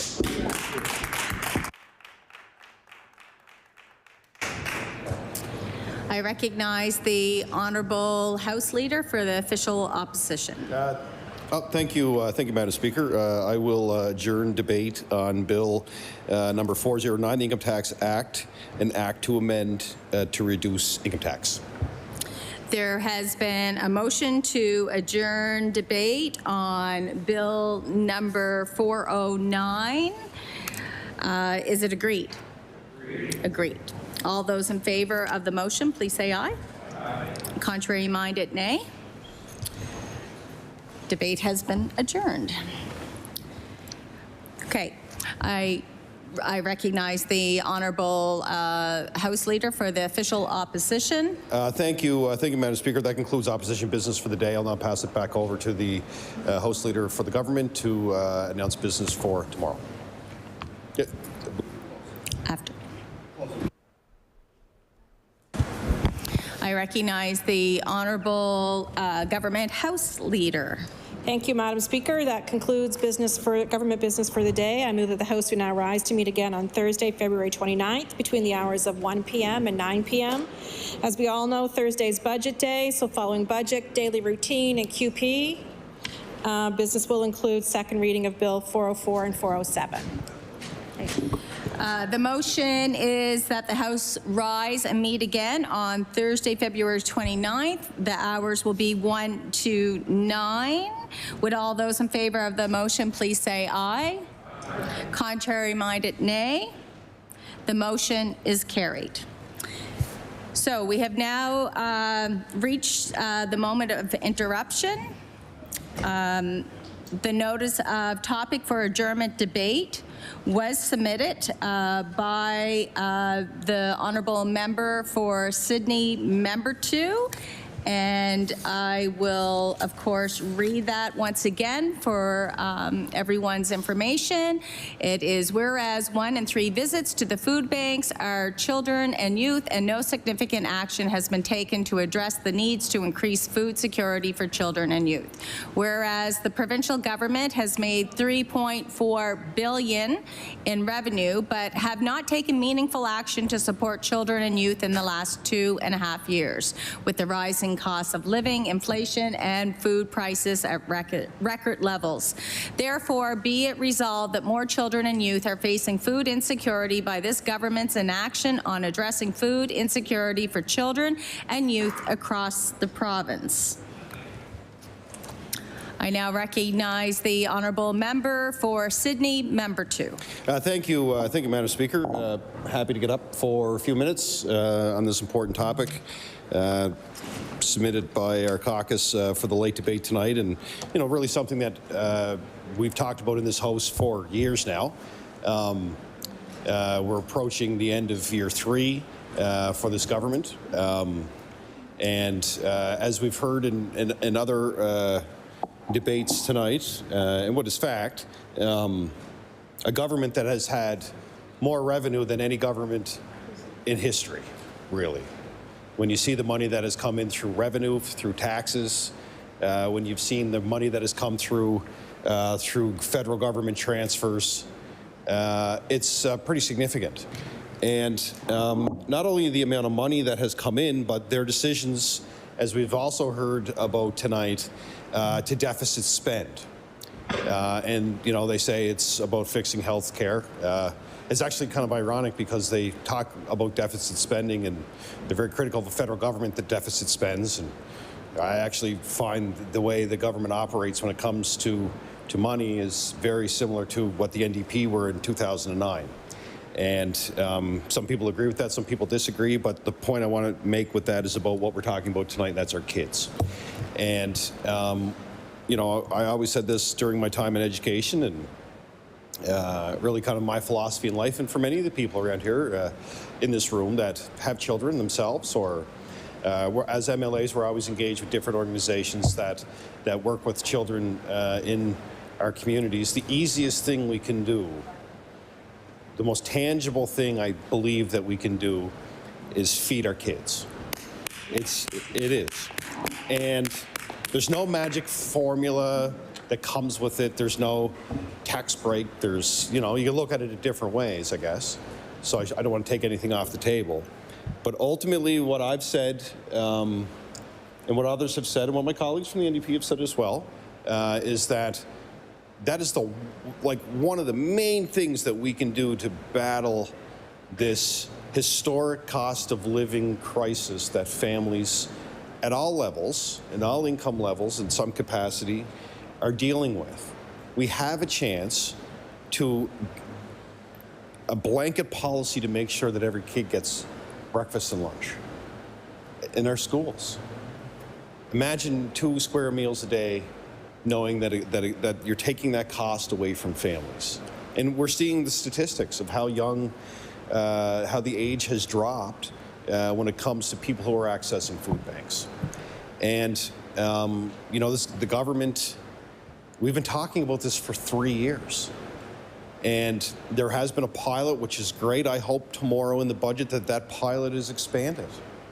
I think it's one of the easiest things that this government could have done by now is implement this across our schools. I always go to the schools because that's where our kids are. We know our kids are going to be there every day, and that is the easiest way in my experience to distribute the resources that are necessary. And we've had this conversation about the school lunch program before. And the minister's talked about too, like, no kid, if a kid is looking to access food, we always did whatever we could to make sure that that happened. But we don't want people asking. And that's the other part of this too. We know kids are going hungry because there's a fear to ask for help. And we're seeing that if they're not getting it at school, they're going to the food banks, and you know they're asking. Nobody should have to ask for help for food, especially our kids. So we know that our kids are in school. We know that our kids are there every day, and we know that that is the easiest way that we can support them with food. And I just think it's the easiest. It's one of the. You talk about historic budgets. How historic would that be? If you came out tomorrow with a universal lunch program. That'd be amazing. That's something we'd all celebrate here. And as my colleagues have said, the feds are ready to move on this. I've had the conversations with them about national funding. You know, multiple conversations with my colleagues in Ottawa about it. And I hope that they're having those conversations with the department. And I got to put my coffee cup down, and the speaker's laughing at me, and I don't blame you. No, it's good. It's a Cape Breton thing. You sit there with a cup of coffee in here. So I'm a little stronger usually, but we're in the legislature. Although this probably happened before. If you had a good Michelob, you know what I mean? Anyway, but anyway, the point I want to make is that this is an important debate. I've been talking about this for years, and I really, as I said, this is one of those moments that if I'm on the government side, man, to feed our kids breakfast and lunch at school would just take so much pressure off of the entire system.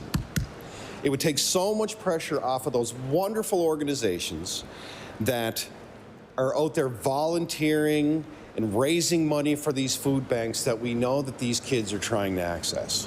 We could take all that pressure off, and they could help other people in the community, because the kids would be going to school and they'd be getting a breakfast and they'd be getting a lunch. That would be awesome.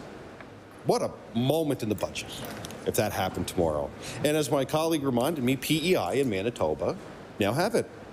There's 2 provinces that now have it. And I'm hoping by, you know, the attention and the discussion over the last 3 years to this, that tomorrow that pilot project will be expanded, because it was very positive. There was some schools around Cape Breton that had that, and it was very successful. It was very successful. If something's funny, I'll just wait till they're done. So tomorrow, that's what I hope for. If anything else in the budget, if we can do stuff for our kids, that would be fantastic. Anything we can do to help our children in this community, or in communities across the province, we should be looking at. The daycare is important. That was important to all of us to make sure that we got to $10 a day childcare, because we knew kids were being left behind. Pre-primary, under the direction of my leader, gave every 4-year-old the same opportunity, regardless of where they came from, that they all had the same shot. The Universal Breakfast Program, also brought in by this government to help support. We saw the feedback. And I do want to give thanks to the many volunteers who help with those breakfast programs too as well. Because it's not just the schools, there are great service organizations across the province that make sure that those programs are successful. So all of these things, all of these points that I'm making, all these initiatives, they all matter. And now this government has a chance to build on that. They have a chance to take that pressure off of the cost of living for families, and they have the ability to put a meal in every child's belly that's in our school system. And it doesn't get more tangible than that when you're building a budget. It does not. That would be a signature move, legacy piece for this government if they did that tomorrow. Because that would matter to every family that has school-aged children in this province. No matter what their situation is, no matter what circumstances they come from, there would be no more asking questions by kids to teachers that I'm starving. And we know that happens. And we also know that some don't ask the question and they go hungry. And that's terrible. And I've seen it in my own experience. And that's not a shot at anybody here, Madam Speaker. That's the point. The point is that we know that there are families and kids that are scared to ask for food. They should never have to ask for it. We have more kids going to food banks. We can take all of that away tomorrow by announcing a universal lunch program in our schools. That pressure can be taken off of families. It can be taken off of those service organizations so they can help other people. We can keep less of our youth trying to access food through our food banks and just build on a foundation of support that we all know is necessary in a time when families are struggling, when families are hurting and they're looking for some sort of support. We can look at them and tell them that your kids are going to get fed. So with those words, thank you for the opportunity. I hope it's in the budget tomorrow. I recognize the honourable member for Halifax Needham. Thank you, Madam Speaker. I'm going to be very blunt, and I know that folks know that I'm passionate about a number of things, and children is one of them. And we need to open our eyes because they are our future, and if we want them to be productive citizens, we have to start investing in our kids. So nearly a quarter of Nova Scotians can't consistently and reliably afford healthy and nutritious food. People are struggling and at a very, very deep level to meet their daily needs. Nearly over a third, or 35.7% of children in Nova Scotia are living in food insecurity, insecure households, and the data shows that the highest percentage of people living in food insecure households are Black and Indigenous. We need a targeted approach to address all of the systemic issues and the root causes that lead to food insecurity. Too often we look to food as the solution, but food insecurity is not a problem rooted in lack of food. It's an issue that is rooted in inadequate income. Which brings me to my, I'm going to pass this in, but last month we met in community services in our committee, and Nick Jennery, the executive director of Feed Nova Scotia, was one of our presenters, and these are a few of his words. He said, in 2017, at the Standing Committee on Community Services, we stated, we cannot feed our way out of this crisis. People in need do not have enough money to pay for the basics such as food. In 2022, he appeared in front of the Public Accounts Committee and said, the problem isn't just that food has gone up, it's that income hasn't kept pace. A year ago in 2023, where I was sitting as well, he appeared again in front of the Standing Committee on Community Services and said lining up at charity for a basic human right is not food security. People need income. And so I'm going to read what he said. We've been sounding the alarm for many years, and here I am again today, which was on January 11th, telling you that 2023 was another record-breaking year for food banks in our province. We've seen a 26% increase in food bank usage across Nova Scotia during this past year. Some regions are being completely overwhelmed. Cape Breton food banks, for instance, have seen a 50% increase year over year in the number of people they are serving. 50%. 77% of food bank clients listed the high cost of housing and food as a reason for needing support. This has increased from 48% just 2 years ago. So these are very, very recent numbers that we need to be aware of, because when we think about, these are wonderful service providers. They are doing amazing work. The expectation for service providers to do the work of the government is absolutely absurd. So they also said that food banks across the province are being faced with difficult choice of either giving out less food or turning away new clients. As we've all said, telling government that food insecurity in our province has reached new highs is not new. People need more income and affordable housing to live a healthy and dignified life. So we know that the root causes need to be addressed before we can see any improvement in the quality for Nova Scotians. These are the questions that were mentioned. He said, what do I need to say to all of you here for there to be real measurable action taken to reduce food insecurity in our province? We are too focused on outputs and not outcomes. A program is launched here, a one-time top-up over here. Even in our own case, we're measuring kilograms and funds raised. But when you look at people, that's the outcome. That's what we all need to focus on. So when we talk about people, we talk about how it's so important for us to make sure that folks are being taken care of. That's our responsibility as a government, to kind of pick up where we need to pick up for those folks that really need us. Which brings me back to the conversation about the Universal School Food Program, because our children are our future. Our children and our youth are going to be the ones that are sitting in these seats. They're going to be our doctors, they're going to be our lawyers, they're going to be our teachers, they're going to be everything and everything that we want them to be. But we need to start investing in them so that they can actually be capable to do that work. So the matter of the Universal School Food Program, we know, and everyone else here knows, that the Nova Scotia NDP has been calling for such a program for years now. And I remember being a candidate on the campaign run, and this issue was huge because the previous government, the Liberal government, failed to take action on this matter. The program that the NDP campaigned on would have provided at least one meal a day during the school day, with an emphasis on foods that are locally produced, nutritious, and culturally appropriate. We introduced this legislation, actually it's sitting on, on the order paper, last fall, but action has not been taken. The problem has been apparent all along.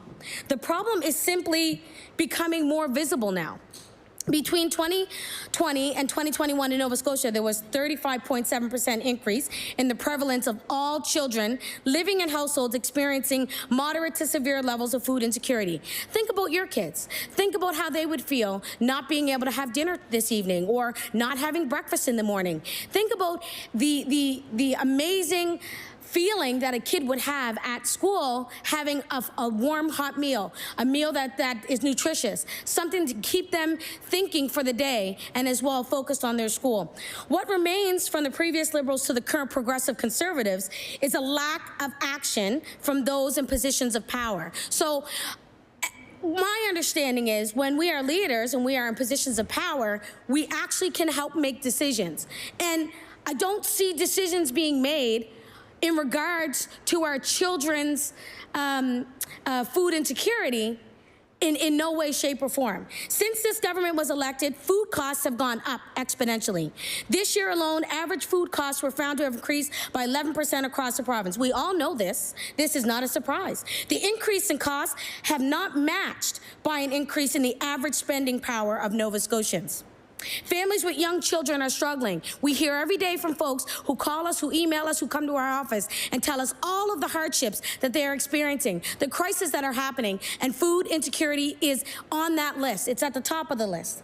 In 2021, Nova Scotia was the province with the second highest rate of children living in food insecure households at 31.4%, second only to PEI. So I know the PCs want to be the first at everything, but I want the government to know that having a failing grade and the second highest is not something to celebrate. So I hope that, you know, when we put forward some bills and we have discussions and we talk about changing the lives of Nova Scotians, that we do that with this in mind. Today, there are roughly 52,000 children in Nova Scotia who do not have enough to eat and fully eat. 1/3 of all Nova Scotians accessing food supports are children. To bring these numbers into reality, Loaves and Fishes, a Sydney-based food bank, reported earlier this year rapidly increasing demand, with young families making up a significant number of clients. Volunteer and donation-run school food programs across the province are reporting increasing demand as well. And I'm actually very disappointed to hear that Feed Nova Scotia is actually providing food boxes to schools, which that was not the indication that was given to me by the minister when I questioned about food insecurity by children in schools. And I was really, really irritated by the fact that I heard this in a community services meeting from an executive director who as well feels that it shouldn't be happening. The bottom line is that many kids in this province are hungry, and they do not have adequate access to food, and we know this. Action on a school food program should be taken just on this fact alone. But if this government remains unmotivated to take action on the basis of pure human need, I'll elaborate a couple more reasons why investment in school food program is a smart public policy. Universal school food programs are good for stimulating the economy. Universal school food programs reduce costs for families, leaving more money in their pockets. Furthermore, universal school food programs save money. The Auditor General report from 2022 on healthy eating in schools backs this up. It warned that if healthy food recommendations were not addressed, the ultimate health care costs would be in the billions. And we know that we do not have the capacity for excess health care needs right now. That is why the report called for a comprehensive school lunch program. We need to invest in our kids. At this point, it should be clear, very clear, that it's simply reckless not to take action on this matter. Kids are hungry right now, and the pain of that hunger is going to be felt by this government for years to come. The Liberals came late to the game, and the Progressive Conservatives are now dragging their feet on the implementation of the federal provincial universal school food program, which we could do ourselves because we are the province. But the NDP has known all along that action was needed, and I look forward for the day when every child in school in this province has access to nutritious food. I only hope that day comes sooner rather than later. Thank you.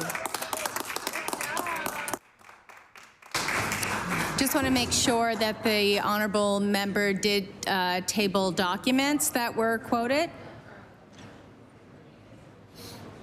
Okay. All right. I recognize the honourable minister for community services. So I want to thank you, Madam Speaker, and obviously in your previous role and previous position, thank you for all the hard work you've done there. What I do want to say is that what we've heard a lot about here today is blame.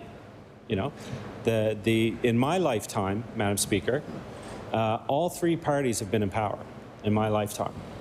And all we see now is finger pointing that, well, the NDP is saying the Liberals didn't do it, and the Liberals are saying the PCs didn't do it. And the PCs. So, Madam Speaker, everybody's had a kick at the can. Everybody's had a kick at the can. And now that you're not, when people go to the other side, when they're in opposition, things are going to be different. Madam Speaker, I truly believe that Nova Scotians are tired of this. It's one thing to say you're going to do something when you're in opposition, and then when you have the ability to do it, not to do it. The Minister of Education continues.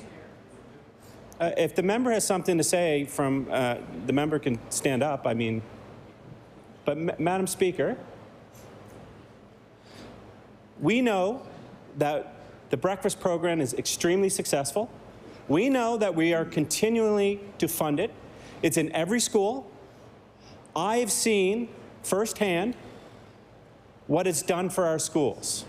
And I also want to give a shout out to Nick Jennery. and Feed Nova Scotia and the incredible work that they have done over the years. I don't know where we would be as a province without the hard work and the support of Feed Nova Scotia and Nick Jennery. I've met Nick on several occasions, and I plan to meet with him soon, and we're going to have a conversation. We continue to support our food banks right across Nova Scotia.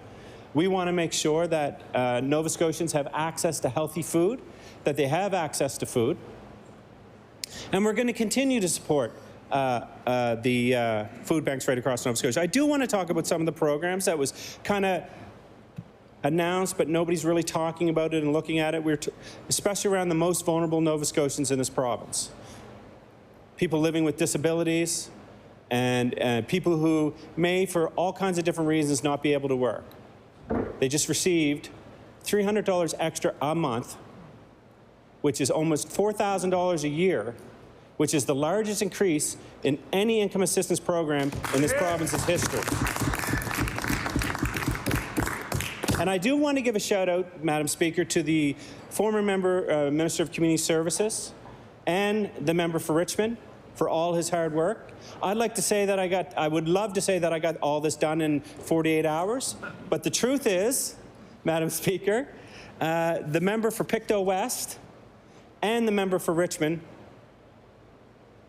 got the ball going and really got it over the finish line.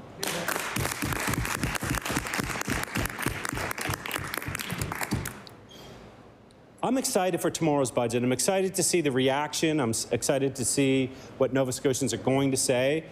We are starting to see some of the things today, like the over 100,000 Nova Scotians now who have been impacted in a positive way by the announcement around diabetes. Something else that has been called on for years. I remember when one of my children were just starting school and I had a gentleman approach me and explain to me the difficulties and the expenses around diabetes, Madam Speaker. And you advocate and you advocate and you advocate it. But today's the day. Today's the day that those Nova Scotians, 10% of this population, is going to get money back in their pocket because of the leadership, its Premier, the Healthcare Minister, and of this government.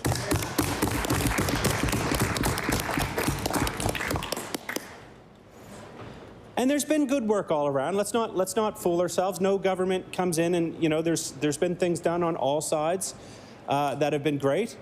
I've said it before and I'll say it again. For me, this is about doing what's right for Nova Scotians, doing what's right for the people we represent, and making sure that we're giving them the best opportunity in life to succeed. That includes people that are experiencing financial difficulties, whether low income. That also includes working class Nova Scotians and middle class Nova Scotians who go to work every single day, hoping to get ahead, trying to pay for their kids to go to hockey, putting gas in their car at 18 cents carbon tax. It's going up to 32 cents, folks. It's going up to 32 cents. This is what we know. I had a good conversation with a friend of mine, Rick Jollymore, owns a small business, one of my best friends, costing him thousands and thousands and thousands of dollars a year. He said, it's taking food out of my family. He said, it's stopping me and preventing me from hiring new people. It has a real impact.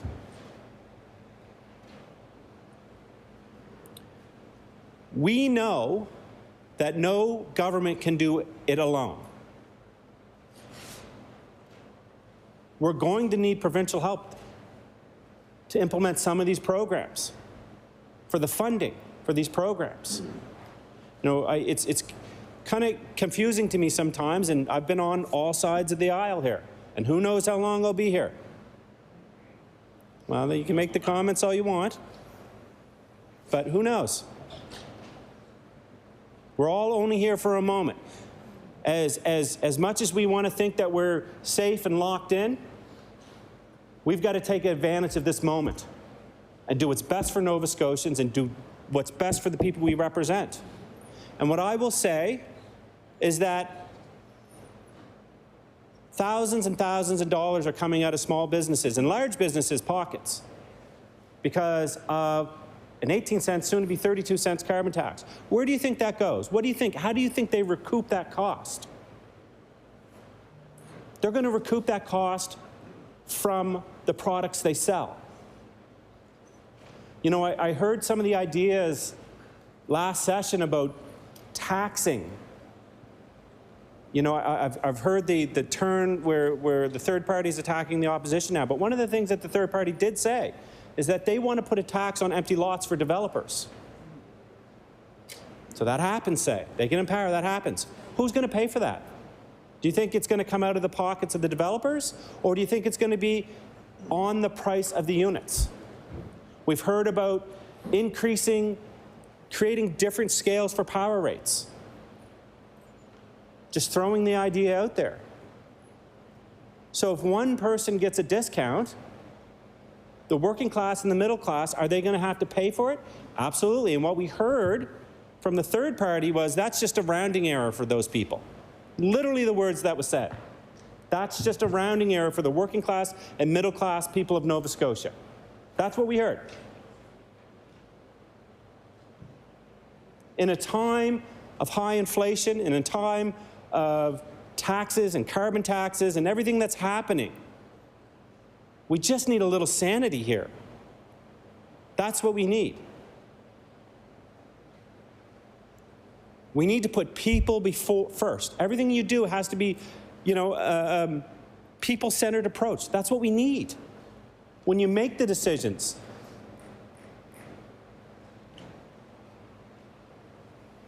and so it's one thing to say, balance the budget, don't raise this and get rid of this and do that. It just, I'm not an accountant.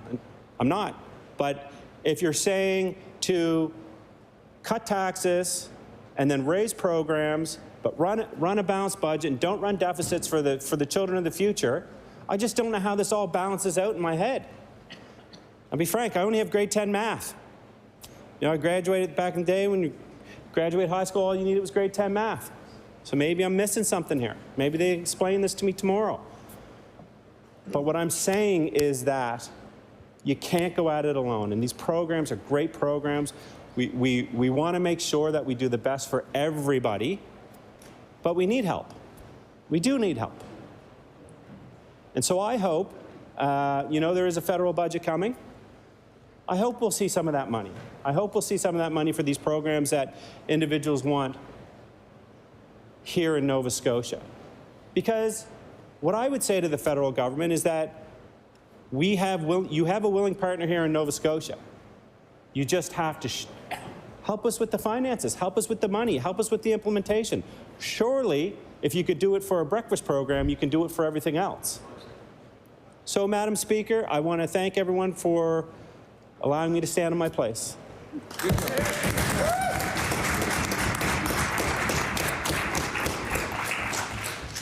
Thanks to everyone who stayed and participated in the debate this evening. We will stand adjourned now until Thursday, and Thursday the 29th, from 1 to 9. Thank you.